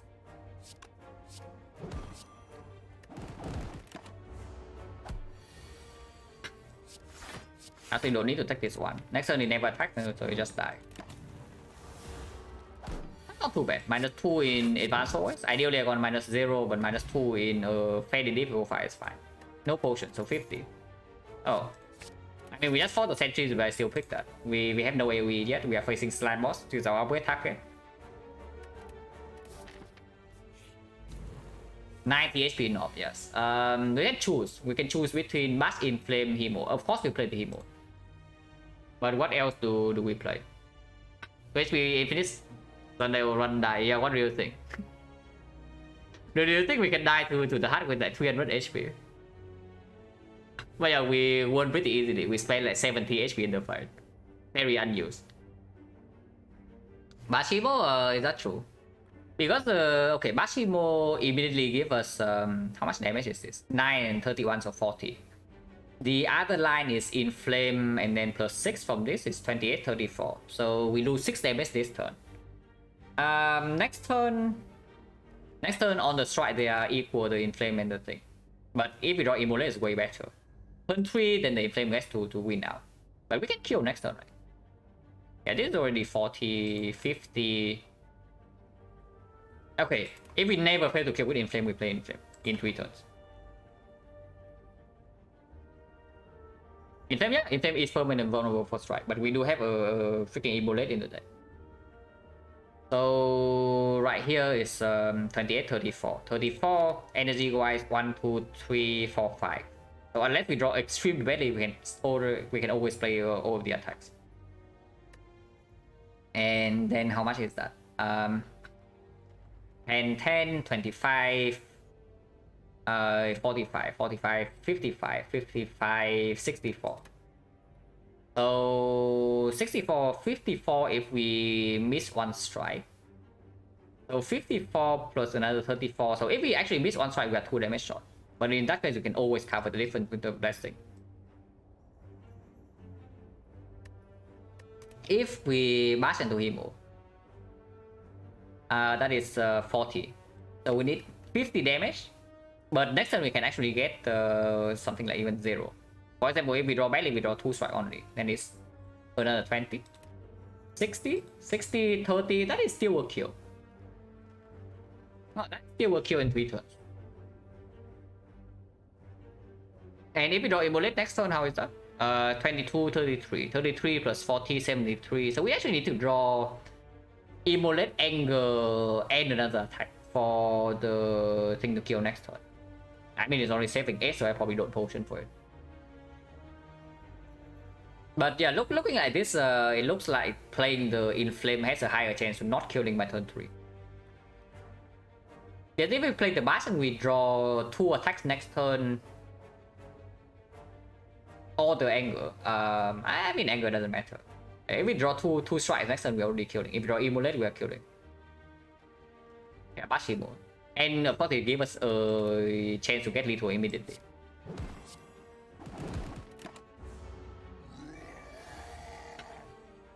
I guess we can also draw like this. It's fine. We do need to play the Immolate though. Take a little bit here. And now we kill.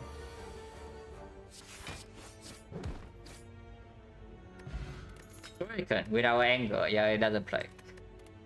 But it is here at this.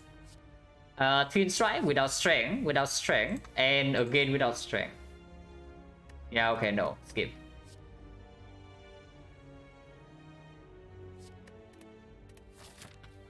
So position right now is 60, right? 1, 2, 3, 4, 5, 6, yeah, 7, 8, 60.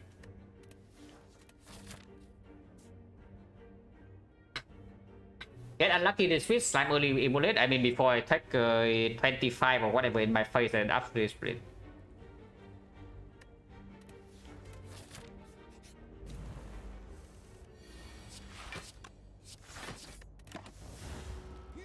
Could have been playing Immolate, but with the Iron Wave in the deck, I don't really think we should do that, but apparently it's a mistake. Because they would have killed this turn, so I lost 3 for that. But if I draw into one single defense, that's already good. So we lost 8, and then we lost another 3. We lost 11. Potion is here. Don't defend that, thank you for the good luck. So plus minus 5. Losing HP every whole way 5 from this spot is slightly sad, but yeah, here, like here's a mass upgrade.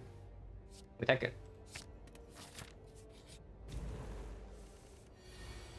Ooh, can we split this turn? I sure hope we can split this turn, because otherwise it's very ugly. We can. Yeah, 31, 41, 55. So we split on 15. And we get 1 strength.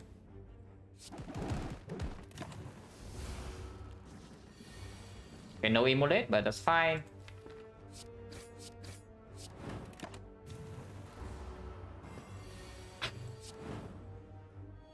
No potion. Once again back to 60. Shockwave. Yeah, imagine upgrading Bash, guys. No, really.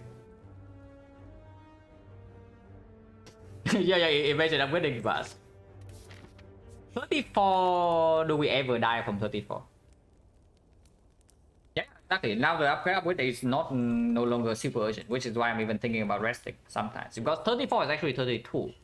It's actually even lower than that because we need to be able to play like Himo twice or something. So it's actually 30. 30 if we land Shockwave, if we draw into Shockwave, it's already good enough. It's only 28. And we can also upgrade defense. We can also open power potion turn 1 if the draw is ugly. So probably not.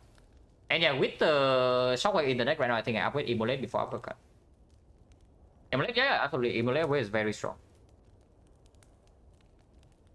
So we can do that. Immolate upgrade also is way better if we actually have to play a low HP slime boss fight. For example, we cannot split turn 3. This deck doesn't split turn 3 very well, I tell you, because you see right here, 2 cost, 2 cost, 2 cost, 2 cost.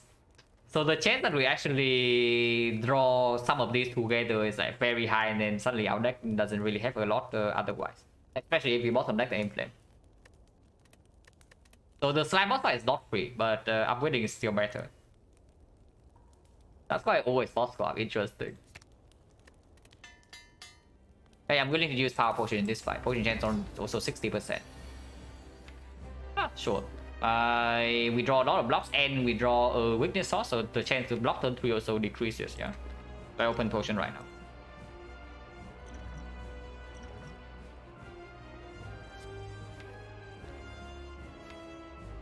Corruption with shockwave, so it immediately gives me 2 energy and more energy in the next cycle. Brutality means that we always draw into everything in here, but this and makes the angle redraw stronger, but the shockwave alone makes the corruption worse, right? Of course, that's fire breathing. It kind of I don't even know whether it actually solves the fight or not, but the fire breathing means that we actually block turn 3. If we draw shockwave at turn 3 and we have to play that, the fire breathing doesn't actually give us a super good split. Fire breathing in this fight is very strong, but I am actually slightly worried that we take too much damage on turn 3 and then we actually don't. We have to play shockwave to not die or anything. And then the split, even with the fire breathing dealing like maybe plus 20 damage, is still on like 60 or something, and then we die in 1 turn. I think corruption. Yeah, I think corruption.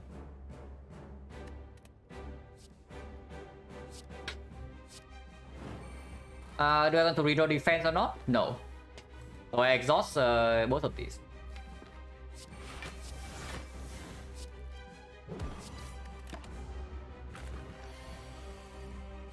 Corruption sucks, yeah, with this draw, yes, it does. But it also means that I only draw into my attacks, and I can split this turn.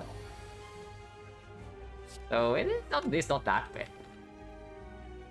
10, 20, these are all even numbers, so it doesn't matter when we proc Shuriken. We play all the attacks. But I mean, with this draw, it's actually a 0 damage fight, so good potion as always. Yeah, good potion as always. Yeah, potion back, so no punish. Second Immolate, pretty trash. Demon form, complete garbage. Exhume doesn't play on anything except Shockwave. These are quite bad. Jankovic, thank you very much for the top of the event, man. I appreciate a lot. Double Immolate into act 2, why? Why do we need 2 instead of 1? If one Immolate is doing the job, you don't really want a second one, because Immolate is also pretty hot garbage into boss fights. Demon Form into Mummified Hand. Yeah, interesting. If you say Demon Form to Snacko, maybe you can convince me, but not really. So enough carry and Zoom, yeah, that's what I'm thinking about right now. Because Exhume already kind of plays with the Shockwave. So basically, if we pick up Exhume and we upgrade the Shockwave, we never need to actually touch this upgrade. Which is actually not too bad. And a lot of potential, we say that we can even take operations in Act 2.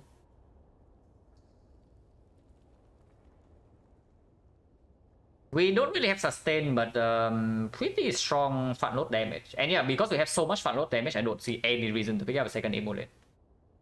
And yeah, apparitions, Ritual Dagger, and Exhume on Ironclad is generally strong later. But basically, if the Ironclad deck cannot use Exhume, it's a very strange situation in late Act 3. Immolate will start back to no, it's good. It's good in the things, but it's good in the sense that you don't need it. And when you are over preparing for like early Act 2, you get to late game bosses, and then suddenly you are drawing Immolate. And you wonder like why the draw is so bad. But yeah, if you don't need the second immolate, you actually do not add it. And I don't think we need a second immolate here. And carrying our Exhume in the short term is so freaking bad though.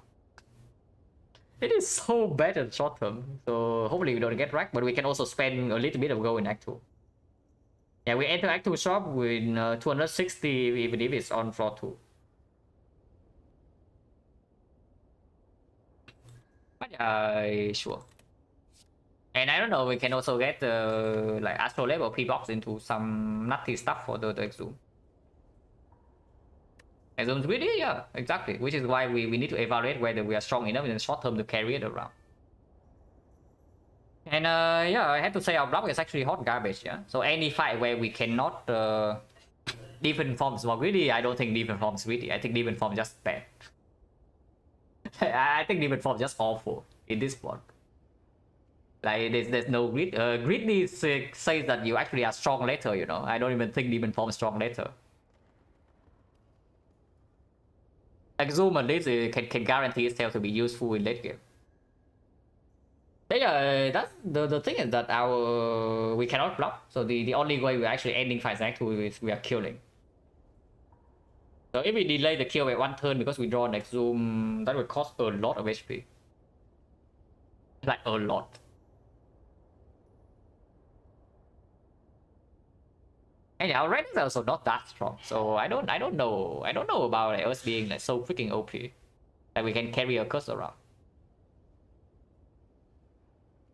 Because yeah, our deck is good. The card quality is high. We have Shockwave, we have Immolate, we have Inflame plus, Anger, Hemo plus. That's premium.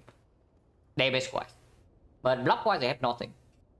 And relic wise, what do we have? The Vajra, and that's the only thing. The Abagus doesn't play in super short fights. Strawberry is worthless. Shuriken is worthless. Yeah, let's not like let's skip.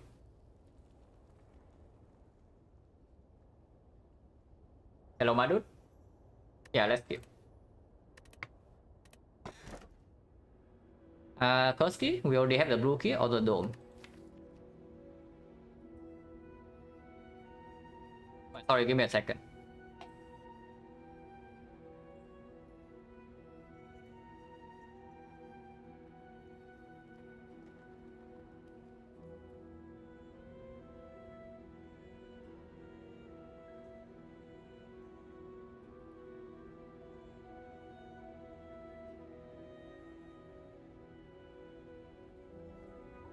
Okay. Dome easy, is it really? Black blood for sure. Yeah, black blood is the one that is for sure not. So Kursky, we have no second win, no exhaust. But we already have the blue key. The opening chest is always by choice. And for the first half of Act 2, it has no downside.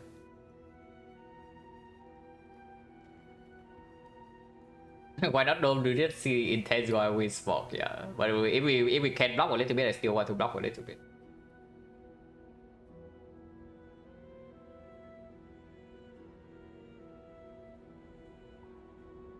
How bad is Dome here?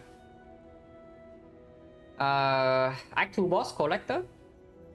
We have the Immolate. The Chain actually yeah, the Chain actually don't want the key. I don't want the Dome at all. I mean, if the deck can barely block,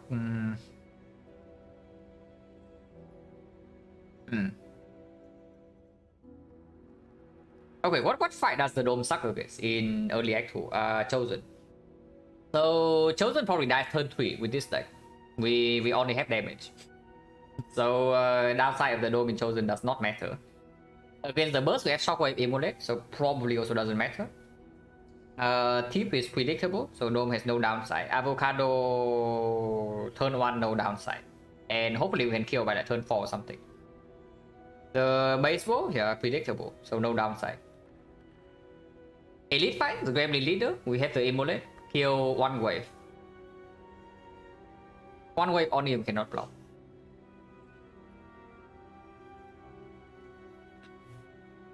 The Slavers, yeah, Immolate, and honestly Dome in that fight doesn't matter at all, right? The line is still the same. We need to rush the rest level down, and afterwards we only have damage. The dome also doesn't matter there. Bow stabbing, yeah, I guess also the same. Advance always, chosen +1, no problem. Avocado mushroom sucks, but and yeah, that fight actually sucks a lot with the dome. And that fight actually sucks a lot with the dome. Considering the difference between killing badly, I mean it doesn't. It is not worth considering when we compare these relics. If you draw badly, draw order doesn't matter. We only think in which fight does the downside of this thing actually matter. So yeah, actual boss collector, but collector we do play immolate on side, so it doesn't matter that much. It only matters if we enter the fight with low HP, which can happen. We have no defense and the block is very bad. Automaton dome is free energy. The Cham, yeah, dome is probably worse than the key, but not by that much. And the whole way fight is it's just the avocado, right? Yeah, Snake Plan. Yeah, Snake Plan is pretty bad. Snake Plan is pretty bad with the dome. And dome sucks. Yeah, dome really freaking sucks. And that's the thing is that if the deck is an insanely good block, yeah, then the game plan doesn't have to change. Like we can just block forever and then play body slam. But here, like our deck only has damage and it's short-term damage. So eventually we do need to figure out a way to block, and then the dome becomes awful. Yeah, I don't see it. Like we already have the blue key. Let's pick the curse key.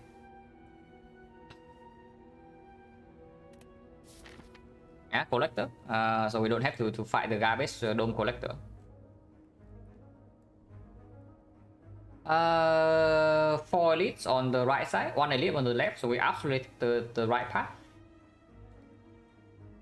And we can go to Burning Elite. If we do not take this shop, and we take this shop instead, we are forcing ourselves to Burning Elite. If we take this shop, the shop is earlier, so we save more HP. We don't go to Advanced always. And we can still take the Burning Elite, or we can avoid. So this shop is just way better. Yeah, let's start here, go to this shop, and then decide again here, whether we can take this fight or not.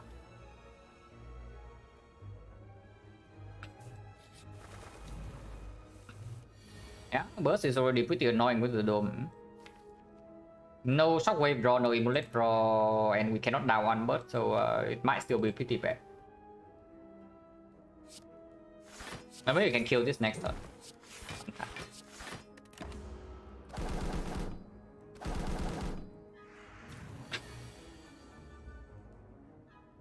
How much damage is this? This is 43. Yeah, it's 21. Guess what, guys? We can kill this exactly this turn because we know that he's attacking this turn for big. So we put 2 damage cast on here. Yeah, because we don't have the garbage dome. So shockwave immolate out here, full block and kill this. So we do that. Double check. This is 43. Yeah, 43 divided by 2, 21. Exactly kill this. Yeah, the dome already shows its true power. Just imagine this fight with this roller with the dome, we are so freaking sad. 6? You think it saves 6? I guess it does. I guess it does. We still do shockwave immolate, so it saves 6 and then maybe next turn it saves more. But yeah, at the very least it's already 6 HP.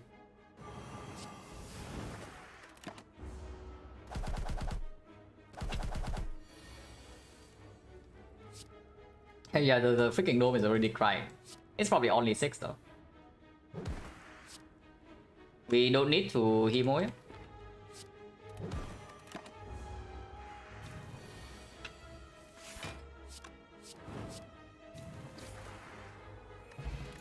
Potion, so 30%.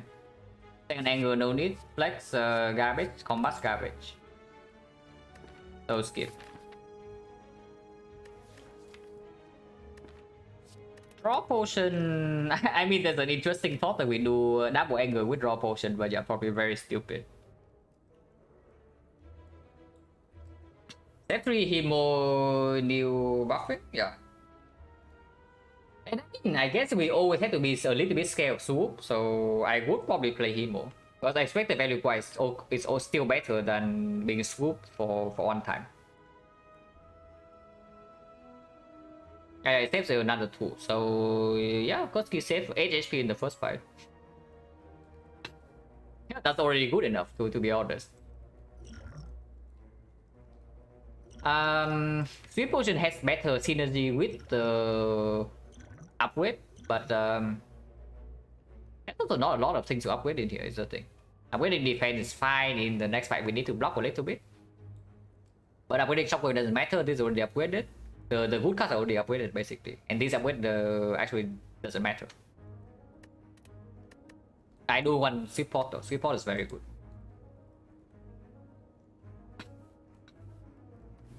For HP, 1 out of 3 chance of attacking the buffing bird. Yeah, actually, it may be true. Actually, yeah, it's actually maybe it saves 0 because we would attack the 27 HP. The one buffing also happens to have the lowest HP, so we would actually also do that. Okay, so maybe Kuski is trust then, because we luck out. But yeah, here toss the blessing and pick the sweet pot.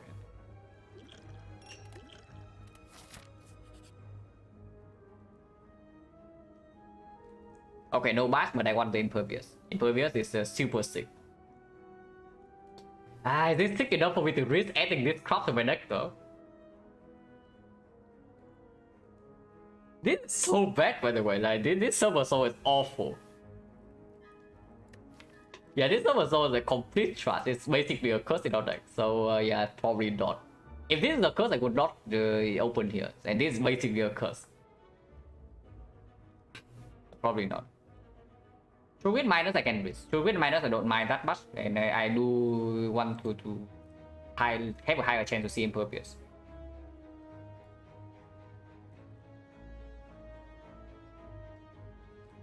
Okay, 1 out of 5. Yeah, 1, 2, 3, 4, 5.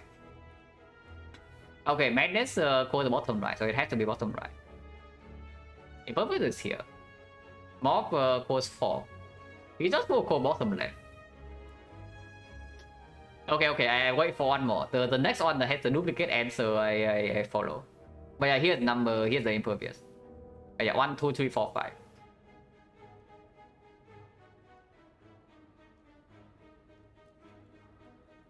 Bottom left, okay. Bottom left is Cobalt. Actually, there's 3. No, there's 2 people that call 3 and then 2 people that call 4, but it's earlier here, so we can pick this. Yeah, what a shame, guys. What a shame that was. But whatever. Souvenir doesn't actually matter that much. It's okay. It drops quick in the collector, which is good. It works on 5 with the flex spot. Okay, to 750 with charging without charge, yeah. Dark Shackle is very good, even better than normal because we don't have the dome. Happy Flower let me buy Dark Shackle, yeah. Which is also what I'm looking at. The Souvenir block weakness and have 5 strength here, which is quite decent. Blocking quick in the slavers is also quite good, but we can use energy. Our deck is freaking expensive, and if we see any draw like Struck, Pommel Strike also want to pick up. And we already have the Sweet Potion.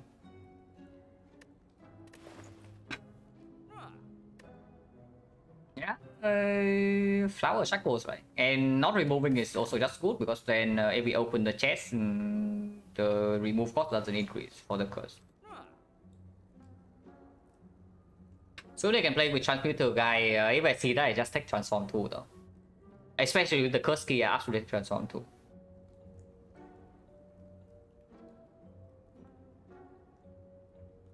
That was just as good. We don't always remove the strength. Yeah, if you always play it on side, then sure. But I have a feeling that we don't. And I think yeah, Happy Flower is not bad either, you know. Why is Happy Flower suddenly bad just because we have 4 base energy? Oh, that is so freaking expensive. I just take the follow. So we are never going to this shop, yeah. That's much is certain. 5 energy in here would be 1 strength and 7 damage.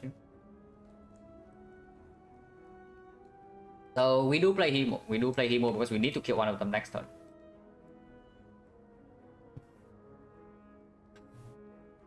So Hemo Iron Wave double defense, which is 27 damage. 27 is go to 21, this goes to 24. Either way, Amulet kill, so we can ignore the Amulet draw. We have no strength, which means maybe triple attack next turn is 21. Okay, maybe still hit this. I'll probably still hit this one.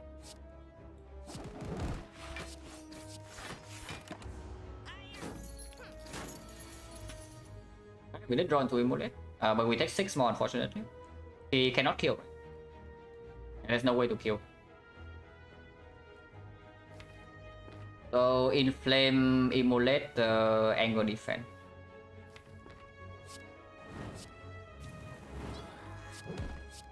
Wait, what am I talking about? For whatever reason, we're thinking we cannot play every attack, but we can.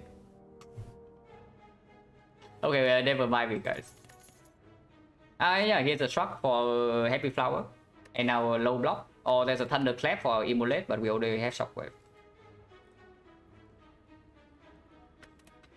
Oh yeah, there's a Blasted without Happy Flower, but probably not. Especially when we have so much strength already. We have 3 strength here, 4 strength here, maybe 5 strength with Shuriken.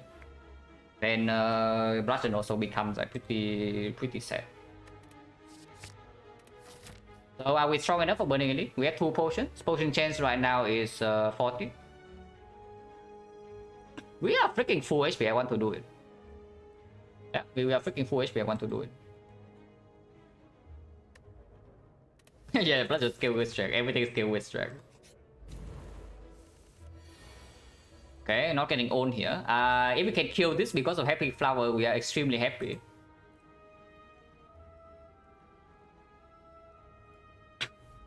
So can we kill or not? Yeah, we got shrine, so this will never be. Actually, yeah, it's never. This cannot be shot. Actually, yeah, it cannot be shot. Actually, it can. 20% shot. But yeah, how much is this? It's the kill, yeah, it's a kill because of the flower. Yeah, good for us. Well, guess why we can kill this turn instead of the Clock of Souvenir.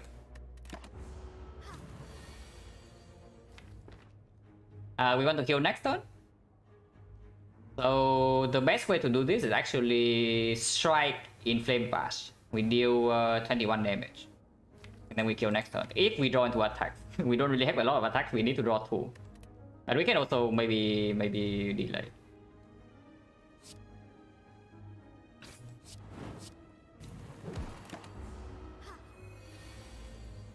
Okay, I guess we cannot kill. She will buff this turn. She cannot heal this turn, but it's fine.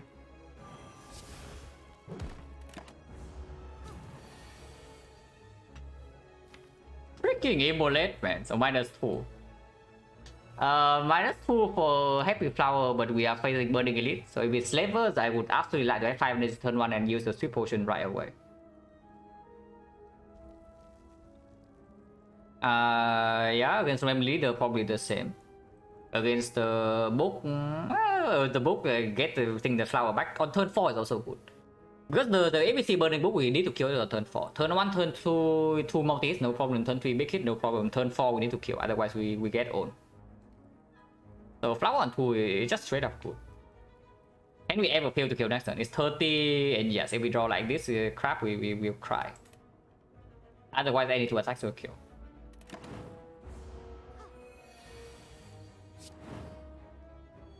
No potion, so potion chance right now is 50.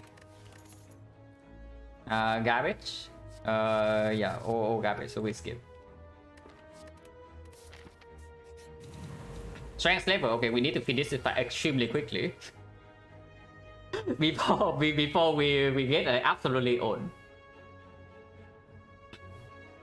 So does sweep potion need to happen or not? Because otherwise it's 10, 10, and then another 24. So 44 is not enough. It's enough with the flex spot, but I also need to draw into my Shockwave, Emulate, or Dark Shackles. I don't want to spend energy on this, and we are also floating one energy. That's good.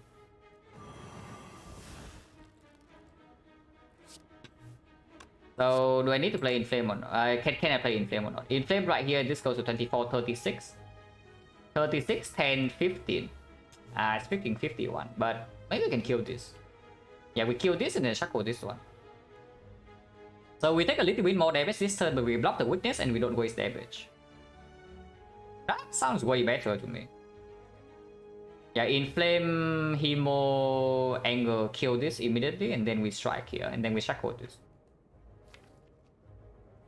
Yeah, not being weakened is way better in this fight. We don't really want to stay in here for any turn. Yeah, 51.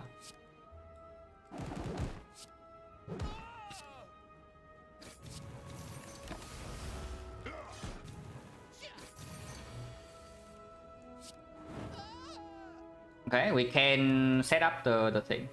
So double defense here. Okay, very good fight. Lantern? Okay, so maybe now we set up the flower to 1. Potion chance back to 40. Second win doesn't play at all right now. But can we carry it around?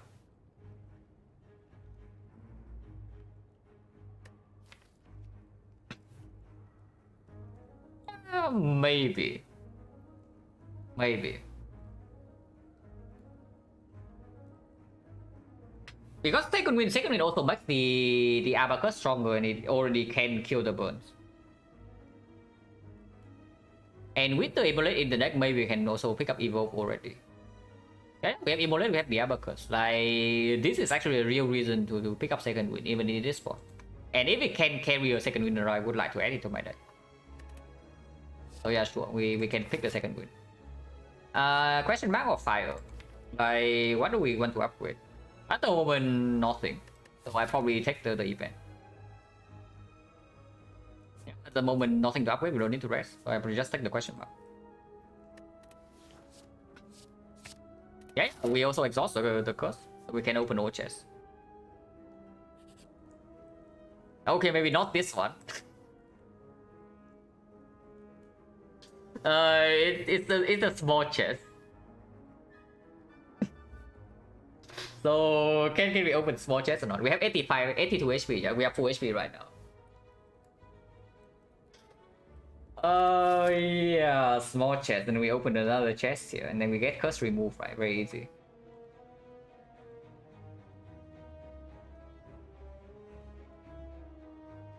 Oh, but yeah, not that much worse. It's not a lot of gold though, if we even see gold.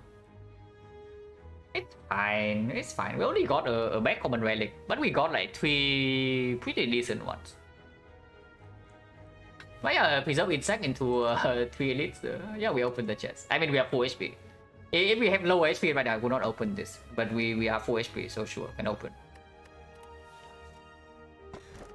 Yeah, clumsy. Free curse. Yeah, this is completely free. We leave it in our deck and we get a fan for, yeah, nothing.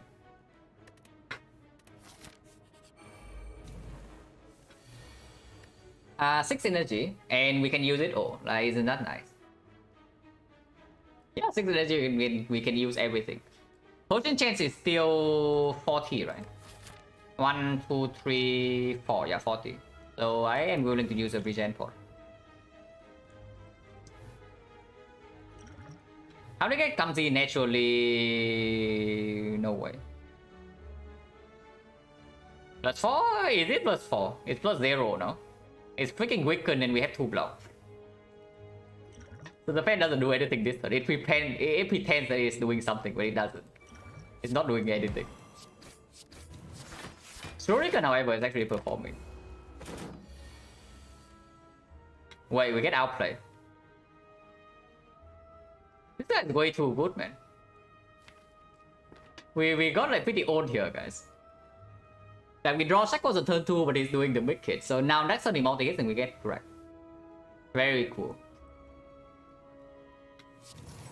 But we still play it, like the redraw will not really happen. No, maybe yeah, no, in this fight so far, Dome is no downside. We play our hand every turn.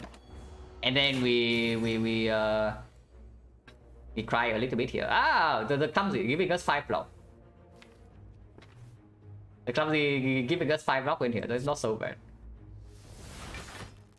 Bottom deck, both the Shockwave and the Bash in here is pretty bad though, because our damage is actually pretty far away, but we have 5 energy next turn. But basically we cannot get away with not playing Hemo.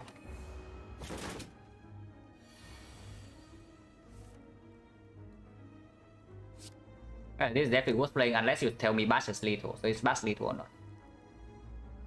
Pretty close actually. It is 49. So 15, 15, 13, 28, 28, 49 is actually lethal. Like Bash is lethal. So we play Bash. And yeah, Happy Power once again, I don't even know how much damage it prevents this fight.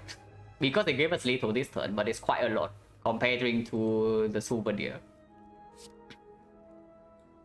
Just imagine having Souvenir, guys. It would be so freaking sad right now.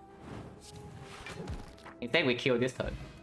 Ah, Omamori, just in time. Actually, it's just in time because we open this chest now.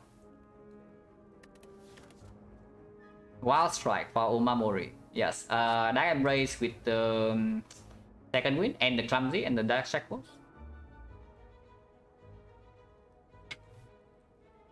That's not too bad, yeah. And it's also potentially an upgrade target. It instantly makes the power tool insanely powerful.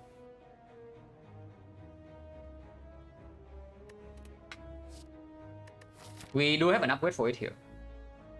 Like it.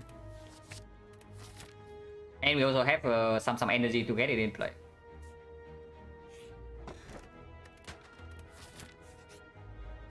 Levels again, we have Gremlin Horn. This is not a kill, unfortunately. It's 24, 36, 36, and 15. Actually, no, it's exactly 51 again. Like, what are you talking about? It's 51, still 51, so we actually killed this.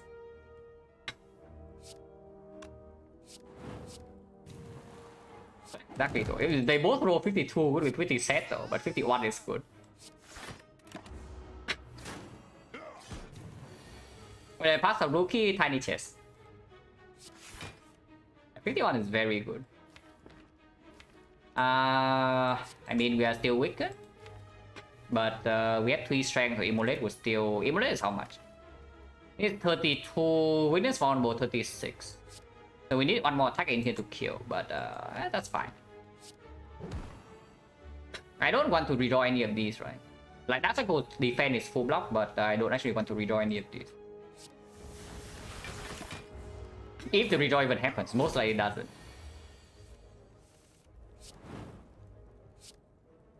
Yeah, you trust talk the fan, look at it here.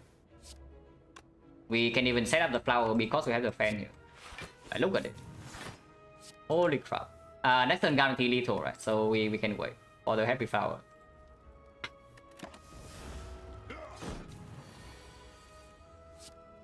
Can't even wait one more turn if you want to, but no need. And name, yeah, quite good. Second deck embrace, no thanks. Whirlwind with the Immolate in the deck already, probably not. Whirlwind is pretty strong, but upgrade already goes on like either Dark Embrace or Shockwave, or maybe even second wind. Blood for blood, actually not too bad, but we have 4 strength already, so... And the Pendip. 4 strength and Pendip, so probably not. Like with kind of if it's plus, I would actually consider it if it's plus, because we do have the Hemokinesis. But it doesn't actually play well with strength, and yeah, it's not upgraded. Do we want question mark or do we want fight? Question mark? I wouldn't say they necessarily get better with Omamori, because Omamori also means that we can open Act 3 chests. But later to question mark cannot be that bad, right? And we also have nothing to actually pick for the fight, except maybe the Pendip setup before the next elite. Yeah, there's Colosseum, there's all the good events are still in there. If we have a fit or white beast or like whatever, then maybe the fight is more value. But it's still freaking advanced always. We are not actually good against avocado red or something.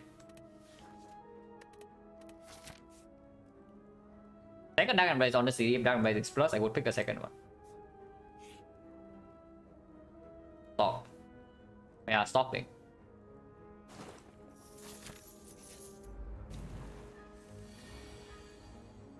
So Dragon Blaze second win, and we still have energy to play Immolate or Shockwave and draw into it. Second AoE collected with strike seems good. Not really. We have Gremlin Horn already. With the Gremlin Horn, the moment we draw into Immolate, we just kill all of them. We have energy to do something else, and then our damage is high enough against Collector. I don't think the fight lasts that long. At least I hope not. And the Warwick is not even plus. Like Warwick being minus and plus is such a huge difference. If it's plus, maybe I would pick it. And again, Black or White plus, I would pick it. But they are not.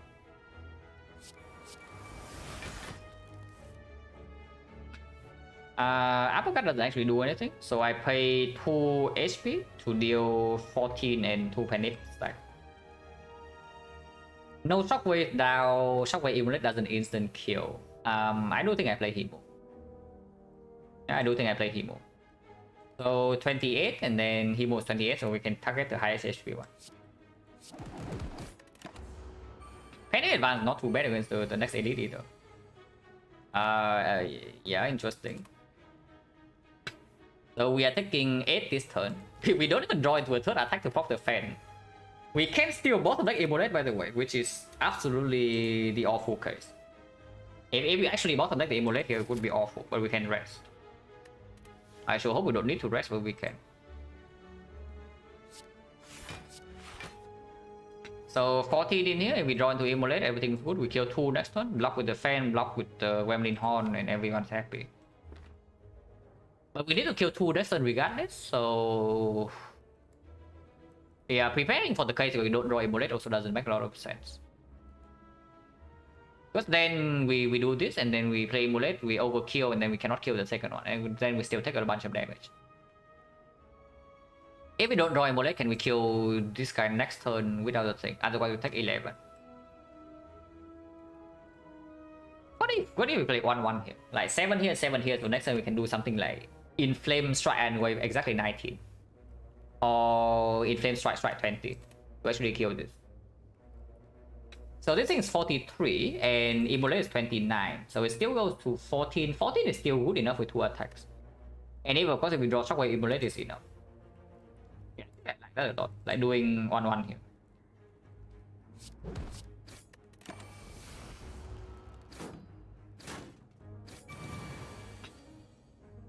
Okay. Shackle first. Draw 1 card. Okay.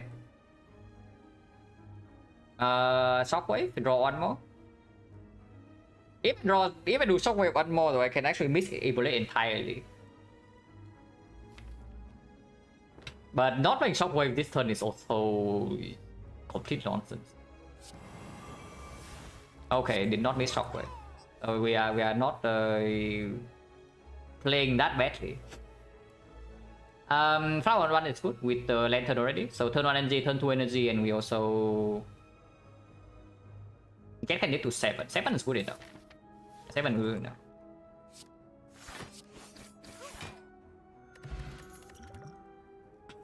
Man, it just keeps coming back. But I mean, I don't know. Like maybe the freaking cultist fight was a sign to me that I should add a second Immolate. I don't know. Like no, seriously. Like if we draw like that in Collector, we're in big trouble. But yeah, we have freaking Gremlin Horn, so probably complete nonsense. What is the upgrade, by the way? On 46, we are never resting unless we are resting twice into the edit. So Shockwave upgrade plays into the Collector. If Dragon Blaze drawn turn 1, the energy upgrade doesn't actually matter there because we already have 5 base energy. Yeah, probably still Shockwave. Probably still Shockwave. And Immolate should have added Whirlwind. Why is that? I don't need to upgrade the second Immolate. Or do you think like Whirlwind minus outperforms Immolate minus? Because that's not true. Oh yeah, probably skip and then we upgrade the shockwave.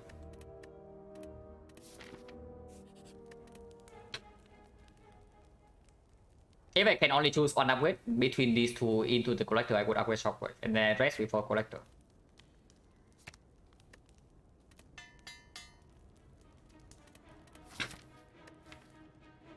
Exhume, yeah, if we are still healthy enough, then Exhume would be very good now with the Dark Embrace and the Dark Shackles and the Shockwave Plus.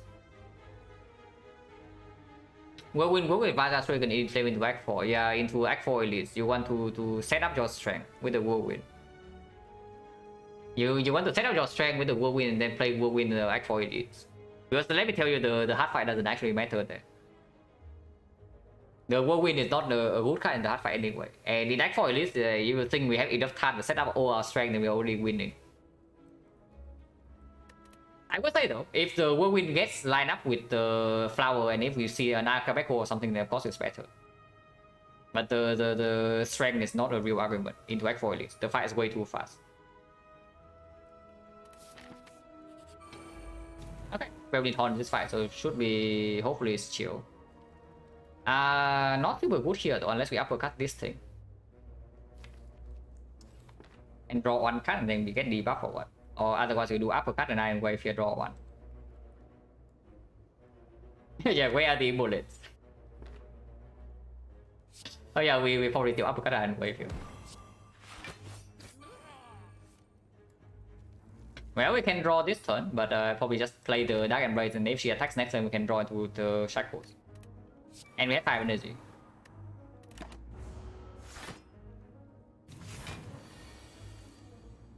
Okay, apparently we're taking 33 to our face. Hopefully this card draw can give us something, otherwise the 33 means we are resting. Or we can even die here, if depending on the draw order. But holy crap, this draw order is god awful.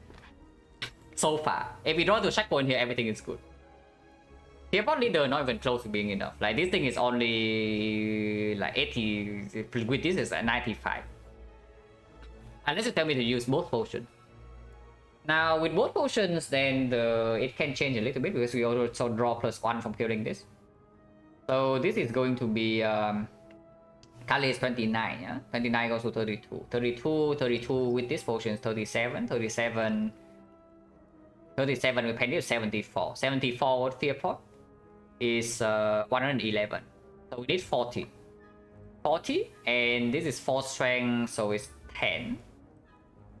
10 and then +5 is 15. 15 is 20. Actually, both potions will kill this turn. Yeah, both potions will kill this turn. And it freaking saves 33 HP. I mean, it saves like 29. And if we draw into Dark Shackles, we are very sad. But potion chains, not too bad. I think it's not too bad. We drop 1, 2, 3, 4 by this. Yeah, 1, 2, 3, 4. By this point is 40. So we drop 2 potions here, and then 1, 2, 3, 4. 3 fights, and we drop 1 potion. So 50. Yeah, I'm also thinking about that, but it's probably not, because we barely overkill here. Yeah, we are overkilling leader by 4 damage without seeing the card, and the flex spot before the Penny is 15 damage. So if we draw into an attack here, we can kill. But if we draw into a defense or the Ascender's Bane, we are extremely sad. So if we potion, we commit both potions. Otherwise, we don't potion at all and press. Just right here, yeah, you'll see. If we save the flex spot until afterwards, we draw 1 here is good, 2 is good, 3 is good, 4 is good. This is not good, but this is good. So 1, 2, 3, 4, 5 wood draws, and then everything else is bad. So 5 out of 11. Enough energy? No.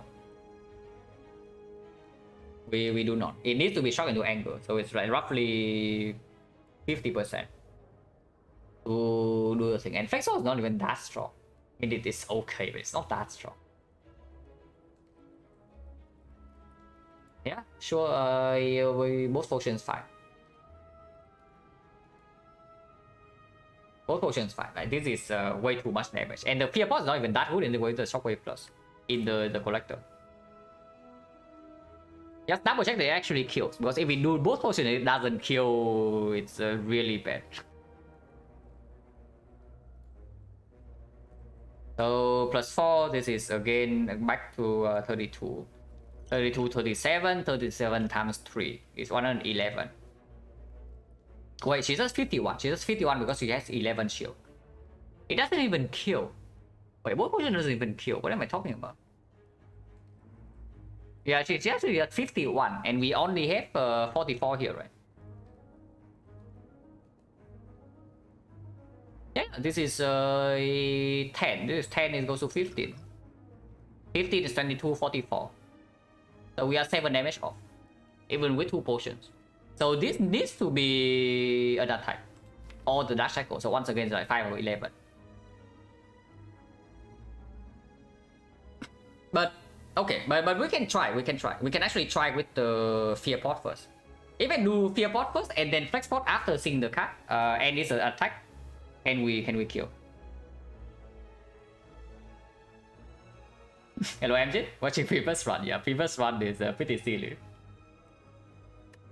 Okay, so calculate damage again without the Flex Pot this time. We have +4, so it's 32. 32 is 96. 96, and let's say we draw an attack in here. Then we would have 10, 15, 66. Yeah, that is actually a kill. So we can save, but we need to Fear Pot first. So we inflame into Fear Pot into Immolate here. If we draw an attack, we can Flex Pot and kill. If we draw Dark Cycle, we block. If not, then we can preserve this potion. Because otherwise, even if we double potion right now, we don't really have a kill if we do the draw here bricks.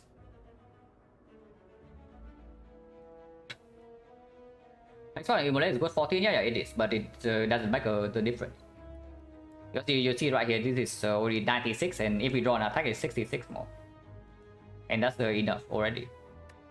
Any attack would work, like even Iron Wave, right? Yeah, we don't even have Iron Wave. Yeah, any attack would work, except Bash. So yeah, again 5 hits, 1, 2, 3, 4, 5. But this has no cost, so we can play it first. Do we need to play in flame first?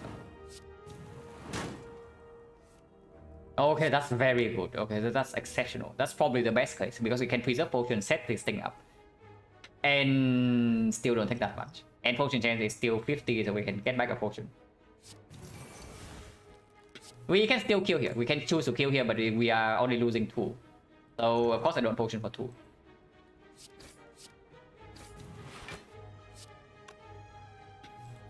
And flower on 1 is actually good. Because turn 1 lantern we already don't have anything to spend on. We don't, any block draw is wasted. Okay, so now we just kill. Penip to 5. It's fine. 5 is okay. But then maybe we get Penip on turn 2 when after she summons. The fish and no potion. Second shock, yeah, sure. Can do that. Or heavy blade, but heavy blade minus not really, right?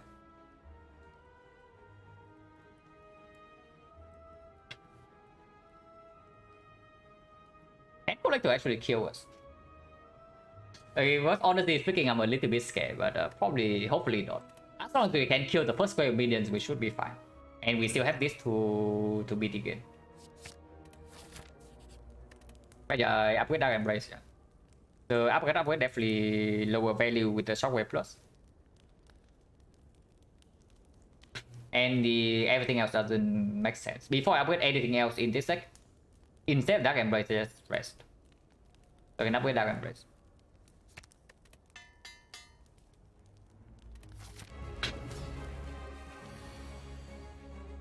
Yeah, Pendip to 8 now. So next turn we actually have a Pendip on most minions. In what situation consider taking upgrade important? Maybe with Pyramid. If I don't have Pyramid, I basically never upgrade this card. Because you need to overdraw by so much for this upgrade to be relevant.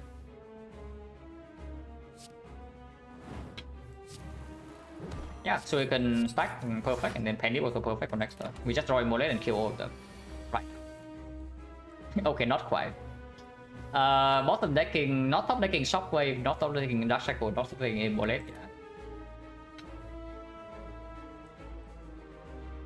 Yeah. I mean, we can kill a minion right now by predicting the uppercut.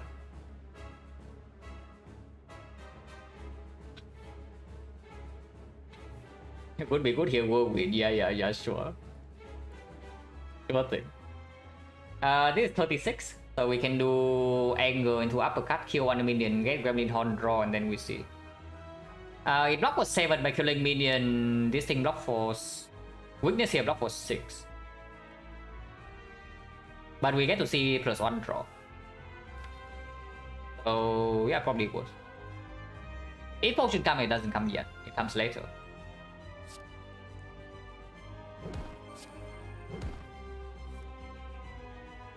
Yeah, that's fine. I don't actually hit this, because if I hit this and she resummons next turn, immediately kill this, and that is actually bad. So I strike the collector.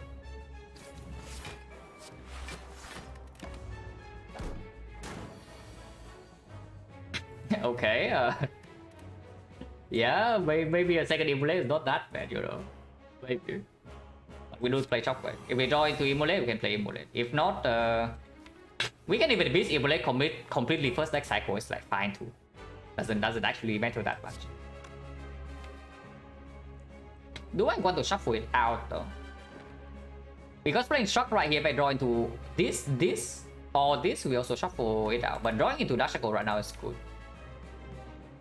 And we have second wind to shuffle. The second shuffle is going to pretty quickly.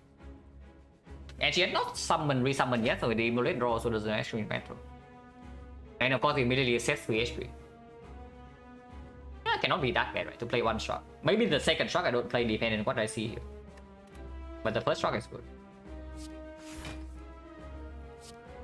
39, interesting. Yeah, next turn we shuffle Dark Shackle, we do have +2. So we kill this and we do have +2 to draw for the turn afterwards, after the debuff.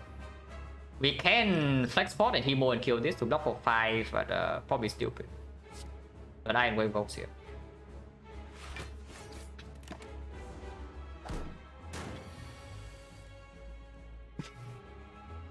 Okay, interesting place for Immolate to end up, I can tell you. It's actually the absolute bottom deck, bottom card in our deck. Like, how nice is that? Yeah, very nice.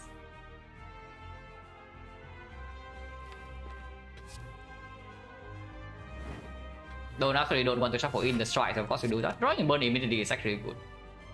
And this Dark Shackle redraw is never happening, so I auto shackle to draw one. Scary? Yeah, a little bit. But we are still healthy enough and she is weakened. And you have 6 strength.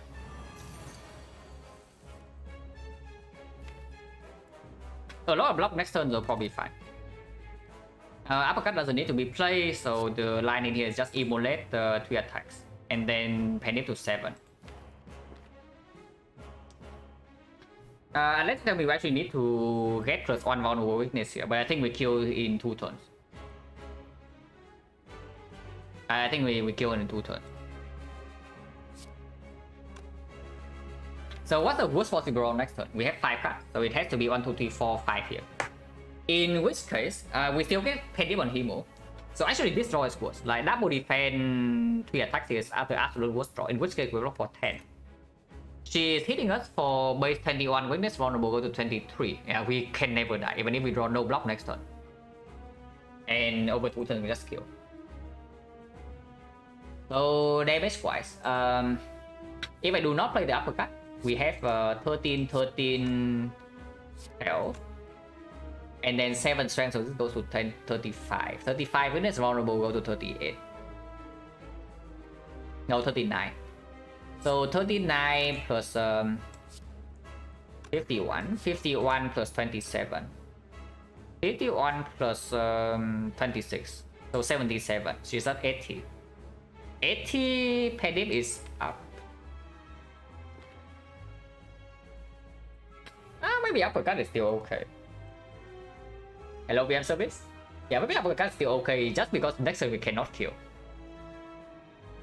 But we can block sometimes, and if we can block next turn when she attacks, it's 26 actually. She marks this turn, she goes to 26. So 26 weakness vulnerable is 28. 29 actually. Exactly 29, but we always have some top. How much damage potion was this turn not enough for me to use it? That's the bottom line, because I don't really see that we are dying here. And if I want to play uppercut as well, then it's not even worth anything, because then they also play immolate. It's not sure I play immolate. Immolate still, yeah, immolate is way better than 2 strikes still. Is it way better? We have +1 burn. Maybe it's not. Yeah, maybe it's actually not better than 2 attacks. Because this attack also gets +1 strength more, you know, so it goes to 7, 7, 13, 13 wins and vulnerable is 14. It is +1 damage. So instead of immolate, we are doing 14 plus 13, 27. Actually, it's this, so it's 26. 26 is weakness. This thing is +8, 35, 39. So we are trading 1 burn for 13 damage. But 1 panic stack. Panic stack doesn't actually matter too much though. But this immediately for next turn.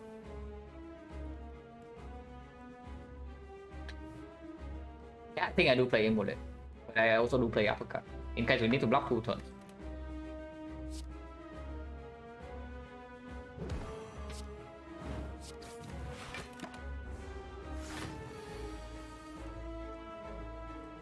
Yeah, strong. Second win can draw 1 card.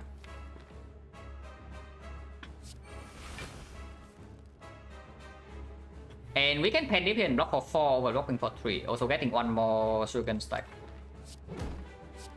I do that. Pen dipping Hebo is also freaking 60 damage, like come on. She's just dead next turn.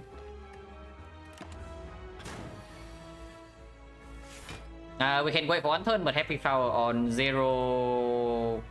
I don't know. Like, Lantern turn 1 is floating energy already, but we have Dark and Brave Plus now. And yeah, we never need this potion. Waiting 1 turn, can we ever break? 1, 2, 3, 4, 5. No, we can never, literally never break.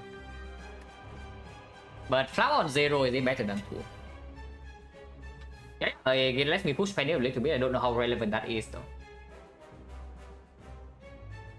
And we can literally we cannot break.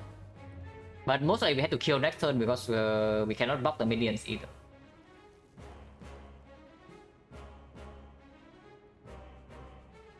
Yeah, 6 energy on turn 1, but maybe we see Snecko after this. We are still picking Snecko, yeah. Yeah, especially if we see like corruption. And then we actually pick Snecko, and then 6 energy turn 1 plays. So yeah, we can shock first, yeah. Not that it makes a difference. The only way... Because we cannot even play Immolate. We play Immolate, she also dies. That's the thing. So nothing in here actually affects our decision.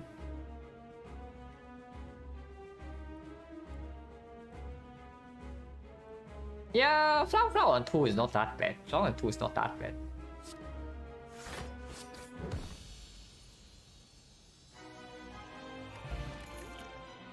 Okay, Exhume is back. This time we pick.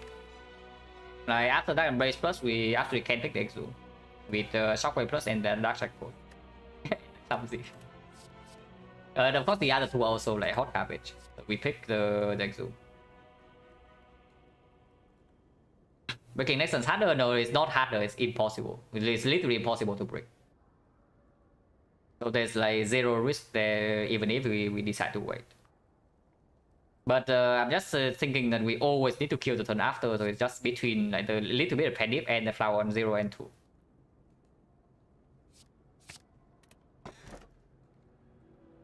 Ah. Well, these are certainly some relics, but I guess we are playing with the back. Choker with 6 energy, yeah? We have 6 energy Choker and we have Dark Embrace Plus and the Exhume. That sounds like extremely weird with the Gremlin Horn. The Busted Crown, no. If we have like 150 bucks HP right now, then sure, Busted Crown. But right now we still need to actually figure out a way to block. So yeah, we pick the back. Joker set medic? No, for an Ironclad normally Joker is quite good. In our case, so it's definitely worse than usual. Because we have so much energy already and we can actually draw a lot. With one turn Dark Embrace, we draw like a billion cards. This one casually glance away, but that was really cool, yeah. Fire show back is fine. Time meter at the moment pretty annoying. Maximum 2 elite, so I do not like that. Nothing that switch for the question mark, nothing that switch against. Omamori switch a little bit for the question mark, but only if we go to multiple shops. And the only way to do that is starting like this side. I think this side, maybe if we see 1000 go, we can go here and through here. Then I guess yeah, it's on elite. If we don't see the 1000 go, we can also of course pivot back to this side. So like no real issue there. If we see 1000 go, it's basically minus 1 elite, but of course we get huge power boost from shops.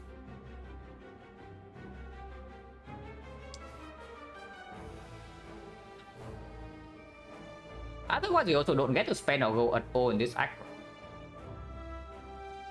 Yeah, we actually don't get to spend our go at all. The shops are in very annoying positions. So I thought we actually have too much gold. Yeah, sure, 1008 gold. Like one curse with the fish. Yeah, we fish for fish for the gold. But we try for the gold.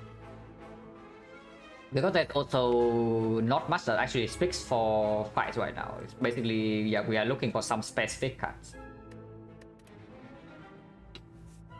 That's why we can go to 3 question marks.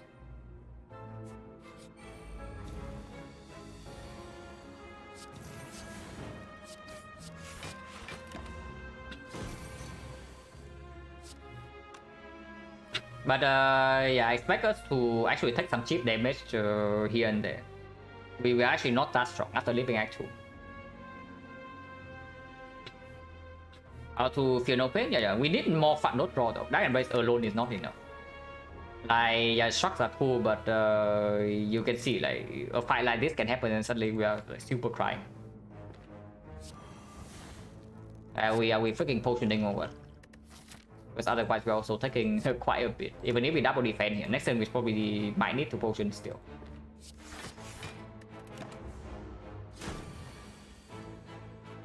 Punish might not like Field of Pain. I don't even know though. The Field of Pain, do you think the Field of Pain is that strong here? Field of Pain is only good after we get a power through and maybe even some more draw. Like maybe... Honestly, maybe now I'm thinking about the second... We never saw the second Dark Embrace, right? I would pick a second Dark Embrace here, probably. Because the way I see it, I think the Field of Pain is just costing us to take more damage here on average.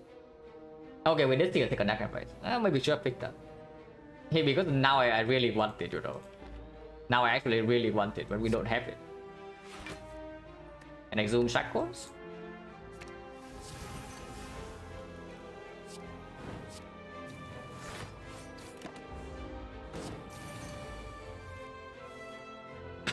That is still not in play. So we can take 9 damage this turn or we can potion. Sure, I can use 5 one. That's pretty cringe though, but sure. Going chance 50, garbage. Trash of the trash. Yeah, this one is actually in a very scary spot if we don't get a lot stronger in Act 3.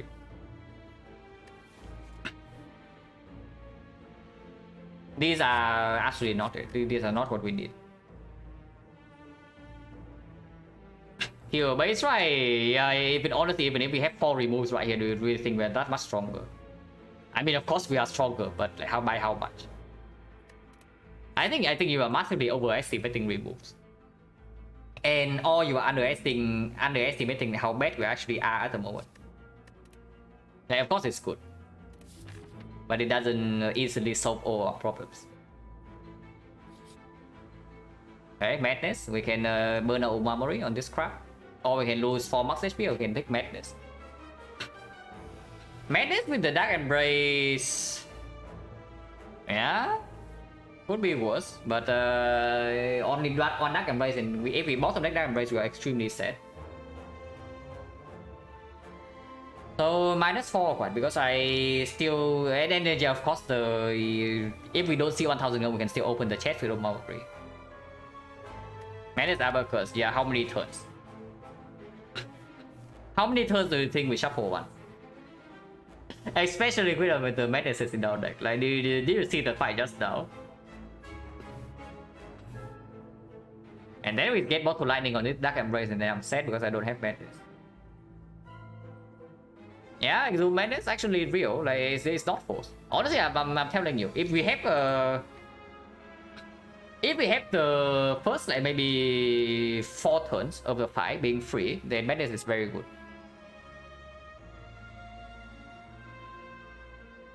That we don't. And that's quite a big problem. So yeah, no. Yeah, thanks. Yeah, actually question mark, guys.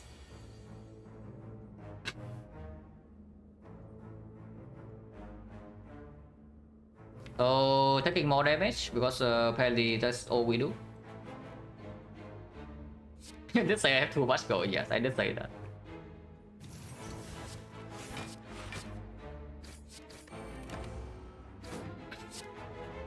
Still need to hit this guy because he attacks every turn.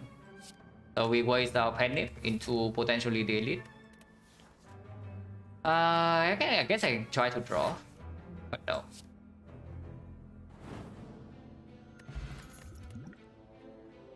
Okay, so we are picking one of these. I can tell you that much. Which one? Shugui Plus is draw one after Dark Embrace. It allows us to actually get into the Abacus loop. It is not fun load draw, but it is a little bit of fun load block. Comparing fun load block between Shugui and Metallicize Plus, the Metallicize is, yeah, better.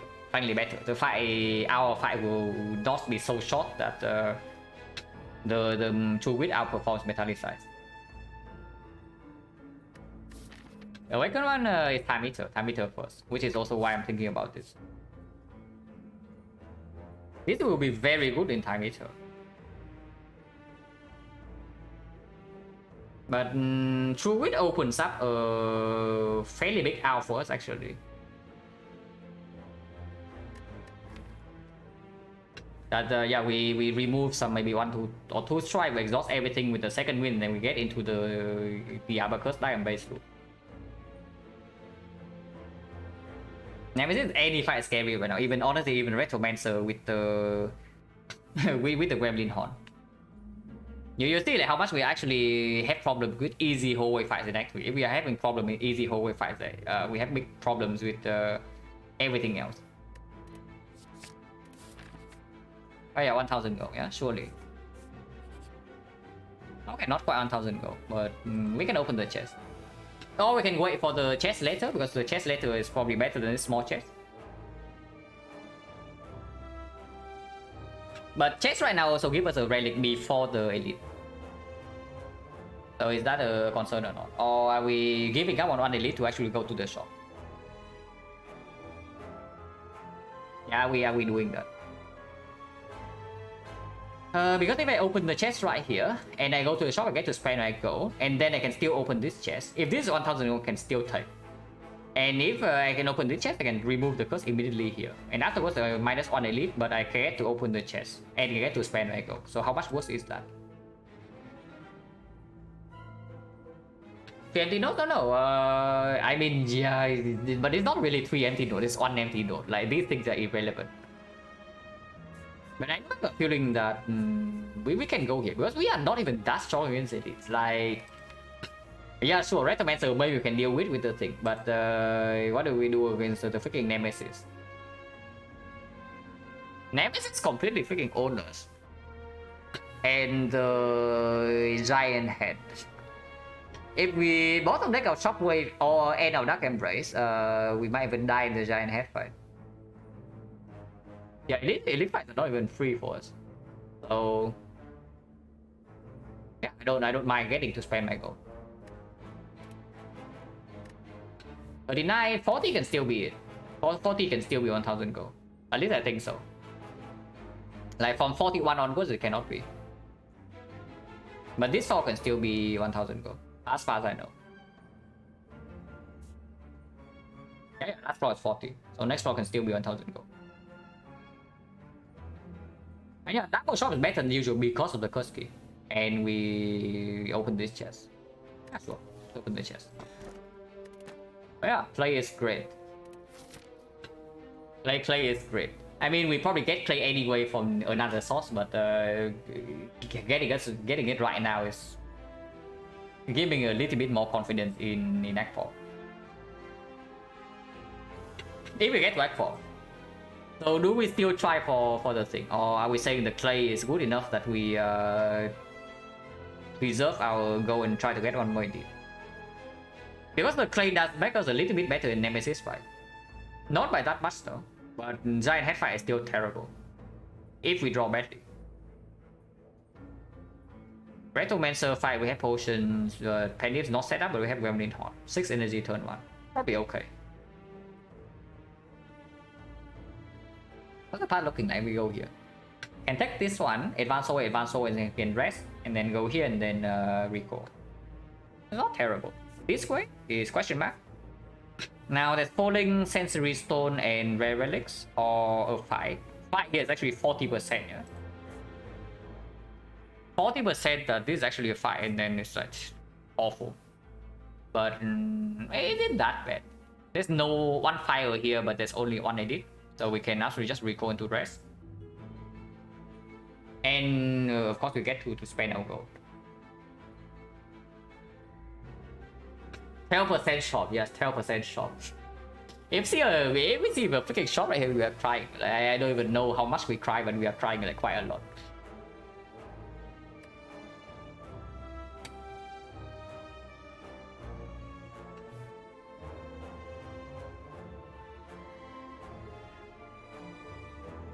But I don't know, like, I don't think we are actually that good in the elite fights. So you say the elite is higher value node, but only if we don't die, right? Want to see more cards? Where though? In the shop or in the fight? Because the fights are not free.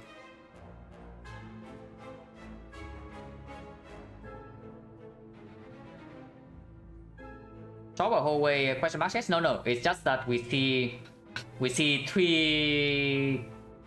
Like we see 3 actual events here, and this is a chest. So the fourth question mark is already 12% shop and then 40% fight.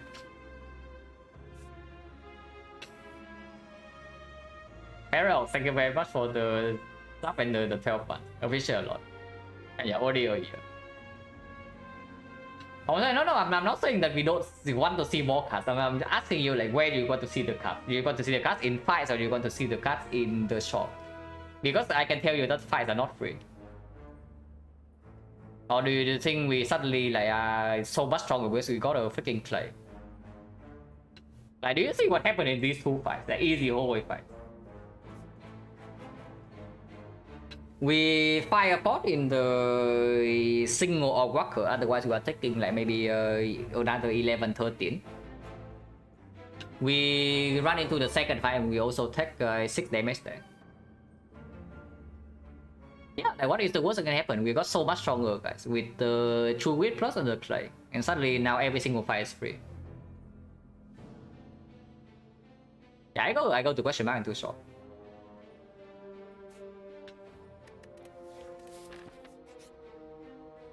Okay, transformer card. So we got shrine, but whatever. And yeah, you're going to see a card. Here's your card. With the second win, it's absolutely clear that we transform an attack. And Angle is probably still outperforming Strike. Flame barrier is fine, it's a skill. And exhaust with this. Corruption in the shop. Okay, not quite. Potion belt. We are not strong enough to carry this potion belt thing. We can buy a Dark Embrace plus 458.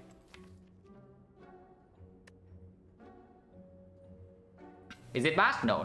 Bash still stays. We have enough energy to play the Bash. Bell back, yeah, you see the synergy, but I also tell you again, like, do you think we are strong enough to hold potions? Or do you want to... We are already weak enough and you want to throw 170 to go into something that doesn't do anything at the moment? Really? But yeah, what about mirroring the Dark Embrace? We didn't pick one for free and now we want to mirror Dark Embrace plus 158. That's quite a good play to me. Bell artifact and second flex potion. Yeah, if we buy the bell, we actually buy a potion. Yes. And we do not remove. We still want 100 gold for the next shop, but that is fine. Because even if we buy potion bell and 2 potions, you can still remove a card in the next shop. Because this 5 gives gold. And yes, we will open the chest here. Like, we actually open the chest. Unless this thing give us something like insane. Oh yeah, wait. This thing does not cost 158. It costs 149. Yeah, how about that? It costs 149. So it's 23 gold cheaper. Because we have the fish. Now, if we buy the Dark Embrace, we can also take the Seeing Red, which is 69 gold. Yeah, very nice.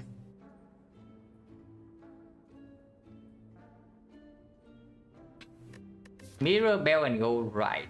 You don't want to open this chest. Really, no.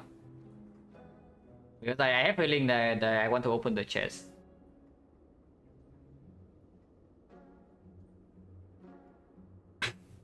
Almost mirror match yesterday. Freaking match just broken there, yeah. But honestly, though, I think mirroring the Dark Embrace Plus is extremely strong here. I don't know about if you think the same, but I think it's like very powerful.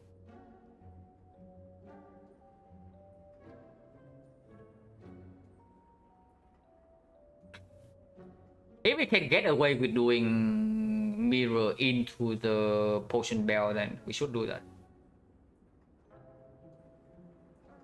But yeah, of course it makes the next chest very difficult to open. We can still open it, but it's difficult. This is just like super strong.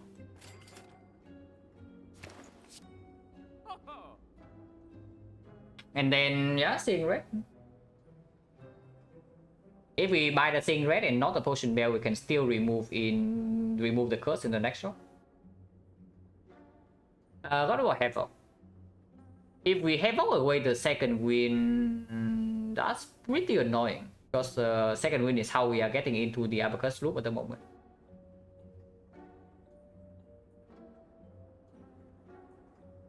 If we buy the potion bell, we have 42, so 72. That's not enough to remove. But we have a remove in Act 4.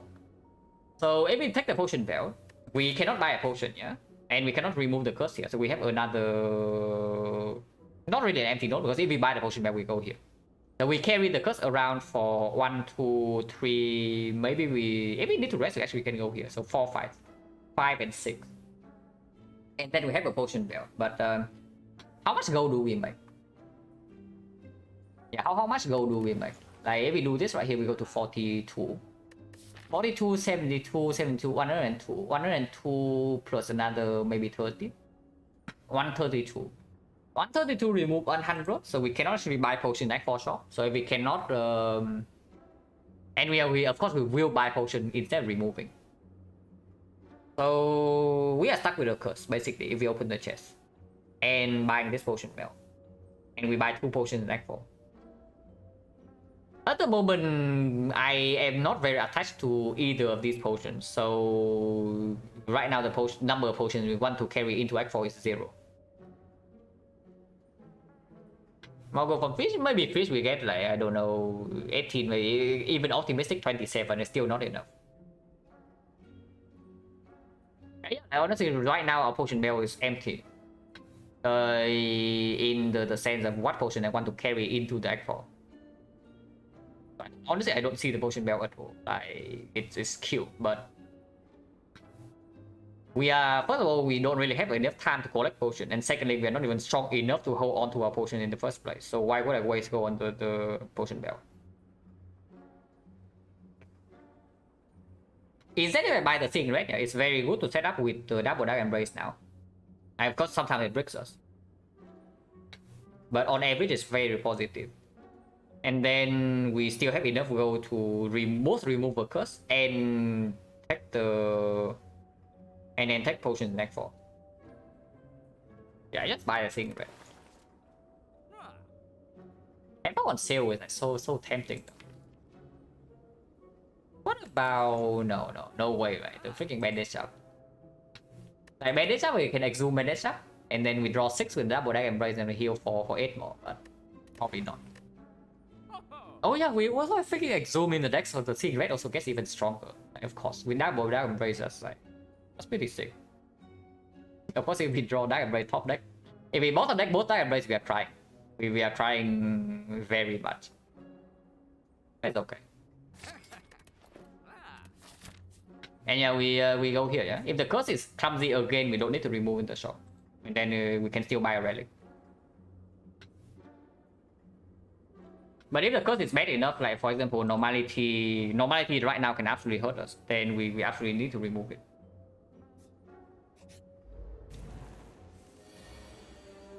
Amethyst, yeah, this fight sucks. No need to potion yet. Potioning right now give us like 7 damage extra, which is nothing.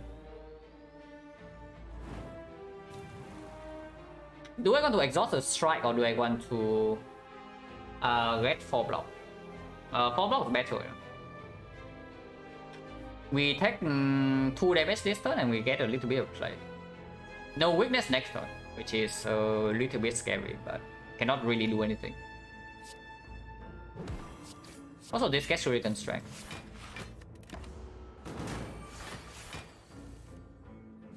Okay, one dark embrace. Do I care about anger? Anger redraw is actually quite good. With dark embrace down, we second win sunburn and we draw only anger, and then we deal a lot of damage. They don't pick changes, or just have a couple question mark, yeah. Double defense here, yeah, anger multiplying is not too bad. Also advanced bandit.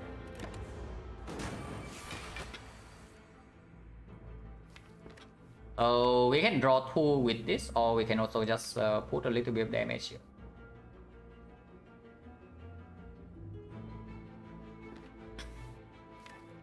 Five energy next turn, so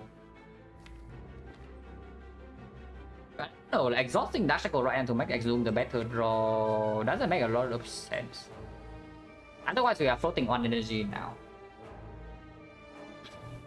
Probably still okay though.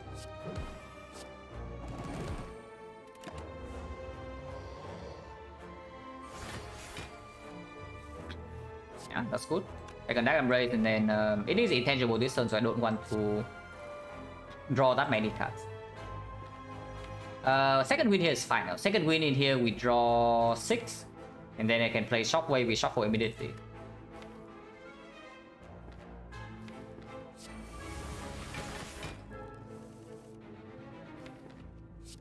These shuffles are all the block cards, is that an issue?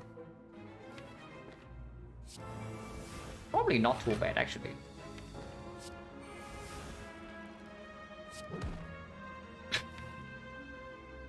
We did not draw into any burn, which is definitely scary. But I can get 1 more strength and set up the panic for next turn with this line. Even if we draw 5 burns plus the 45 attack, we don't really die.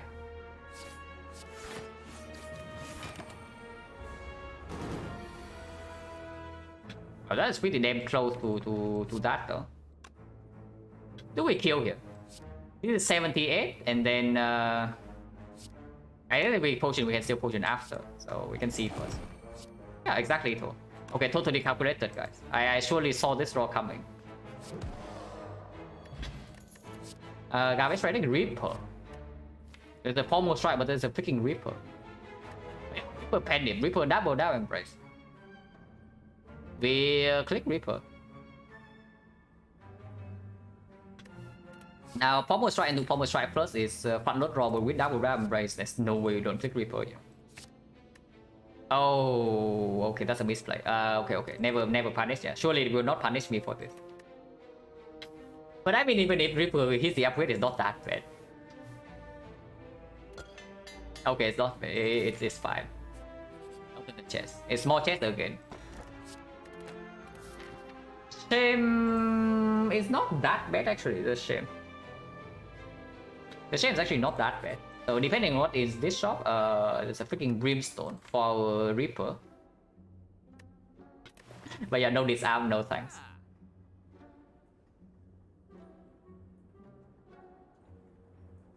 Instantly the chest, I mean, I still open, like small chest or not, because we can already remove the curse. And 1 out of 10 is a clumsy. Clumsy is exceptionally good for us. And the injury we don't need to remove, the parasite we don't need to remove. And we are below curve enough that they also open. And opening the chest also gives 9 gold. No, it's honestly true. Opening the chest does give us 9 gold. Like, not even kidding. With the back, any kind of gold method, we can buy potion act for. So right now we can spend some gold. We can hold. We get like maybe 50 more gold for the AM this side. 45. Removing right now, we can still remove act for. We can still buy 2 potions.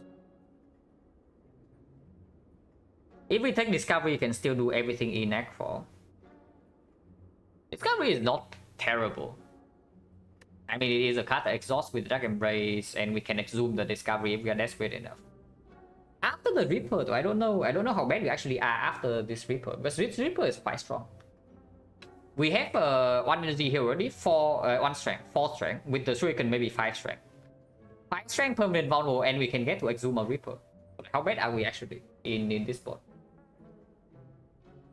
Especially now that we also have the clay and the max HP on the pair, like 88 HP with the clay, we can last for quite a decent amount of time. And eventually we get to our the Abacus loop, like Dark Embrace with second wind, true wit or whatever.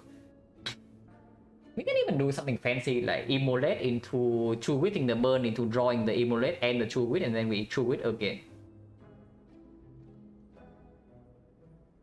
Oh, that's pretty cool. Now I kind of want a reckless charge or something to do that.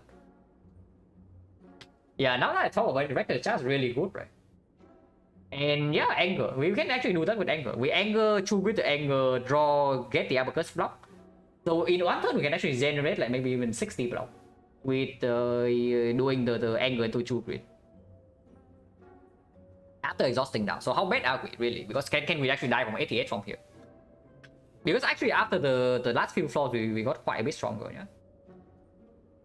Honestly, mainly just because of this card. Without this card, I'm still really scared. But with this card, we can heal back a lot during our slow setup phase. Like what? Absolutely. Like we are never removing the curse here. We're never removing the curse here. We remove strike. And if we are not double removing and we are not dying to Act 3 boss, and it makes no sense to remove here. So we can leave the shop. Stop burning back, it's fine. We draw 2. That's why we had Dark Embrace, right?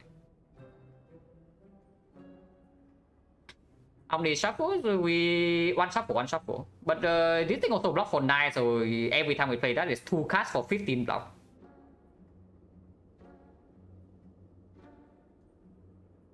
Remove again. You removing here, shutting down the Act 4 shot completely. That's basically it.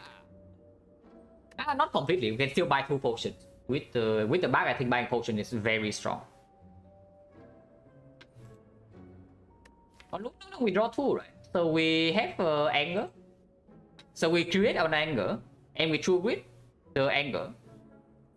So now this card has 1 anger and 1 true grid, and we draw 2 with Dark Embrace. So we draw back the anger and the true grid.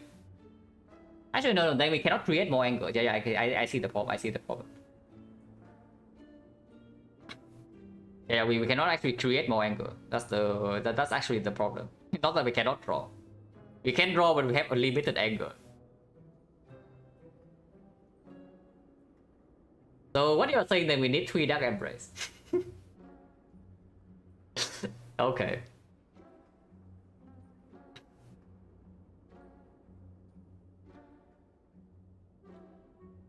Draw enough can play anger. Yeah, that's what I'm talking about. Like what you're saying that is that we need 3 Dark Embrace here for this loop to work.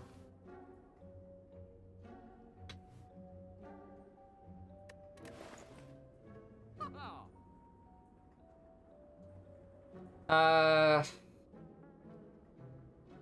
yeah, maybe. Honestly, I don't see this remove. Because true, we can already slowly remove the thing. So how big is the impact of like one remove here? We are not dying immediately. And that I can still take any good relic, you know, like I don't know. I don't know whether I would buy Orrery or not, but Orrery plus one potion maybe I could still do.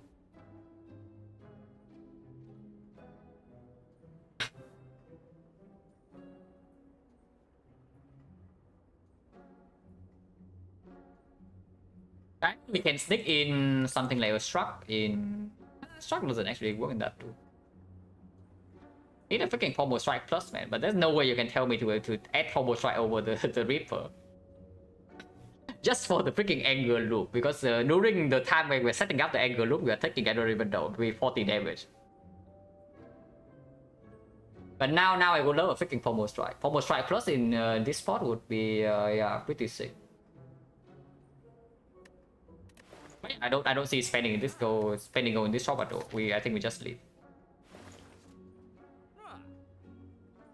Sunday Wax for if we pick 3 cards, yes.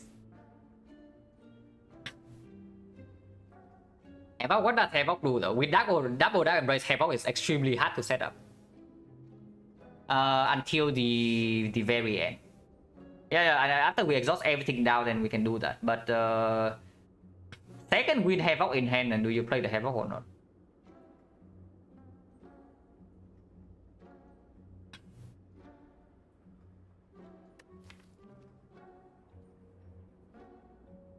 I mean, not really, right? I also don't really want to play go for this when we are also going to more fights.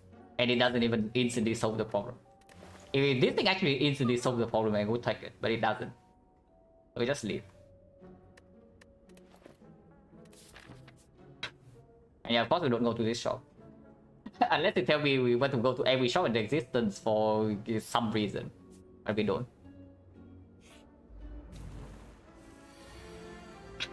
Alright, Dark Embrace into second win. Interesting hand. So you can stack. So yeah, again Dark Embrace into 2 with draw 2. Then we can see.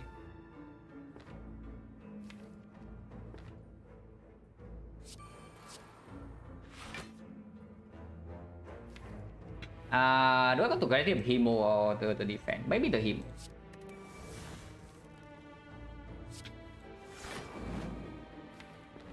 This fight still freaking sucks, by the way, yeah, for us. But maybe it sucks a little bit less because we have 2 Dark Embrace in play now.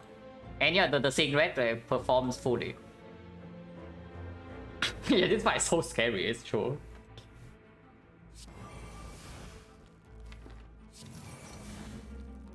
And next turn we are Frill. This turn we still need to block for 24, which we don't have yet.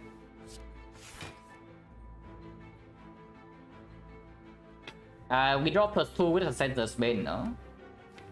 I do think I want to do Inflame Plus or wants to be played because of the Reaper.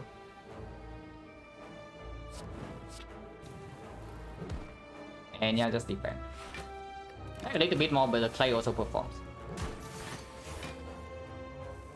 And the Abacus.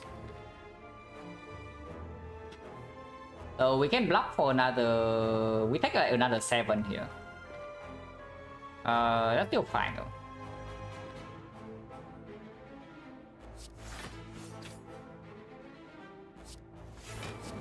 Actually, no, we take 1. Yeah, 1 is good. Then look with Havoc, Anger, and True Wit. Anger, Havoc, True Wit, Anger. Anger into Havoc, and then we have 2 Angers, and then we True Wit Anger.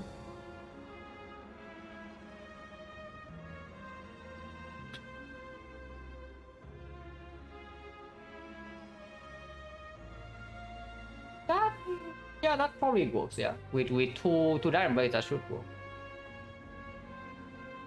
But that's another thing, right? Like you see here, we had 2 Dark Embrace relatively early in this fight and we are still this slow. we are still this slow, so I don't know how much I actually care about the havoc.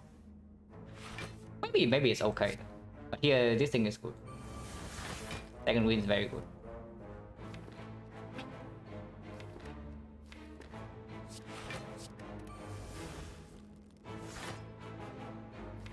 Next time we can choose with or second wind again. We full block this turn, so do I want to play Ripple now? Ripple now is healing 13, so almost full heal.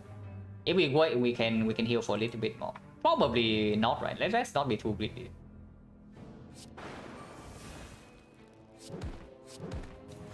We just kill next turn. Flower 1 Penny setup probably does not matter too much. But Flower 1 is good. Garbage. Second angle. But discard here point this 8 plated. 8 plated is not too bad. 8 plated is not too bad at all. Transient, hopefully this guy doesn't kill us. No, I'm not kidding. I hope this guy doesn't kill us. Because we can actually die here. Especially when we don't even draw into any Dark Embrace turn 1. Or the no vulnerable, no Dark Embrace, no strength. And all the curses.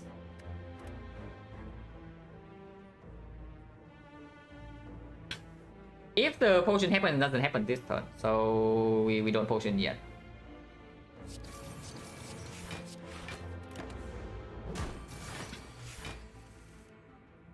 Okay, that's good.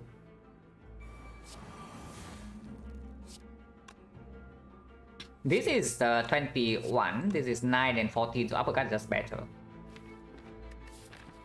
I am willing to rest once before I waste one of the stronger potions like this. But this potion saves a lot in Awaken 1 or the Time Eater. So I will just take more damage here. Maybe that's stupid. Especially when something like this happens. This is not even full block. So what are we doing here exactly? Not playing the second Dark Embrace or what? Because this is 60, so 43, 17. 17 it goes down to like 14, 13, no 12. So we take another 9 damage, and afterwards should be okay with the rest of the deck like this. And then hopefully we can get the Panic Reaper up. That's not too bad, that's not too bad.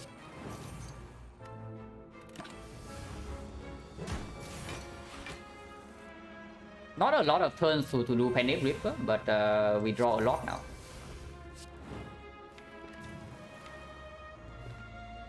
So can True Wit, Anger is good though, Anger is actually good. But maybe True Wit he move.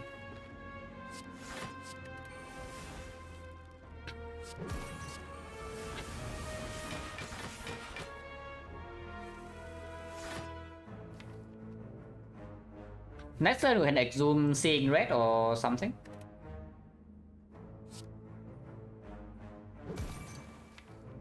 Or Reaper into Exhume Reaper. Actually we have enough energy to do that. That's like very strong actually.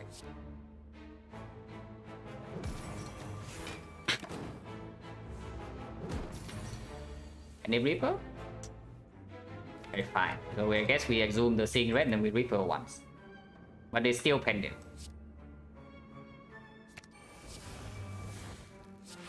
$27.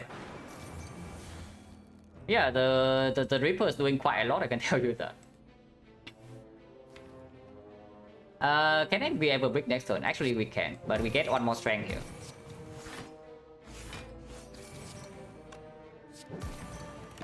We are eventually strong. That's the story of this deck, eventually strong. Draw 2, so we cannot actually break.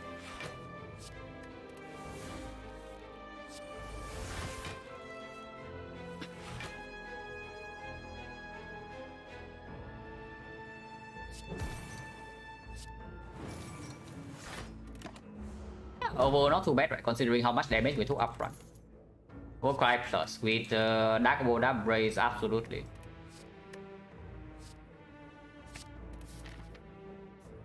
So now we probably don't need to rest, so maybe we go to 2 more fights over the fire. Like what do we want with the fire? At the moment, nothing. So yeah, probably go to the fights.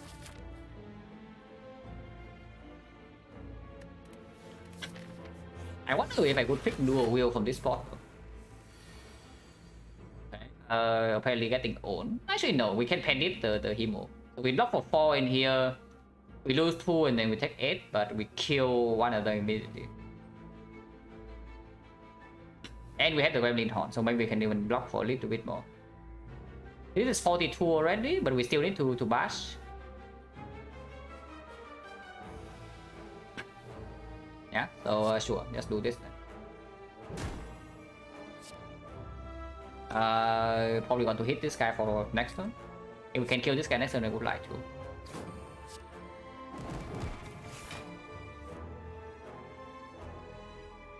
Can exhaust on defense, which is, I guess, good.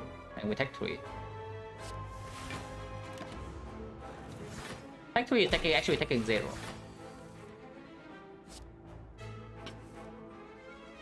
Except for the fact that we are getting owned this turn. Unless we can kill here. Can we kill? 30, 30, 42. So no, we are 9 off. Seeing red on top is better. Yeah, seeing red on top is better because if we draw to Dark Embrace next turn, it's way better than delaying the shame, basically.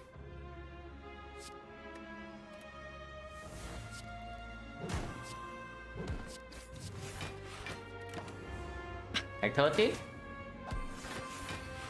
Man, without this Reaper, we are already freaking dead or what? And yeah, you can also see what happens when we bottom deck both Dark Embraces. But I do play Seeing Red right now because then you can exhume it. And we maybe hit this guy to hope for a Copium Reaper. How much can we draw? If we draw both Dark Embrace, it's like draw 2, draw 4, draw 6, draw 8, draw 10.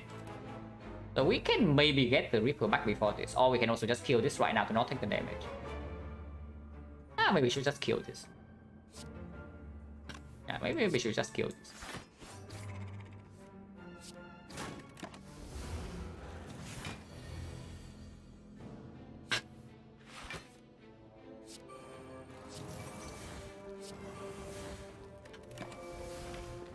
Okay, that's not too bad. Maybe we can Reaper this guy a little bit, a decent amount. Right now, Reaper is currently 6 strength, so it's 10, 15 HP. We still heal positive in this fight. That's quite good.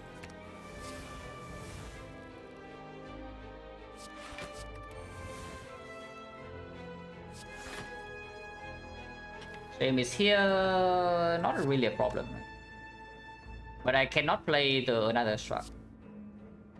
This advances the Penny a little bit for the next fight, which is probably good. I don't really care about Penny in time either. Maybe I should, but I don't.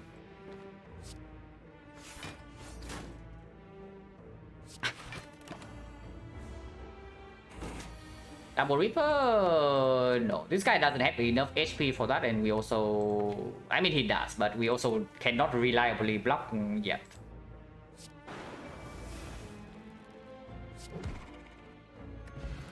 Power Potion, that is very strong. This Power Potion. 10 strength with the flex though. 10 strength with the flex and the panic instantly kill Act 4 release. And give us a full heal with the Reaper one time. 8 plated armor is very good in boss gauntlet if we are actually bleeding through the setup. But yeah, the power can be Corruption, can be Feel No Pain, can be Barricade. I guess Barricade is not that good, but the other two are super good. Ratio not really, yeah. So Server Soul with the second win interact already, no thanks. And we still need to draw into Dark Embrace. Power Potion after detect, I wonder over what. If we are dying in boss gauntlet, I guess Power Post save us more often than... No, I guess the Essence of Steel save us more often than the Strength. But only in the second fight. Because first fight, unless you tell me we always use the plated armor immediately in time meter. Which I can see. Because like if we can panic Reaper, yeah, the flex potion is plus 10, plus 20, vulnerable plus 30. And the steel is still more than 30 HP. Like 8 plated is more than 30. Unless you say that we cannot lock any turn, and then we lose like 2 plated, maybe 3 plated charge per turn, then it's only... honestly, even 3 times, like 8, 5, and then maybe 3. That's like 16 already, and that's the absolute worst case. Yeah, that has to be better than 30. This potion is very good for Act 4 elites though. I would say that. But yeah, maybe we have more things to worry about, because Act 4 shock can also make us a lot stronger.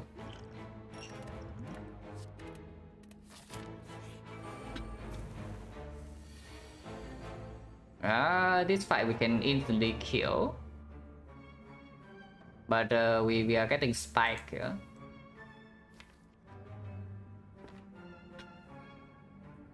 If we instantly kill, we take 14 and then get out of here.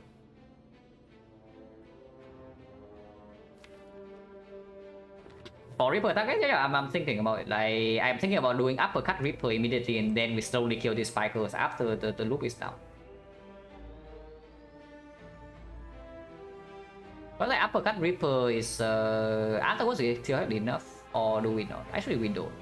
No, we do. Panic Reaper is it's definitely full healing, and this is 10, 15, so 29, and we can still strike here to kill this get Gremlin Horn, and then we strike kill this get the Horn again, and that already blocked for 4, so at most we take 5 here.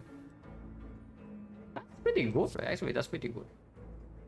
Double check, this is 29, 29, and this is 10. So 39 kills this, yes.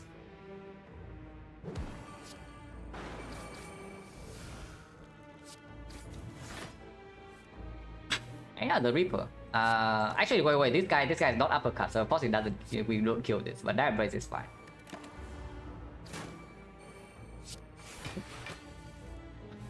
But yeah, very good thing that we actually have a Reaper in our deck instead of the Pommel Strike. Like, imagine the Reaper is the Pommel Strike, we are so dead right now.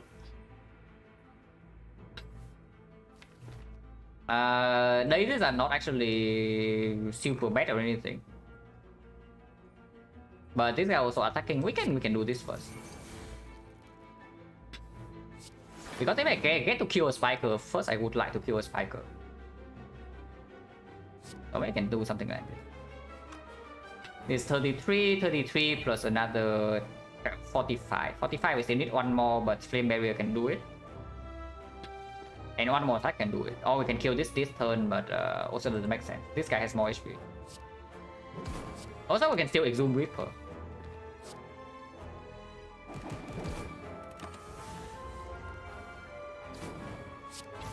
We can also still Exhume Reaper too. Anger, yeah, hot garbage. Let's get rid of that.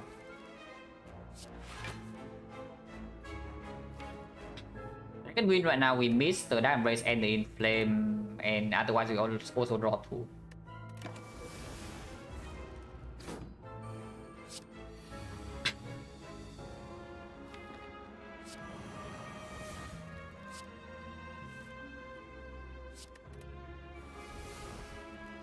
So defense, strike, and then take 4, and then we can Exhume Reaper afterwards, or what? Or we can wait. I think it's fine too. There's no need to rush.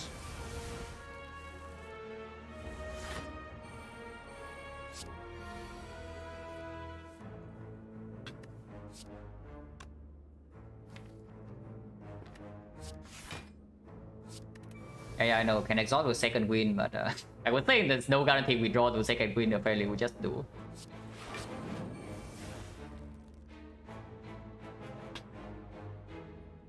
So 24 right now we do Exhume Reaper, but we draw +1.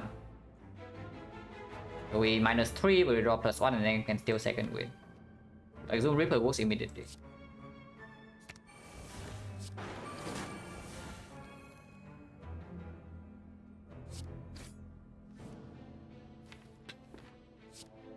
can deal with anger. It's fine. It's fine. Yeah, we are suddenly full HP now into boss count at 2 potions. Yeah, the Reaper. Pretty sick. Flower run is good. We cannot advance Penny more than this. Unless we wait 3 turns, but then this Spiker is also going to be 19. Which we can still probably block. I think right now is fine too though.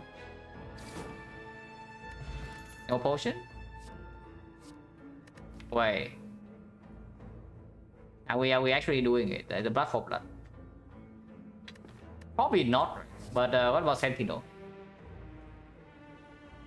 We have second win and double Dark Embrace. We have the true grit. Before Dark Embrace is complete trash. Yeah, that's about it. Before Dark Embrace is complete trash, basically a defense. After Dark Embrace is quite good. And if the power potion is corruption, is very good. We probably do not need the blood for blood to kill Time Eater. At least I hope not. You have a perma vulnerable. Some weakness, maybe we can strength reset. And by the time to split, we probably have like maybe 6-7 strength. We can still exhume Reaper or exhume Shackle to strength reset. And I am willing to use this potion. Need to kind of use it before Dark Embrace. The thing is that after 2 Dark Embraces are down, we still need a few more turns to get into the state where we are strong. And the Sentinel speed that up by 1 turn. The Sentinel actually speed up by 1 turn after Dark Embraces are down. So it cannot be that bad. Again, blood for blood plus I could take. And yeah, we are also mega buying burning pack by the way in Act for sure. So if we're buying burning pack, absolutely Sentinel is fine in the deck. Also it's 9 gold. And yeah, again, yeah, 9 gold with the back it's no joke because it can be a difference between a potion and no potion in Act 4. So we take this. Yeah, the fish is 90 gold. It's not so bad.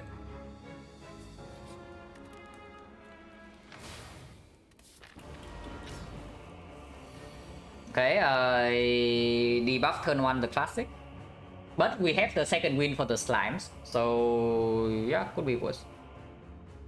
Okay, are we scared enough in this fight to pop the essence immediately? Not before Dark Embrace second win, and then we see.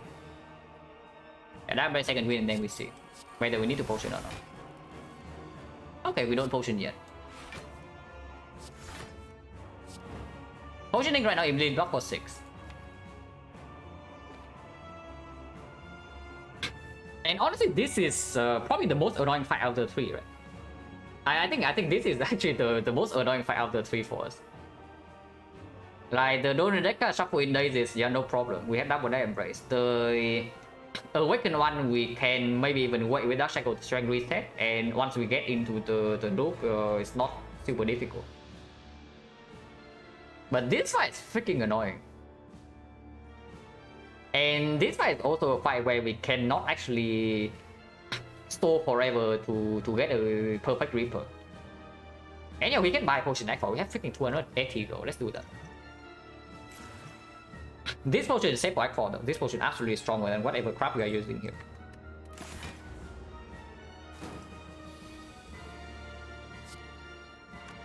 Okay, top decking 2 Dark Embrace is pretty good.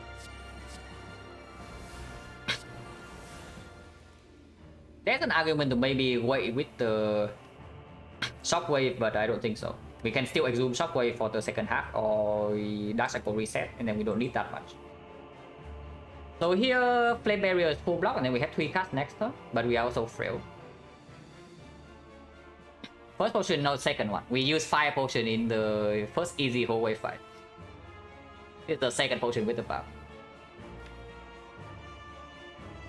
Also, yeah, the crown is probably also very dead because of the Reaper, and the Joker is extremely set right now. So even if the back has not done anything significant, I'm still happy that it's in our relic bar over the other two. Yeah, Joker right now gonna be so freaking sad. We have Flame Barrier into playing 3 cards next turn. We are frail, but we still have 8 rated, and he's weakened. It should not be that bad.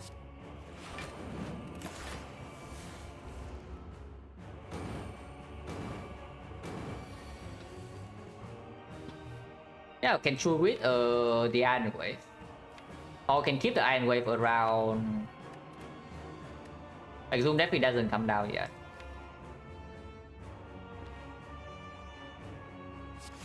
Oh, we should with iron wave because everything else can be second winded. If it's iron wave plus, then maybe I keep it, but I can play minus, not really. Multiplying anger? Not yet, right? Not yet. Eventually we will do that, but not yet. So we take damage, but the clay also gets in a little bit. Attack 4. Okay, I guess the clay doesn't get in at all, but whatever, we extend weakness vulnerable here. And next time we get the Abacus block. And it's still wicked.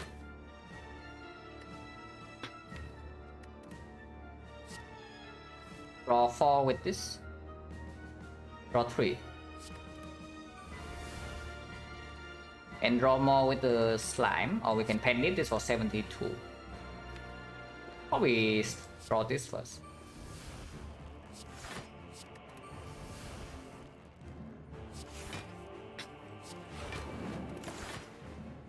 Yeah, the essence of steel has already saved like 15 HP, and it's even saving more after this. Okay, so we can Dark Shackle and exhaust everything, and then we can still exhume Shackle afterwards, but drawing this hand is a little bit sad, because I want to second win, but then I also exhaust my Shackle. It's fine though, it's probably okay. Maybe we do open the second win this hand.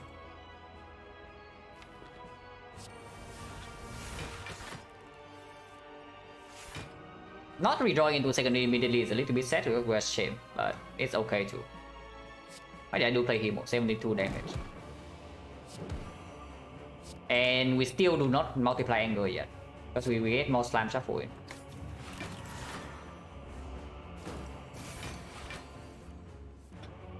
And yeah, of course we play Hemo, because of the play. Bass definitely stays here. You play this, go to 240 exactly, and he doesn't split, but then you can second win next turn. Into the maybe exhume Dark Shackle the turn after to send reset 6 strength. That's pretty good. Let's do that. Maybe we can even kill into, depending on the draw. And yeah, Essence still saves and more HP again. Of course, we are very healthy right now, so maybe it can be wasted. Just kidding, guys, not wasted. But yeah, next turn we are set up to have a good second win into Dark Shackles. But now we multiply the angle. I can even kill. This is actually a not too bad chance to kill here. Yeah, like 39. Vulnerable is still down. Panic also coming next turn. We can actually try to kill.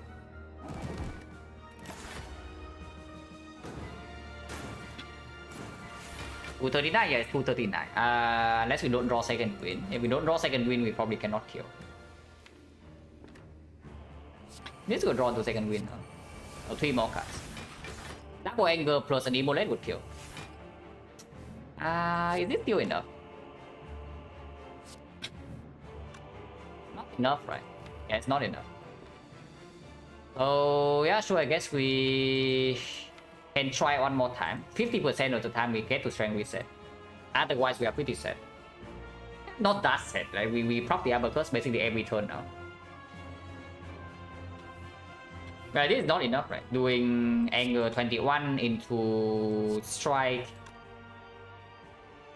1839, and this is pendant. So it goes up to 52, 52, 78. Yeah, not enough. Oh sure, we choose with the strike. Maybe choose with immolate. Yeah, choose with immolate. Immolate is still okay to get something to second win. But we can already do choose with on the angle to draw with the Abacus. So we can choose with away the immolate. Damn, we missed the strength reset 50-50. That's annoying. But it's fine. We exhume shockwave instead then. Yeah, we exhume shockwave instead. So triangle. Or we can second wind right now to draw into the exhume, but then next turn we don't have a guarantee exhume. Don't have a lot of cards in the deck though, and creating one more copy of angle is not even that good right now. Exhausting the burn immediately. Exhausting wait, also exhaust flame barriers will actually draw 4. Draw 4 basically is our entire deck. So our entire deck is like 1, 2, 3, 4, 5, 6, 7, 8 cards here. And then the True Wit draws 2. Exhume draws 2, True Wit draws 2, and we shuffle again. Yeah, that's fine. That's fine. 2 second win right now.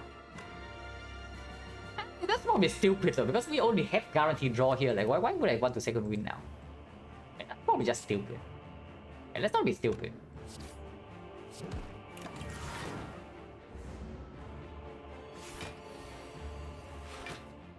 So we can exhume shockwave, we can exhume the shackles. Probably shockwave though. Or even better, we exhume seeing red.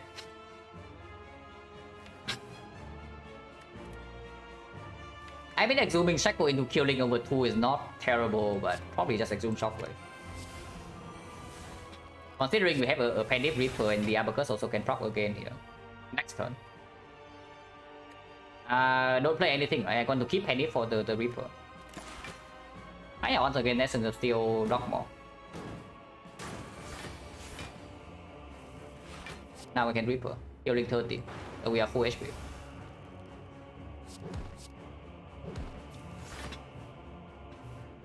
Well, full HP for not for long, no? Because we are losing a little bit more here, but it's still fine.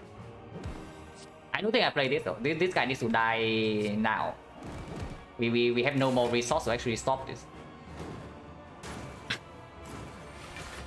But yeah, overall, actually a very good fight. Maybe wasted the potion. Potion also blocked for freaking, I don't even know, like 35 or something. There could have been a waste, but not one happy at using it.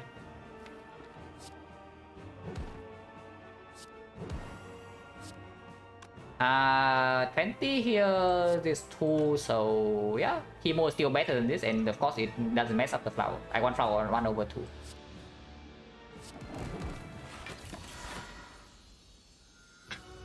It's fine. Awaken one? Probably the... I don't know whether it's more or less annoying because we do need to play 2 Dark Embrace. But Inflame is optional, and if we can strength reset this fight, it's probably trivial.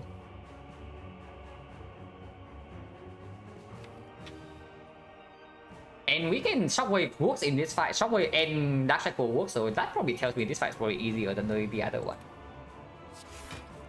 I mean, I hope I'm not wrong. Exhaust the defense and keep the Sentinel around, yeah.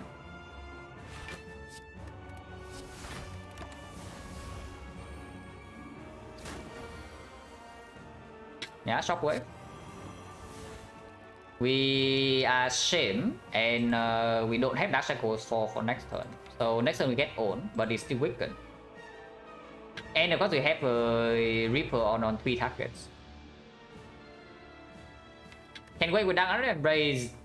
Probably not though, because then we don't actually, we draw way too slowly with only one Dark Embrace is the problem. I think we need to get to the Abacus state like fairly quickly. But yeah, block for 10, you take 15 and do 3 next turn or what? That's fine.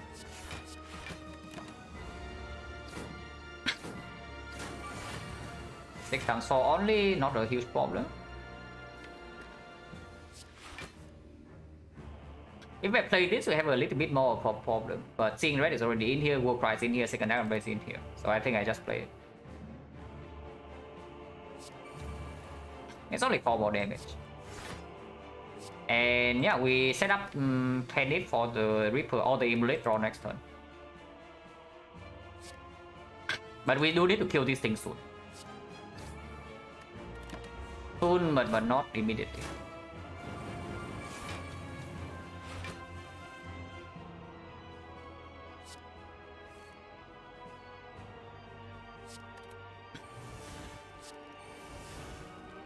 So we can immolate and draw 2.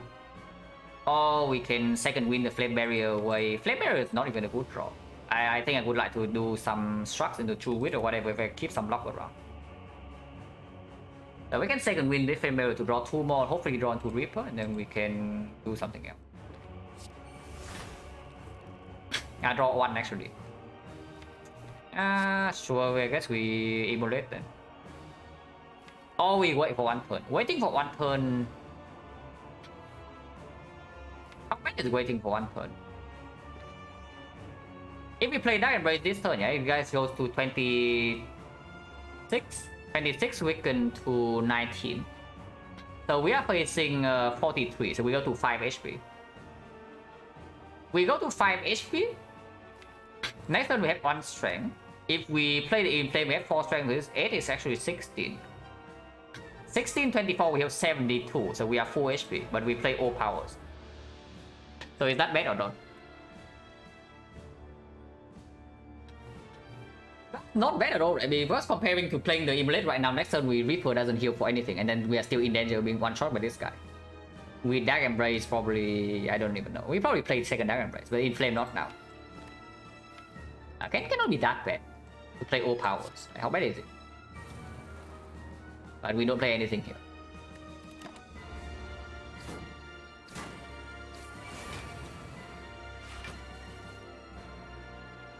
Reaper? No, we have Gremlin Horn, so we can Reaper and then we Hemo kill this and then we one more attack kill this. No problem there. We have 5 energy. Look at this. Yeah, easy full heal, guys. Yeah, now we just kill both of these. Pretty simple.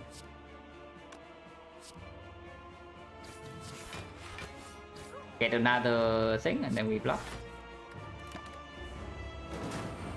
But yeah, just imagine this fight, the entire active without the Reaper. Holy crap, I don't even want to think about it.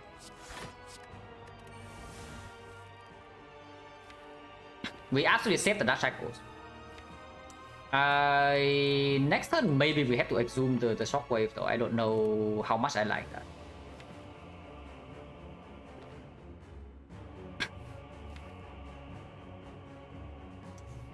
But the second we not line up with the Shame and also come down together with Dark Shackle is pretty sad. Oh, actually without Reaper, yeah, we are probably just dead in like 2 fights without the Reaper.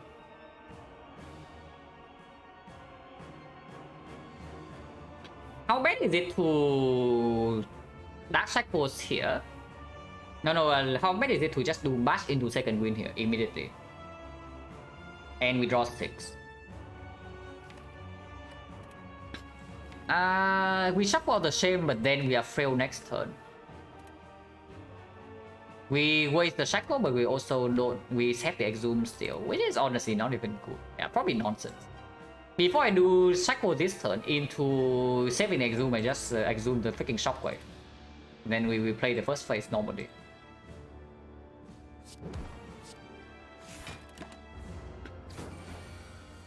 Or we can also take this damage, you know, it's possible.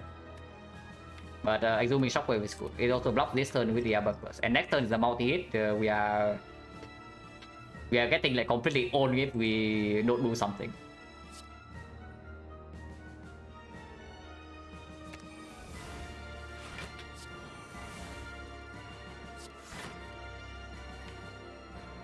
That failed, yeah.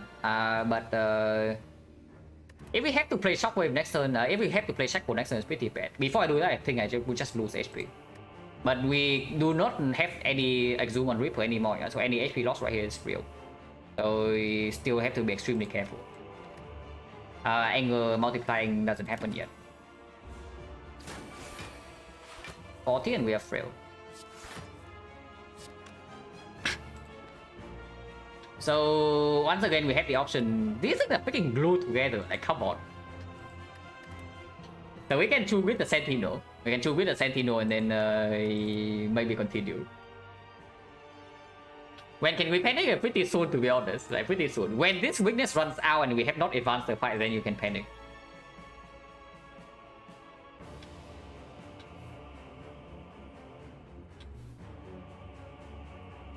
Unsafe Shockwave we get to choose with everything do I do it? Shackles? Hard to say because 8 strength in the second half we still need to block like 54, but we do have uppercut still. So if we also exhaust anger and we save, let's say double shock. Like no, we save like shock through grid and we do anger struck through grid uppercut. That's really a lot of block. That's a lot of block. Yeah, that is actually a lot of block. So maybe actually get just extract for this turn because this is also so freaking much damage. Like hoping for strength reset, taking like 30 freaking damage to our face right now is just dreamland, man. Oh yeah, we can also not draw the cycle right now, which means we can second win. Then maybe I should have two with the strike. Actually, should have two with the strike. Because now we have the uppercut still. So do I save the cycle or do I not?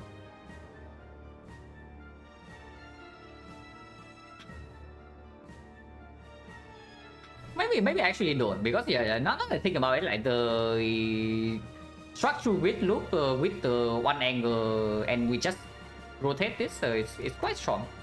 54 we can block. 54 we can actually block, and we only need to play uppercut once every 3 turns. Because immediately we also take like 16 more damage to our face. Yeah, shackling now is fine. Shackling now is fine. I do not want to draw anymore though. This is already full block, and I think I want to get one more strength, like standing weakness as well. This I would probably 21 damage for 2 HP here. 5 weakness still. Yeah, I don't take this straight. Just play this.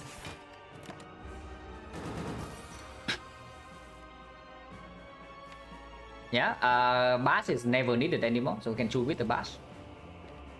But we can struck first because I want to keep one shot. Okay, getting to the shape now is good.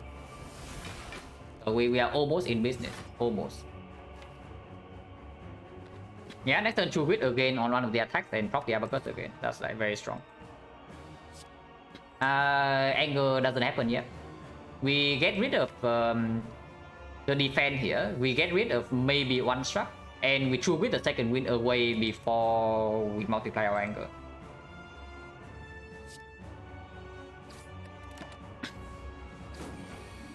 Times 4, no problem. Struck first. I want to redraw the struck, and then choose with the Hemo. And then second win with this defense. And should win again the strike. So we take 3 damage, but yeah, now from here we should be fine. From here we should be fine.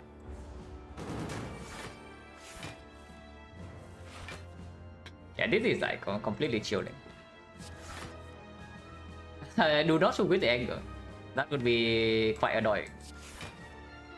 Do not shoot with the uppercut. So this is an empty over. We can shoot with the Iron Blade.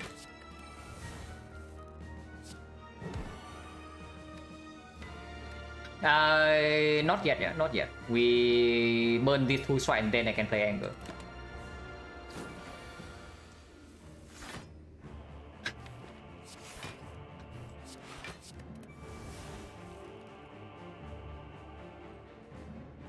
Oh, yeah, sure.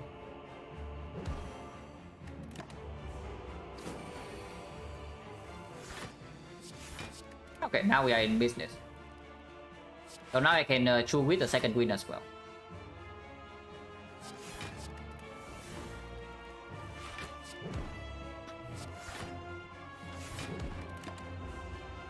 Yeah, now we are in business. Pretty simple from here.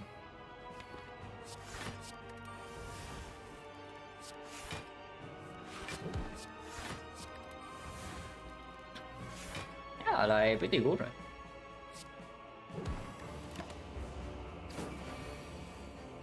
True with angle loop, I mean, not a real loop, but it blocks enough that it's actually kind of a loop. It blocks just enough for it to be a loop. Can also burn 1 struck. We do not need 2 strucks or anything, so burning 1 struck is completely fine.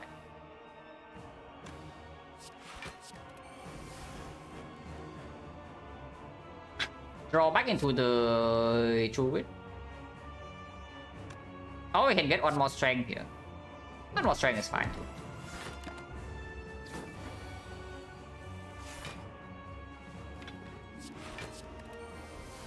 And we struck back to the true wit.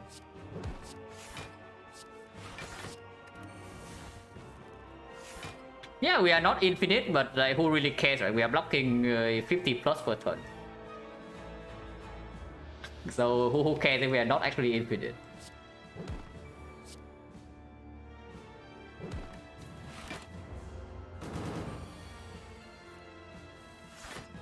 So again, true good angle, yeah, we still have need angle control.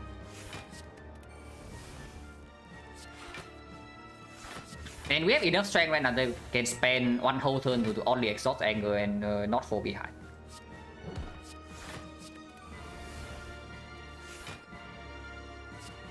And we have Ninhorn as well, so we can even get to draw back into angle to true with it. Yeah, we just true with angle again and then can never break next turn.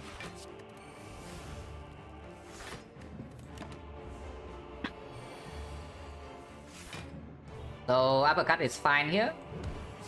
True with the angle. Draw back into that. Maybe that's wrong. Yeah, that's actually wrong. Okay, we take a little bit of damage. We take one. Yeah. One is non, guys. One is non. One damage has never killed anybody. We can take not one if we play an angle. So can we break next turn or not? No, right? Yeah, no way. So we play this.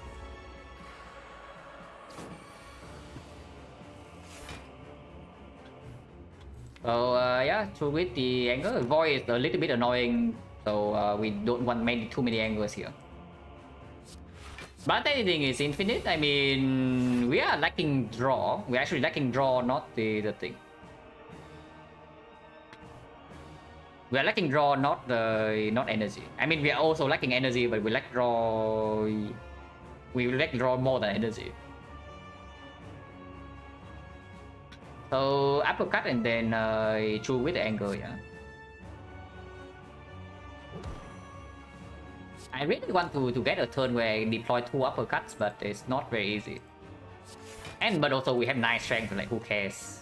Who really cares? Well, 18 times 2, pretty spooky. Angle first. Then struck. And then now uppercut into true with the angle.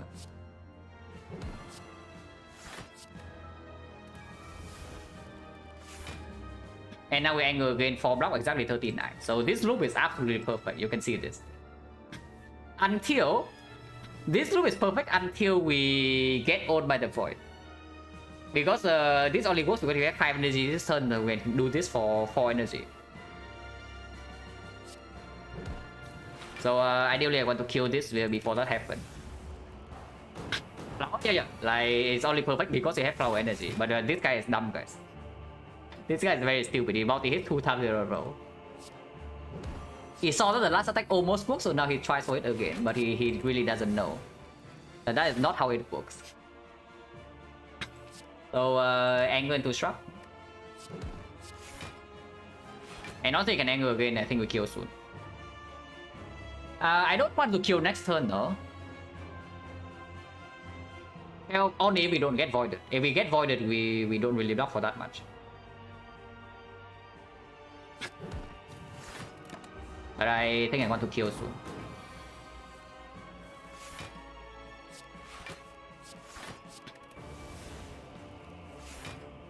Because here you see, we need to preserve forecast. So whenever this guy shuffle invoice, we cannot we cannot get the uppercut twice at the start of the turn.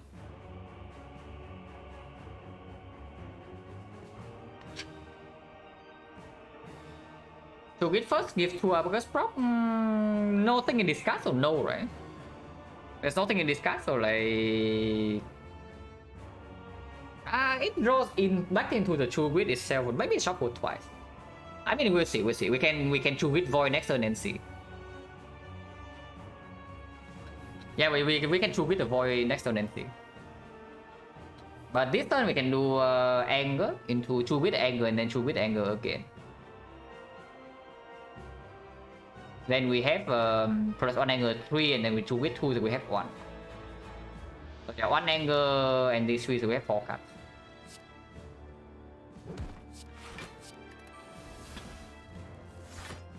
Wait. Okay, never mind guys. Apparently we don't have 2 grid. Do I play other characters? Curious. I don't know whether you are serious or not, but yes. Yeah, I have no idea whether the question is actually serious or not, but the answer is yes. Or we can just try to kill next turn. Nah, it's fine. It's fine to play.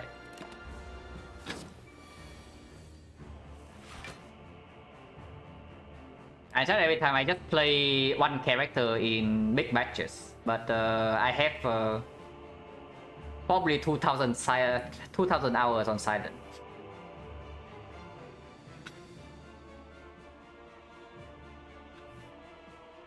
But I have only played 300 silent runs on stream, so now I'm playing like other characters.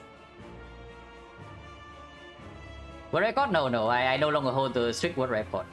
Win rate though, I still have it, but strict world record not anymore. We can kill with 4 attacks, but if we can try to block, we should block. This one we cannot block though. This one we cannot block. But we can kill.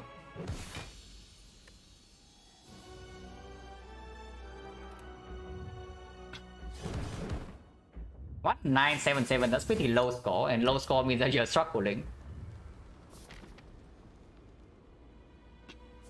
7 HP absolutely not, we definitely upgrade, but the question is on what? Yeah, uppercut upgrade is probably irrelevant in the hard fight. 5 turns, 6 turns, if we play uppercut again is 7 turns. 7 turns more than enough. Exhume upgrade, energy upgrade is decent. Seeing red upgrade actually always performs because we can exhume the seeing red in some cases. And after 2 Dark Embrace, the energy always plays.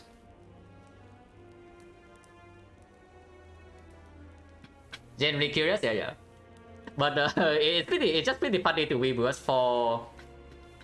probably for like 1 year or something, people just know me as the silent streamer, you know. I only stream silent. So it's pretty funny.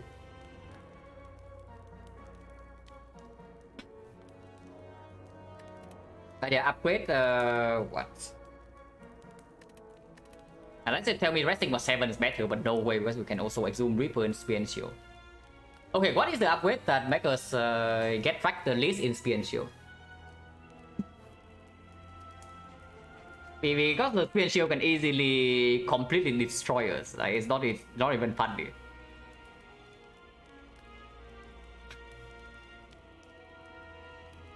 So what is the upgrade that's best against Spear and Shield? Best case scenario, we bottom deck most Dark Embraces, in which case we either potion or we die. Yeah. But that's not a very good thing though, is it? We don't have any Fallout artifact strip, like no relics, no red mask, no mega marble, so uppercut upgrade doesn't actually play. But if we have one artifact strip, then the mega marbles can apply vulnerable turn 2 and maybe we can skill with the panic emulate or something. But yeah, I'm looking at either the seeing red upgrade or the second wind upgrade, one of the two. Because if uppercut upgrade doesn't play in Spear and Shield, then it doesn't play at all. Because in the heart we have Shockwave, that's already permanent. I don't see the Flame Berry upgrade, like +4, and if we draw it together with second wind, we just play second wind. We don't have infinite energy. Yeah, seeing red upgrade is mostly good if we have Dark Embrace up. But that's the thing though, do you think that even if we top deck Dark Embrace, Spear and Shield is solved or not? Because I have a feeling that even if we top deck one Dark Embrace, the fight is still very difficult. But it's true, the energy goes to waste on turn 2.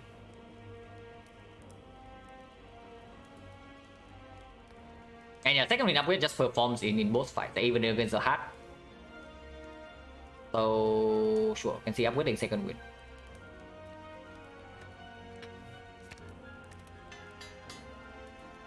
Yeah, we can buy a potion. Yeah, Waffle, very funny. Evolve. A freaking powerful would be kind of good, you know. If we have a powerful, the deep breath blocks for 6. Yeah, deep breath block for 6.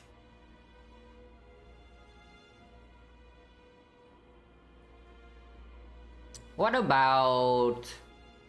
Okay, but real talk though, the Evolve is still probably quite good. In top decking against both Spear and Shield and the Heart is excellent. It makes the bigger second win turn.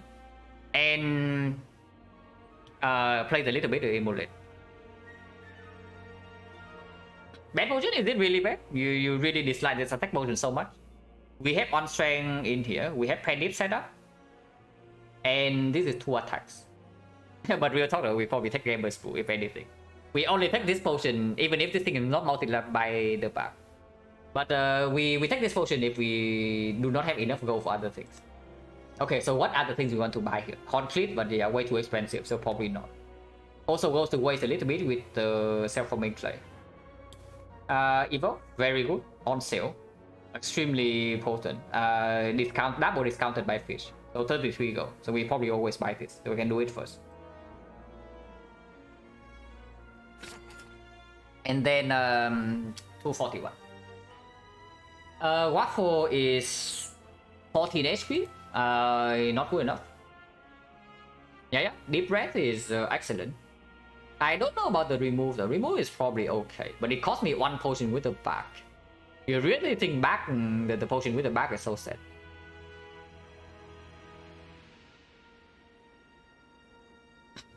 Deep Breath for the from that range, yeah, it can, but it also can block for 6. And it can get the second win back. Is it a danger? Absolutely, yes. yeah, we have second back. I know we have not used it much, but we do have a second back, so the potions are still very strong.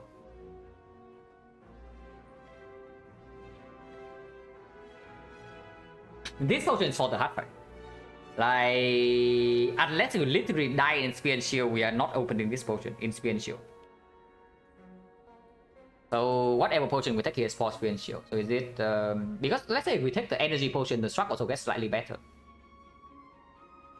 Removing right now on the strike is pretty good. Not amazing, but pretty good. How good is Deep Breath really? It's like 6 block, 0 energy. It's a freaking good instinct that shuffles. Remove Shame? No, Shame stays. Shame can be exhausted with second win, it stays. Yeah, how good is Deep Breath really? Freaking draw 1 block 6. Yeah, side quest sell block 6 and then get us away from some stuff or get back to some stuff. Is there a good look with Deep Breath? Don't want to think.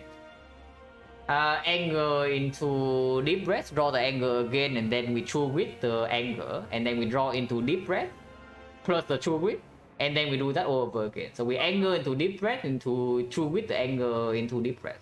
So yes, that's a look, and it blocks a lot.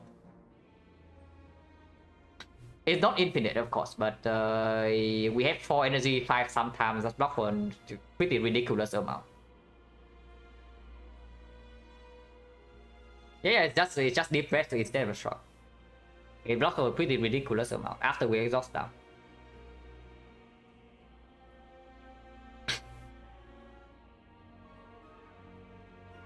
Six block existing loop? No, it gets way more than 6. It gets way more than 6 because it basically doubles our energy output. That much in upcoming fight we cannot, and we are dead, so I sure hope we can. yeah, if we cannot get set up, then we are dead, so I sure hope we can actually get set up. But sure, Evolve is probably, the Deep Breath is probably fine. But after Deep Breath, what is that? Deep Breath costs 92 gold, yeah? So 192, unfortunately we cannot buy a potion, but we can actually buy a shrug. Or a 2 with minus. 2 with minus is super cringe, right? Attack power brew is potion stronger than remove here. It probably is. Like the gameless brew, all energy potion has to be stronger than remove. There's no way it's not stronger. So we probably do not remove here. But I don't actually know what potion we buy yet. But probably it is the gambler's brew.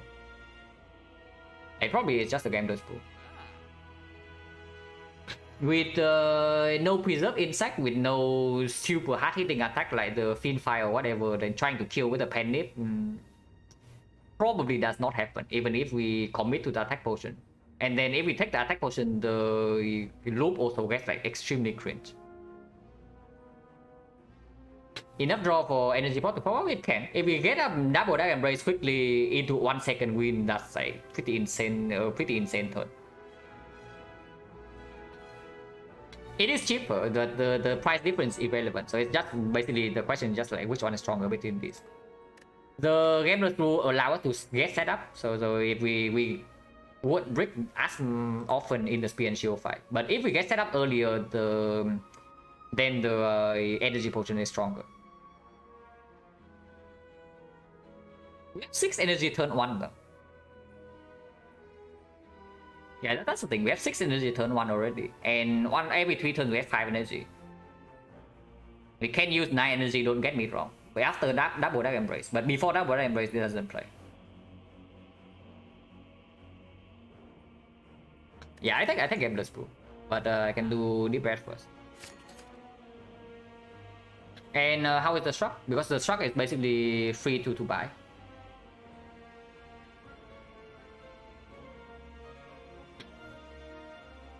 Five turn one I have. Oh yeah, I have 5 turn one. I have 5 turn one. I was on 0, not on 2. But it's still okay. Because yeah, turn 2 is already the turn where energy doesn't play as much because we have burn shockwave. Yeah, how good is this struck if it's even good? Struck minus, very cringe, right? We don't have energy to spare on this crap. Yeah, we don't have energy to spend on the struck. Oh yeah, we also have freaking Seeing Red and Sentinel for extra energy. So yeah, probably cannot be. Like, this cannot be stronger than this. I did this one, I think. Also, we have perfect goal, so totally calculated. Yeah, we have perfect amount of gold here, so absolutely we should do that. So we leave the shop, yeah? There's nothing here. Yeah, do not pick up Elite Gold and do not pick any card, and then we are fine. Even if we see corruption in the Aqua, in the Elite Reward, we cannot pick it up. Otherwise, everything is bad.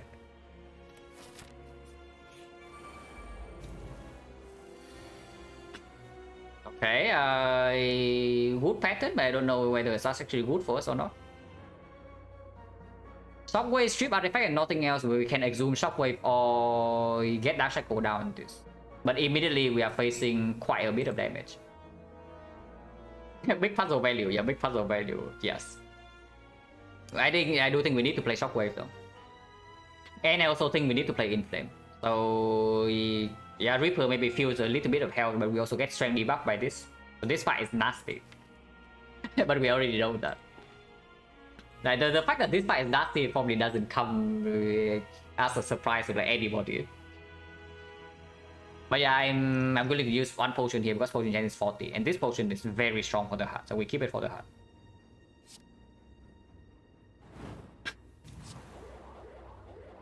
But we have a Pendip setup. Not that it matters too much, but maybe it can be. So Iron Wave into Sentinel defense or whatever, take 23. But we get 9 block from Clay for next turn, and we can potion.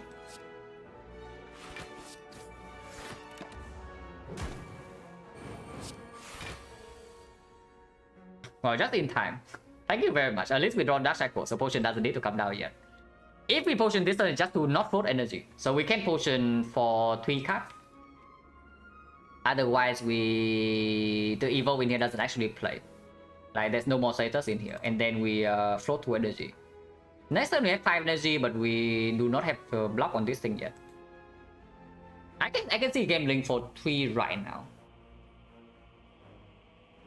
We are basically trading 3 energy for 2 draw.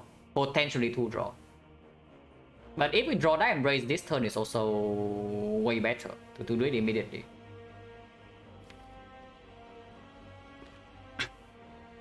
Yeah, I can see gambling for 3.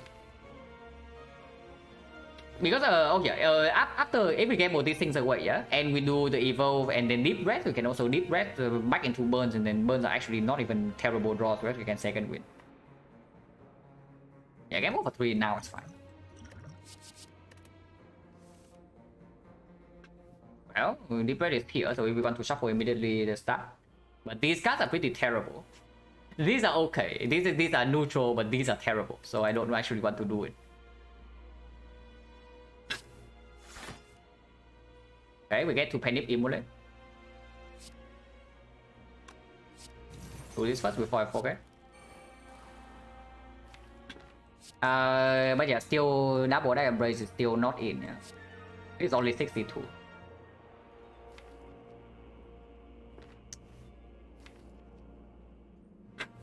Deep breath into Immolate is the ever kill? No, right? Because this thing also locked for 30 now.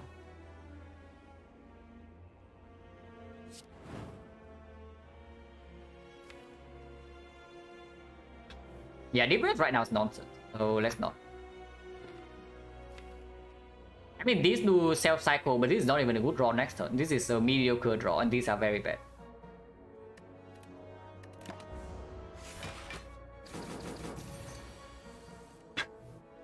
Okay, we get on. We get completely destroyed here because we have not drawn into any Dark Embrace.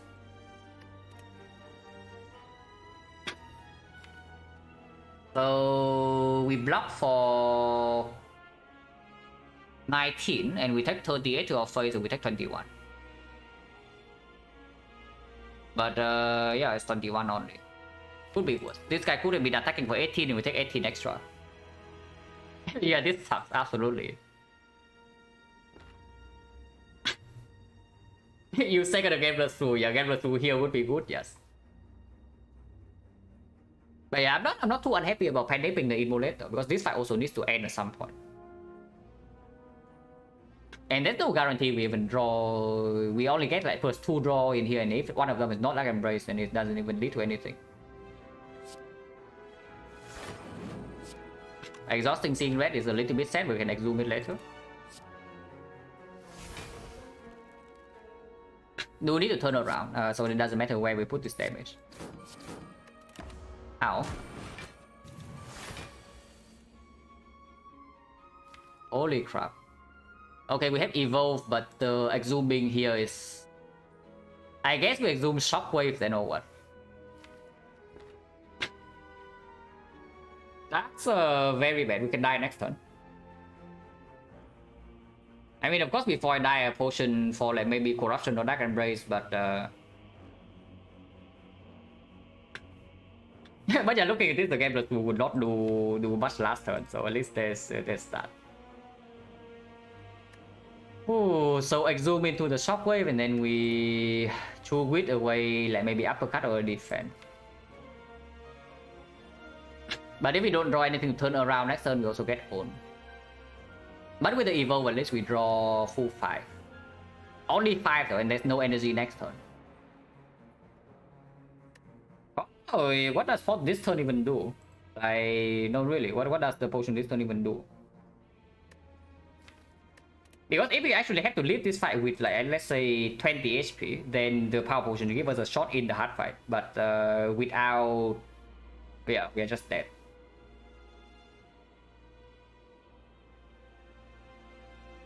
Exhume Shockwave into True Wit, so this thing is currently dealing 8. 8, yeah, 12 goes down to 9, so 18. 18 we blocked here, so we take 6, but we get 3 more block for next turn. But we are being hit for freaking billion, so how do we not die next turn?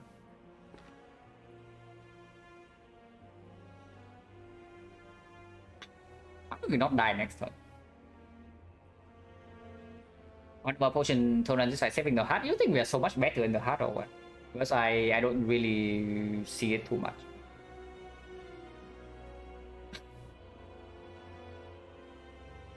If we are overwhelmingly better in the hard fight, it's a different story. But this fight on average is not even that bad.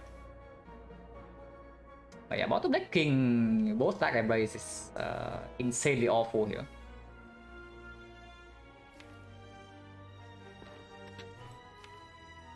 Exhume Shockwave. Next turn, if we cannot turn around, how much damage is that? This thing is hitting us for 12. It's going to be 12 is going to be 18, but 18 with weakness is 13. So 52 from this guy, and a little bit more from here. And we draw only 5 cards, no energy. No, really, how do we not die next turn?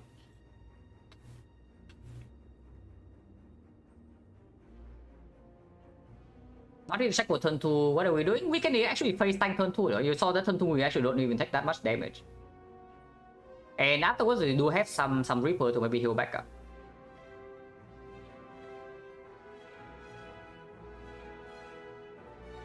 Potion now then, for what? Like, there has to be something that actually save us if you want to potion this turn, so forward. Because the next turn I can see potion for corruption can save us. 2 more evils, yes. Maybe that can do something, but we are also not having that much energy. And second wind is also freaking gone. So how do we shuffle this next turn? Because we actually need to shuffle, otherwise if we don't get the Abacus block, I have a very difficult time seeing how we survive. Corruption this turn help us next turn too? A little bit, because we can turn around with the uppercut. That's basically it. It helps us turn around, nothing else. Yeah, potion right now for Dark Embrace is actually a thing. Okay, so is there any way we live next turn without the potion use at all in this fight? Because if there is one, then maybe I can still try for it. But with this hand, yeah, this turn we are taking... We are doing like Zoom Shockwave into True Wit. So we take 6, and next turn we block for 3. So we effectively take 3. We go to 36. Next turn, this guy is hitting for 16. 16 weaken down to 12. 12, and this guy is hitting for 12. Go to 18 and go down to 13. So 52, 12, we are being hit for 64 damage. With the burn, it's actually 68.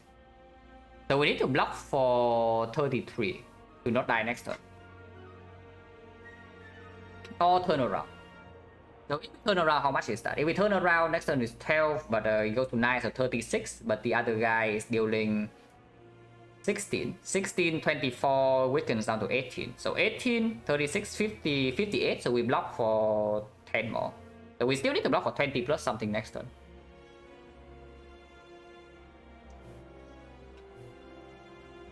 Yeah, that doesn't actually work. So best for to draw next turn, we have 4 energy only, yeah. So we do double Dark Embrace. Double Dark Embrace, and then War Cry draws plus 3. Actually it's plus 4 because in War Cry the burn, so we actually draw 4 cards. So hand has 5, hand has 7, hand has 5 again. Hand has 5 with the War Cry draw plus 4. So hand has 8. Hand has 8 to energy. And we draw, yeah, 1, 2, 3 here, plus another 1, and then plus another 4. So 1, 2, 3, 4. So yeah, 1, 2, 3, 4, 5, 6, 7, 8. So we draw until these, and we still need to draw 3 more to shuffle. We can shrug. 1 energy left, and then Ascender's Bane exhaust, so we do not shuffle. So in total, we can turn around and block for 13. We are always dead. Very interesting. That's not exactly very nice.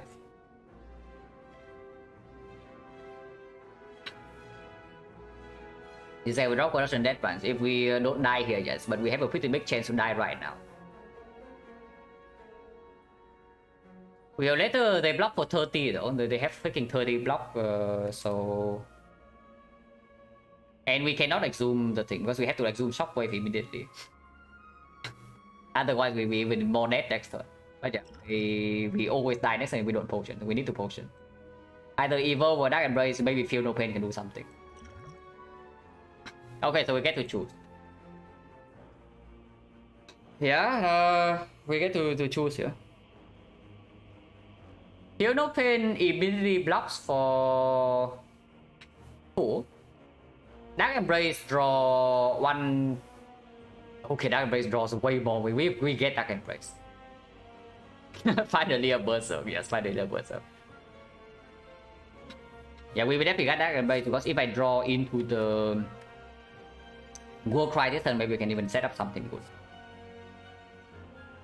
If there's a second wind in here, then absolutely take the Feel No Pain, but there's not. So next turn we can exhaust like 2 cards. If we exhaust Reaper, it's 3 cards. But yeah, no thanks.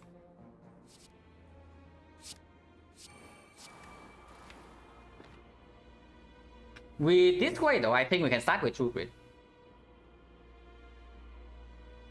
So that, but yeah, not only that, we have like 2 Feel No Pain from the potion as well. So if we actually preserve the potion in the hard fight, I think we are fine. But now, of course, we have to play this fight from this garbage pot. The fight is not over yet, yeah. Like, we probably don't die next turn, we are still taking damage.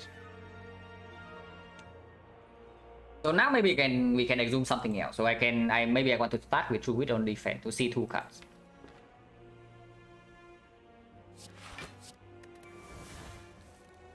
Okay. With this Dark Embrace, maybe I can get away with exhume the Seeing Red. Or Dark Shackle, but we draw a lot more this turn, so exhume Seeing Red is not so bad. Anger to Infinite, yeah, we can. And it's not even a meme because we can maybe get some strength from the Shuriken into the anger, and then we can get back a Reaper. So we play this Dark Embrace, exhume the Seeing Red, and then we continue, yeah. And Seeing Red upgrade would play here, like hugely. Just saying. The Seeing Red upgrade would absolutely be insane here.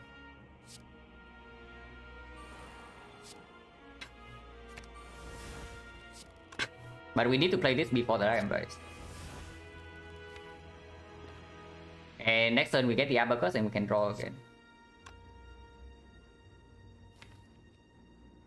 Yeah, this already exhausted, so it draws 3, and then we can War Cry again, draw 4 more, 6 more. So we have a full hand next turn.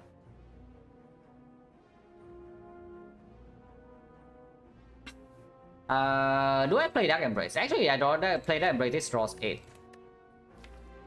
But drawing 8 only matters if I actually draw into second wind next turn. So I don't even know, is that actually good?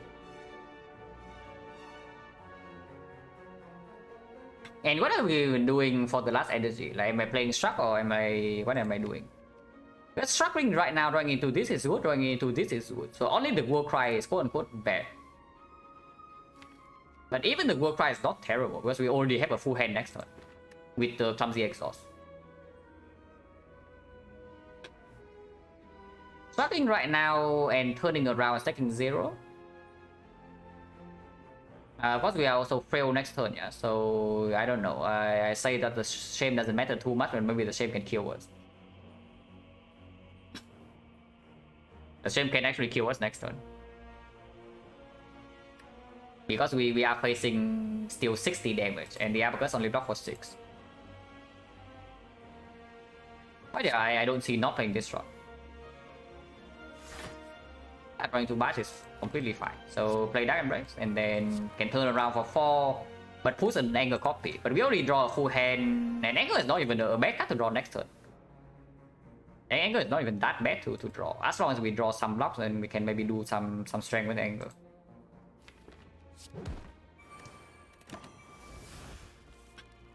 Wait, we lose 6 blocks because we draw immediately. Ah.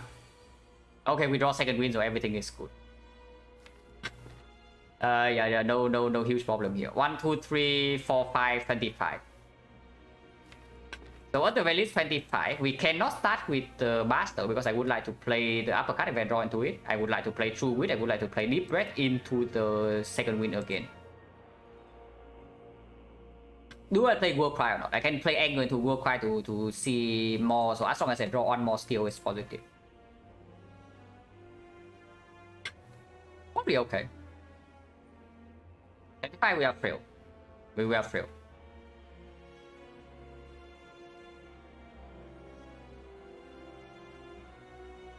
So yeah. I mean maybe we can actually try to kill the shield this turn though. It's only at 89 and we have 3 strength. And we can always turn around afterwards. So what about even what about even bash anger this thing? Bash anger this thing is only 29, and then we draw a full hand. With no energy, with 2 energy left, but there's also potential for 2 with Sentinel here. And 1 more copy of anger. And if we draw into deep breath, you can get back the anger. Combining 2 energy is a very steep cost, yeah.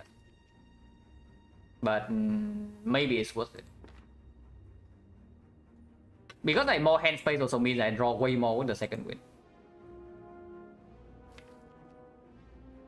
But if I play Bass Angle, maybe I don't go cry because second wind is already. Because if I go cry into the true wit or the deep breath right now, then I don't actually want to play second wind.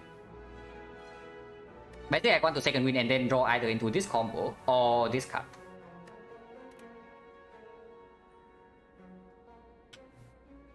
Yeah, Bass into anger. If I play second wind, I have 1 energy left. So 1 energy, how often can you actually kill 1 energy? 16, 19, 29, 29 with another 19. I know another 16. So 45.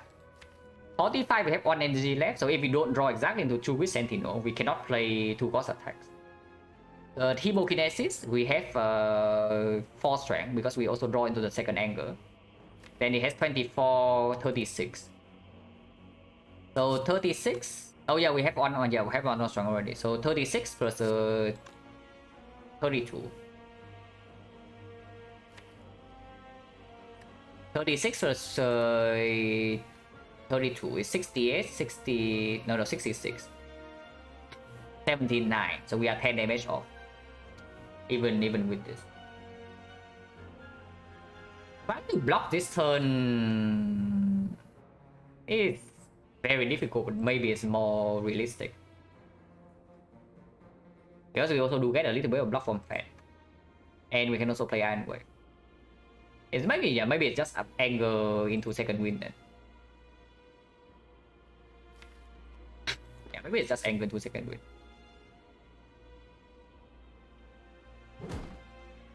Second wind right now 1, 2, 3, 4, 5, so we draw full hand, full 10. So we can play Iron Wave beforehand. If we say that there's nothing else we want to play. I want to play this, and I want to play some luck, but the Iron Wave is basically the same as this card.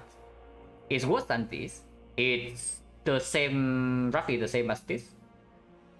This card block for the most for 1 energy for per energy, and then we can have like 2 with Sentinel, Deep Breath also 0 block, 0 energy block 6.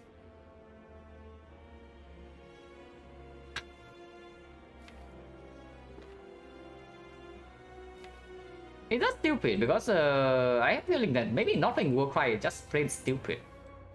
Yeah, it probably is just stupid, right? Because the only bad draw that we draw into the true wind but not the Sentinel. If we draw into the Sentinel immediately, then the second wind is just good. If we draw into the Deep Breath, then it sucks a little bit, but we can still Deep Breath into the second wind. We cannot second wind 2 times, so that's like fine. Doesn't really matter. Anyway, we get any of these is way more block. Oh yeah, sure. I can Iron Wave into the Warcry. But it's on top, draw a full hand. Now we just second wind. So we got 10 more block from that. 1, 2, 3, 4, 5, 6. So block for 30. Block 33 right here. So at the very least, we are not dead this turn. No matter what happens, we cannot die this turn. Next turn is a different story, but this turn we cannot die.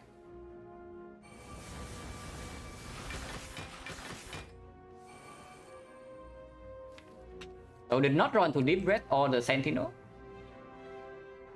We can uppercut here, but we can Deep Breath beforehand. Forecast, yeah, forecast for exhaust. Like we always draw full 10, but we don't spend energy on the nonsense here first. But yeah, not drawing into this combo is pretty sad because our turn stops now. I mean, it doesn't stop immediately, but pretty much stopped.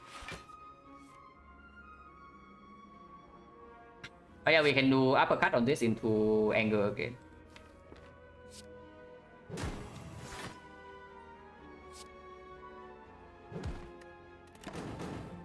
Well, we are still taking extremely heavy damage, yeah, but we don't die yet. We are forced to Reaper this turn or we are dead, so that's very cool.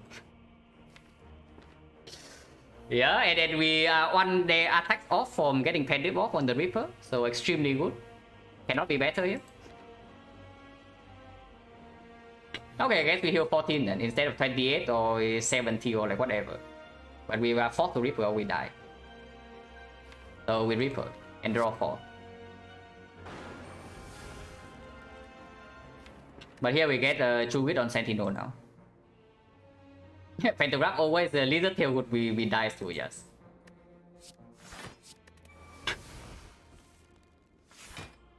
But now we just win this fight. We kill this turn.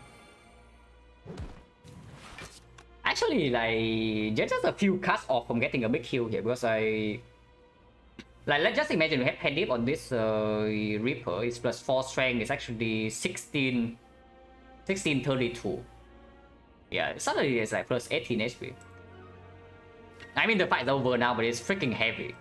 2 strong potions and we're still taking 50 damage. But what can you do, guys? Sometimes the fight sucks. Sometimes your deck sucks, so you cannot do anything.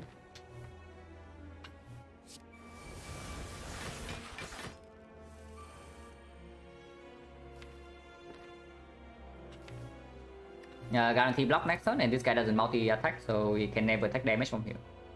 Flower on 1 is probably better than 2 still. We kill next turn and not this turn.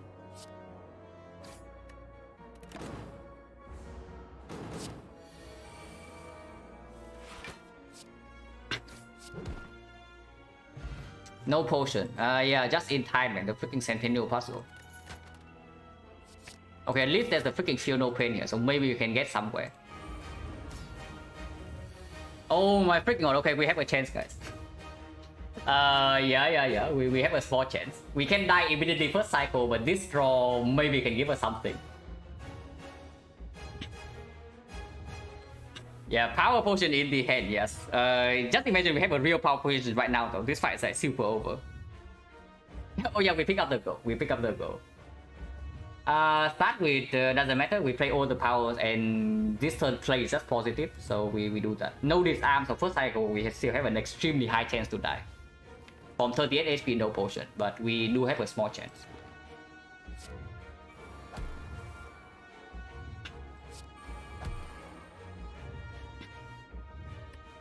If I take the seeing red, I draw immediately +1, but we start taking bit of that, but we already have 9 block. So yeah, sure, I do that. Seeing red, yeah. We need to draw more than this. Okay, Chewit on Sentinel, draw 1 more.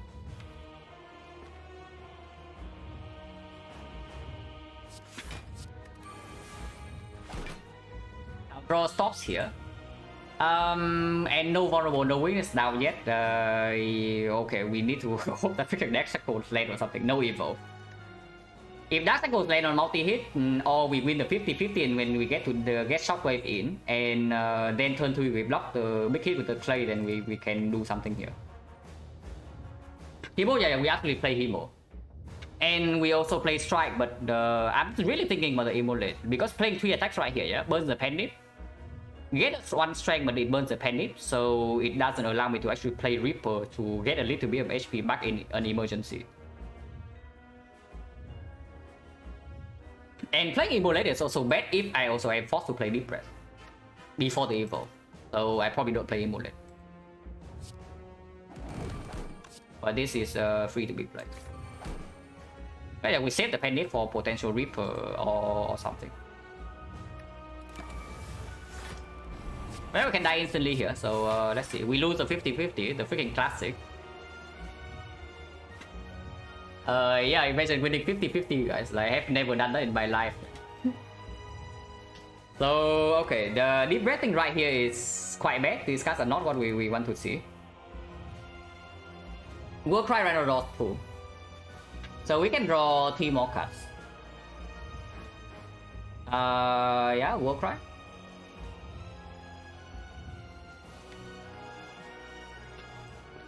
Or struck first in case we draw into the second Dark Embrace and then the Warcry gets stronger. Do we ever not play Struck in this turn? Shockwave will be played. Dark Shackle, if we draw into it, will also be played. But that doesn't cost energy. Like, it's only about energy consumption. Maybe it's because I don't actually want to redraw Struck in the Deep Breath where I failed to draw with this, but I also play Struck before I play Deep Breath anyway, right? No matter what, to see one more card. And we can still Struck into Shockwave for enough energy. Yeah, Struck probably always has play, so we can Struck first. Okay, nothing. Still nothing, but Deep Breath can draw one. The slime can draw one as well, so do we play the slime or not? Not before Deep Breath, right? We play Deep Breath first and then we maybe can slime. Deep Breath for 6.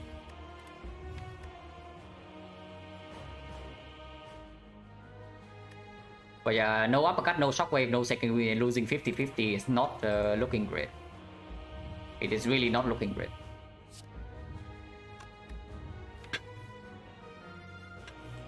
We only get to see 2 more cards. So it needs to be slime into one of the hits, which is a big energy consumption, maybe second wind or shockwave. Actually second wind, and I would like to even play second wind immediately. Okay, we play slime first. Reaper defense, it doesn't matter. We need to draw into one of the good cards or we die. Like maybe it's Reaper, maybe it's something else. That is not it. So Deep Breath. Wow, thank you. So we die turn 2. Yeah, really bad. So I mean the draw look good for one turn, but they turned out to be actually very cringe. But really, crazy part though is that if we can actually, you see, if we play one more attack, then we can pen it the Reaper in the last fight, or we can save the power potion and we probably just win this fight from here. Or we win the 50-50 in here and then everything is also fine. But here we just die turn 2.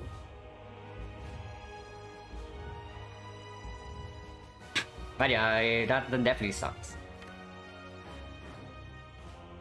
Yeah, missing like all these things, cannot cut it. Like no weakness either.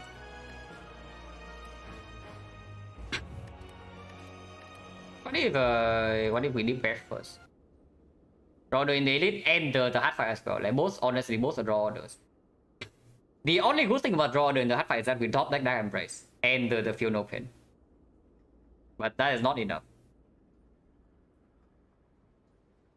And look promising, yeah, we preserve all potion. We are entering Act 4 with like full HP, but we just die because we draw badly 2 fights in a row, which completely sucks. And again, we also lose 40% potion drop. But yeah, here the line is still the same, right? So it doesn't really change anything.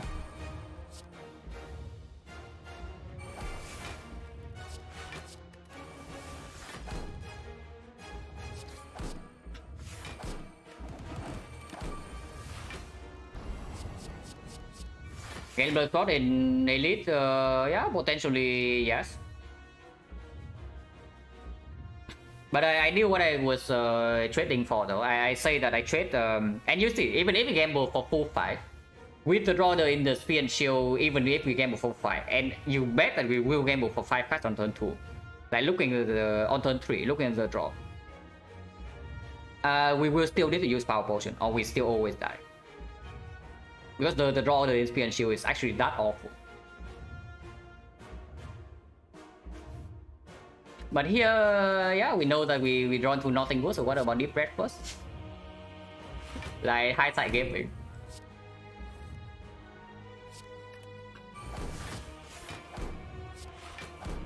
Okay, now we have a Panic Reaper, so we can live one more turn. Very badly. I got 2 HP, like super chill.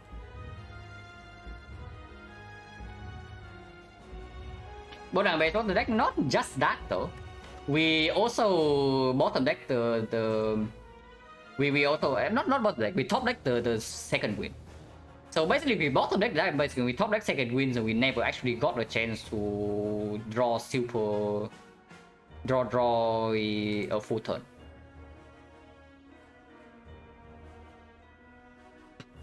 And I mean, landing Dark Shackle on turn 2 is good, but that's the basically the only good thing about that draw.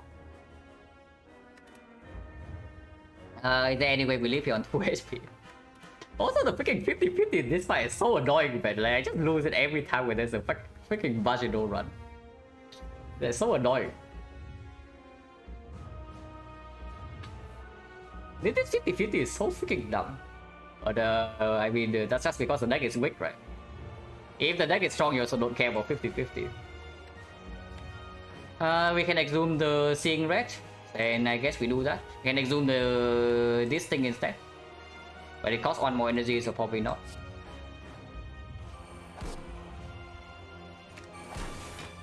Yeah, go to 1, doesn't matter.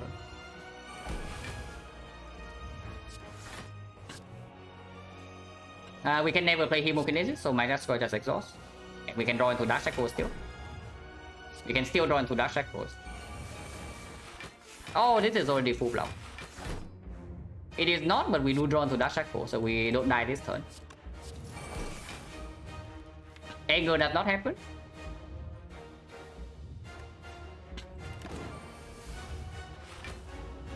And now we have the Abacus block, so we can actually play some cards.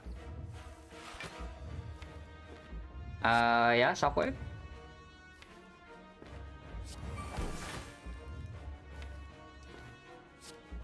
Evolve and then maybe exhaust the strike first. Drawing second win this turn is so bad. So do we second win or do we evolve here? But I mean the run's already lost away. I update the score first before I forget. 17-3. Technically both runs lost to the heart, so pretty annoying. Get back first, but incorrect, but would have lived, yeah. What can you do? But yeah, probably second win. Second win so that we can actually get the Abacus next turn, because it draws 4.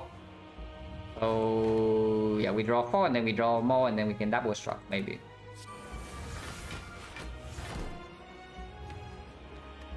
And also there's the Deep Breath as well.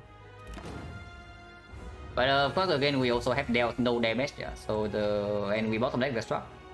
This does not work, right? If I Deep Breath here, I die. Yeah, I'm pretty sure if I Deep Breath here, I die. So we have to defend first. And then Deep Breath. Try it for science, yeah, sure. I mean, I can also defend first and do it, or you know exactly the outcome. Whether we lose block first or we get block first. Okay, I don't die. I don't actually die. Okay, now I die. But yeah, whatever. This fight is yeah, after losing 50-50 and with the first cycle like that, there's no winning. And to HP, we don't need. Like you also see that we gain block before the block goes down, so we would not die with Deep Breath first.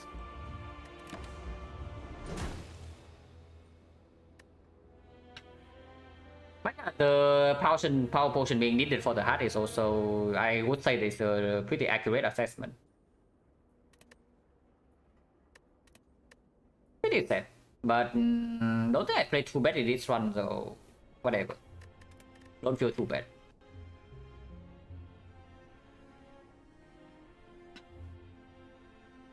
Yeah, Kursky is fine. Act 2 with 5 max elite, we did not get that much stronger for Act 3. When we stand to Act 3, we are so weak. Like, why is that? Maybe it's 74, yeah, sure.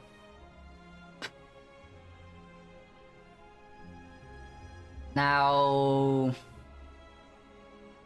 I mean, we also get mega bailout because of this Reaper. Like, if we don't see a Reaper here, we are super mega dead.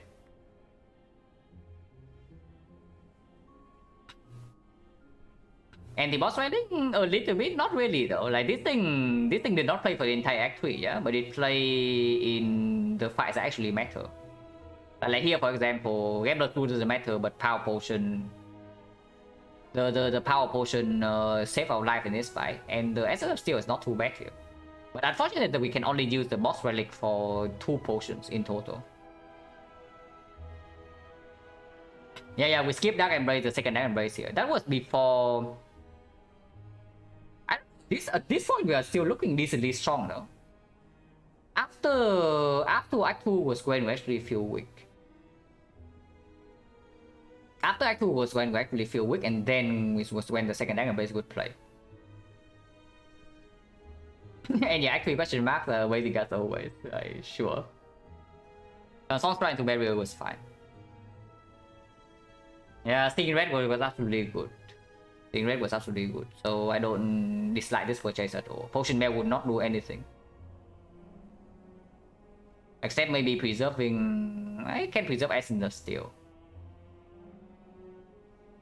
This fight was pretty cute though. But yeah, Reaper was extremely good. Right, run saving. Almost saved the run. Ignoring this shot completely, overbuying Discovery. Discovery could have been something. If we bottom deck both Dark Embrace in the hard fight, then it doesn't actually matter. Doesn't matter too much. Yeah, discarded Fear Pot, so doesn't matter. We just Reaper back in these fights. Blood for Blood would not do anything, so it's fine. Sentinel was good. Oh, this fight was extremely cringe. Only one third run, yeah, no thanks.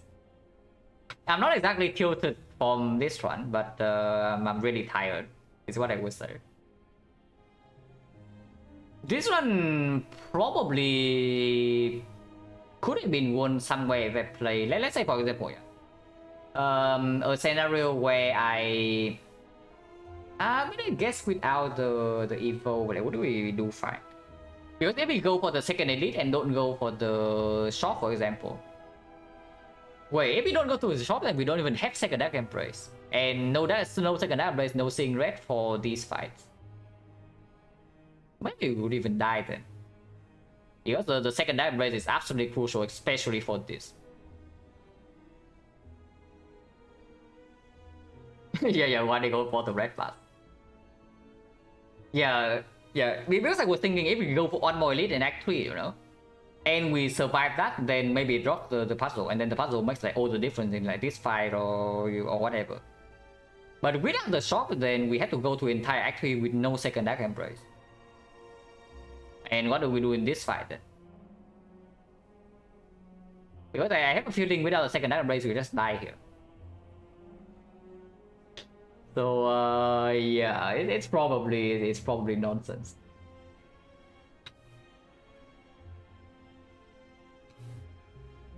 So if there's something better on this one, I would say winning line the hard no. The winning line in this one is actually popping both potions turn 1 against PN Shield, because we know the draw is god awful.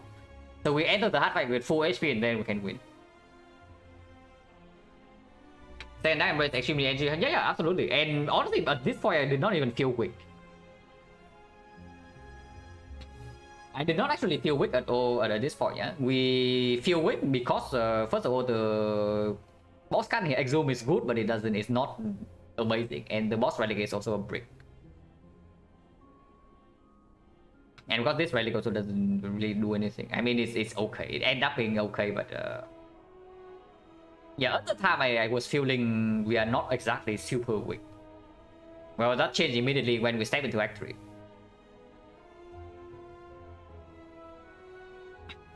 Also until Act 4, yeah. That means we actually need to deal with boss Gauntlet with our second Dark Embrace. And you also see how important the second Dark Embrace is in the Awaken 1 fight. And taking this Dark Embrace minus is nonsense if we are fueling ahead. There's already a 15% this drop the corruption or maybe even a barricade or something. yeah, once fun load go down, suffer, it's true. Because at the end of the day, right? This deck has decent fun load damage. But block is lacking and no fun load draw. I mean, it's just classic Ironclad, you have no fun load draw and then you suffer. But yeah, it did. I cannot actually see this like the Dragon Race minus here because the situation at the time was like so different. Also, we skipped the first rare card because it was like a second emulate and some nonsense like demon form emulate plus what Juggernaut or barricade or what. I don't remember the third one, but it was very bad. Oh yeah, Exhume. Okay, second Exhume would actually do it. Maybe second Exhume can bail us out here because Exhume at the end of the run was very strong.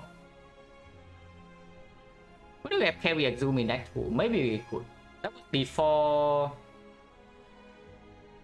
That was before the first Dark Embrace, right? Or was it? Where did I pick up the Dark Embrace?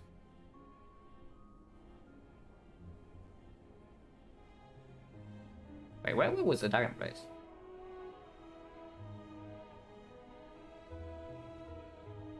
Not here. Not here. Not here. Not here. Yeah, okay, here. Yeah. Without Dark Embrace in the deck, with no, the only thing is with the Shockwave, there's no way we pick up the blind thing because we also are running into like maximum elites in Act 2. We know that we emulate. Yeah, it's true. We have farmed freaking 4 elites, but did not exactly get a lot stronger. We got stronger, but we're not enough for 4 elites.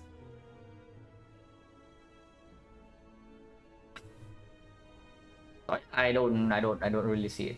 We only took. I guess we did not take the most aggressive part in Act 1. But the most aggressive part in Act 1 was extremely cringe because we could not use the goals of the Neo bonus is either empty into 3 elites with 1/1 fire, or we take a freaking remove a card over 250 gold. Let's go for what we request, maybe yes. Because if there's a so there are potentially 2 mistakes I can see in this run. Like number 1 is that we can spot actual damage maybe Potion Bell. Yeah, but that's like complete hindsight, right? If you say that the Dark Embrace is not good, then why though? But yeah, the first mistake potentially was I don't even know, was the deep red good in the end? Because I feel like the deep red at the end of the day was like extremely cringe. The deep red minus over 1 card remove. So maybe buying deep red here is already wrong.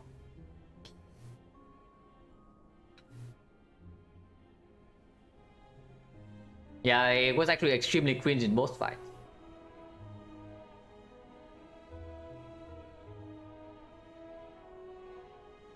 Game was 80. Yeah, if I do not buy deep red, I actually can remove a card. So it's basically like minus 2 cards. But no deep red.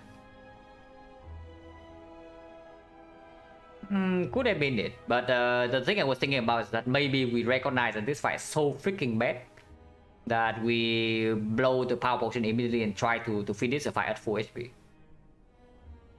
And then we enter the hard fight with full HP if we win the 50-50. But at the time we also don't have Fear No Pain now. So without the potion, I guess with the Abacus look we can do something. Our damage is high enough.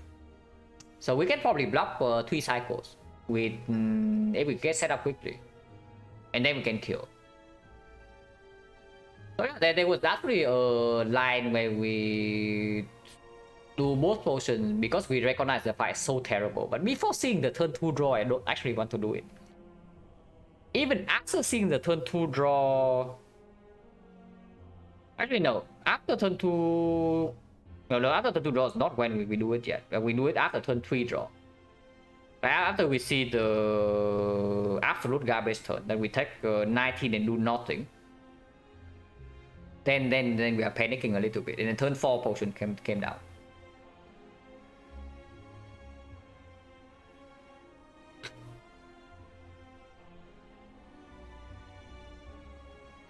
Why I was not thinking the fight is like so bad that we use 2 points and still take 63, you know.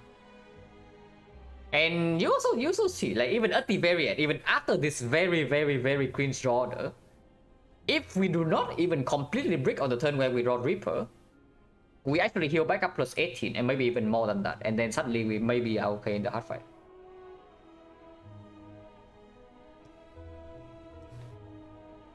Two potion, one potion though. And remember, this shop does not actually have strong potion for the late game. Like ancient potion, yeah, sure, but then what?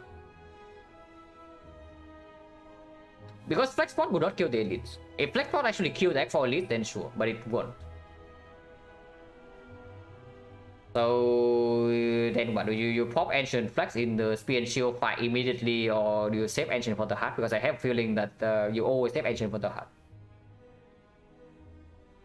And yeah, Boss Gauntlet suddenly becomes extremely cringe.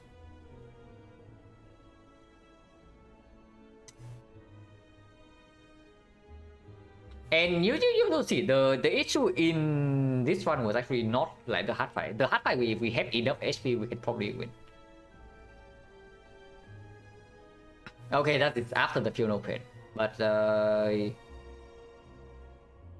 yeah, maybe there was a consideration to just pop Power Potion turn 1.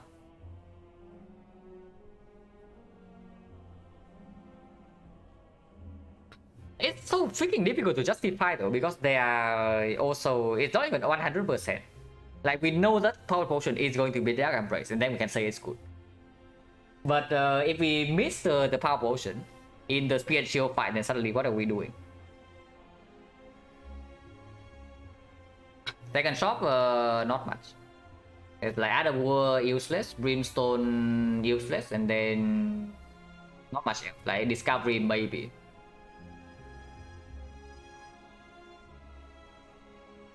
But I need to look back at this run to like more carefully. Otherwise, I cannot actually see too many things.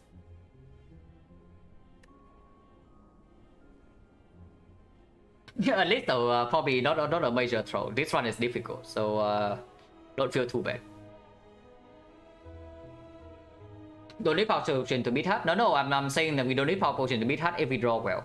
Or if we win the 50-50.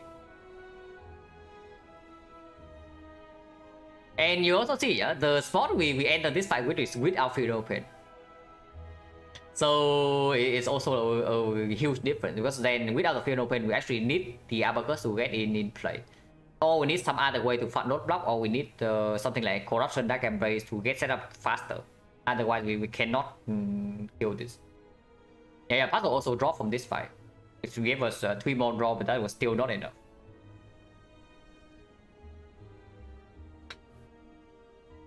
It's pretty difficult, but I still cannot see popping Power Potion immediately here. But maybe I did pop Power Potion like maybe 1 or 2 turns too slow.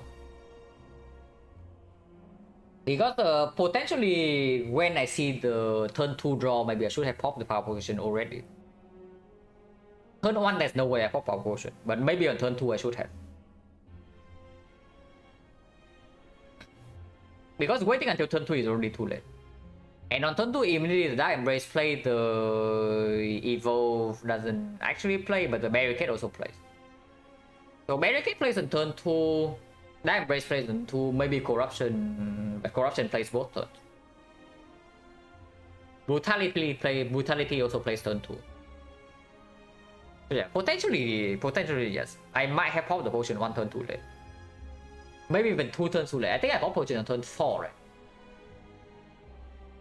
But turn 3, the Dark Embrace will not do anything. So the moment we see the draw on turn 3, because I remember I draw Dark Embrace, I guess I just draw second wind. So no, not Dark Embrace, but Flame Barrier.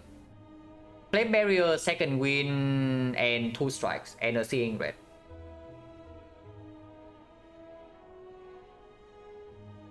So yeah, potentially yes. Potentially I did pop potion 2 turns too slow. Inflame hit on turn 2, probably not. We are pretty far away from actually killing anyway at the end. Yeah, potentially that was actually it.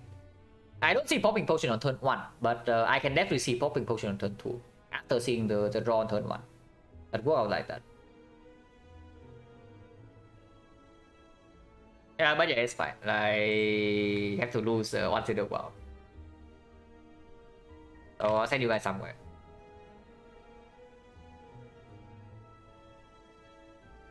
Yeah, Baylor is on.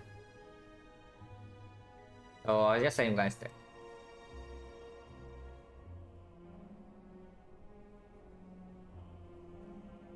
$18-2 would have been cool though, but we threw one run, so it's now 17-3.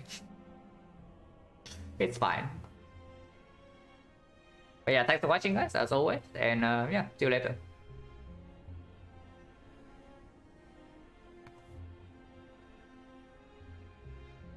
Hey.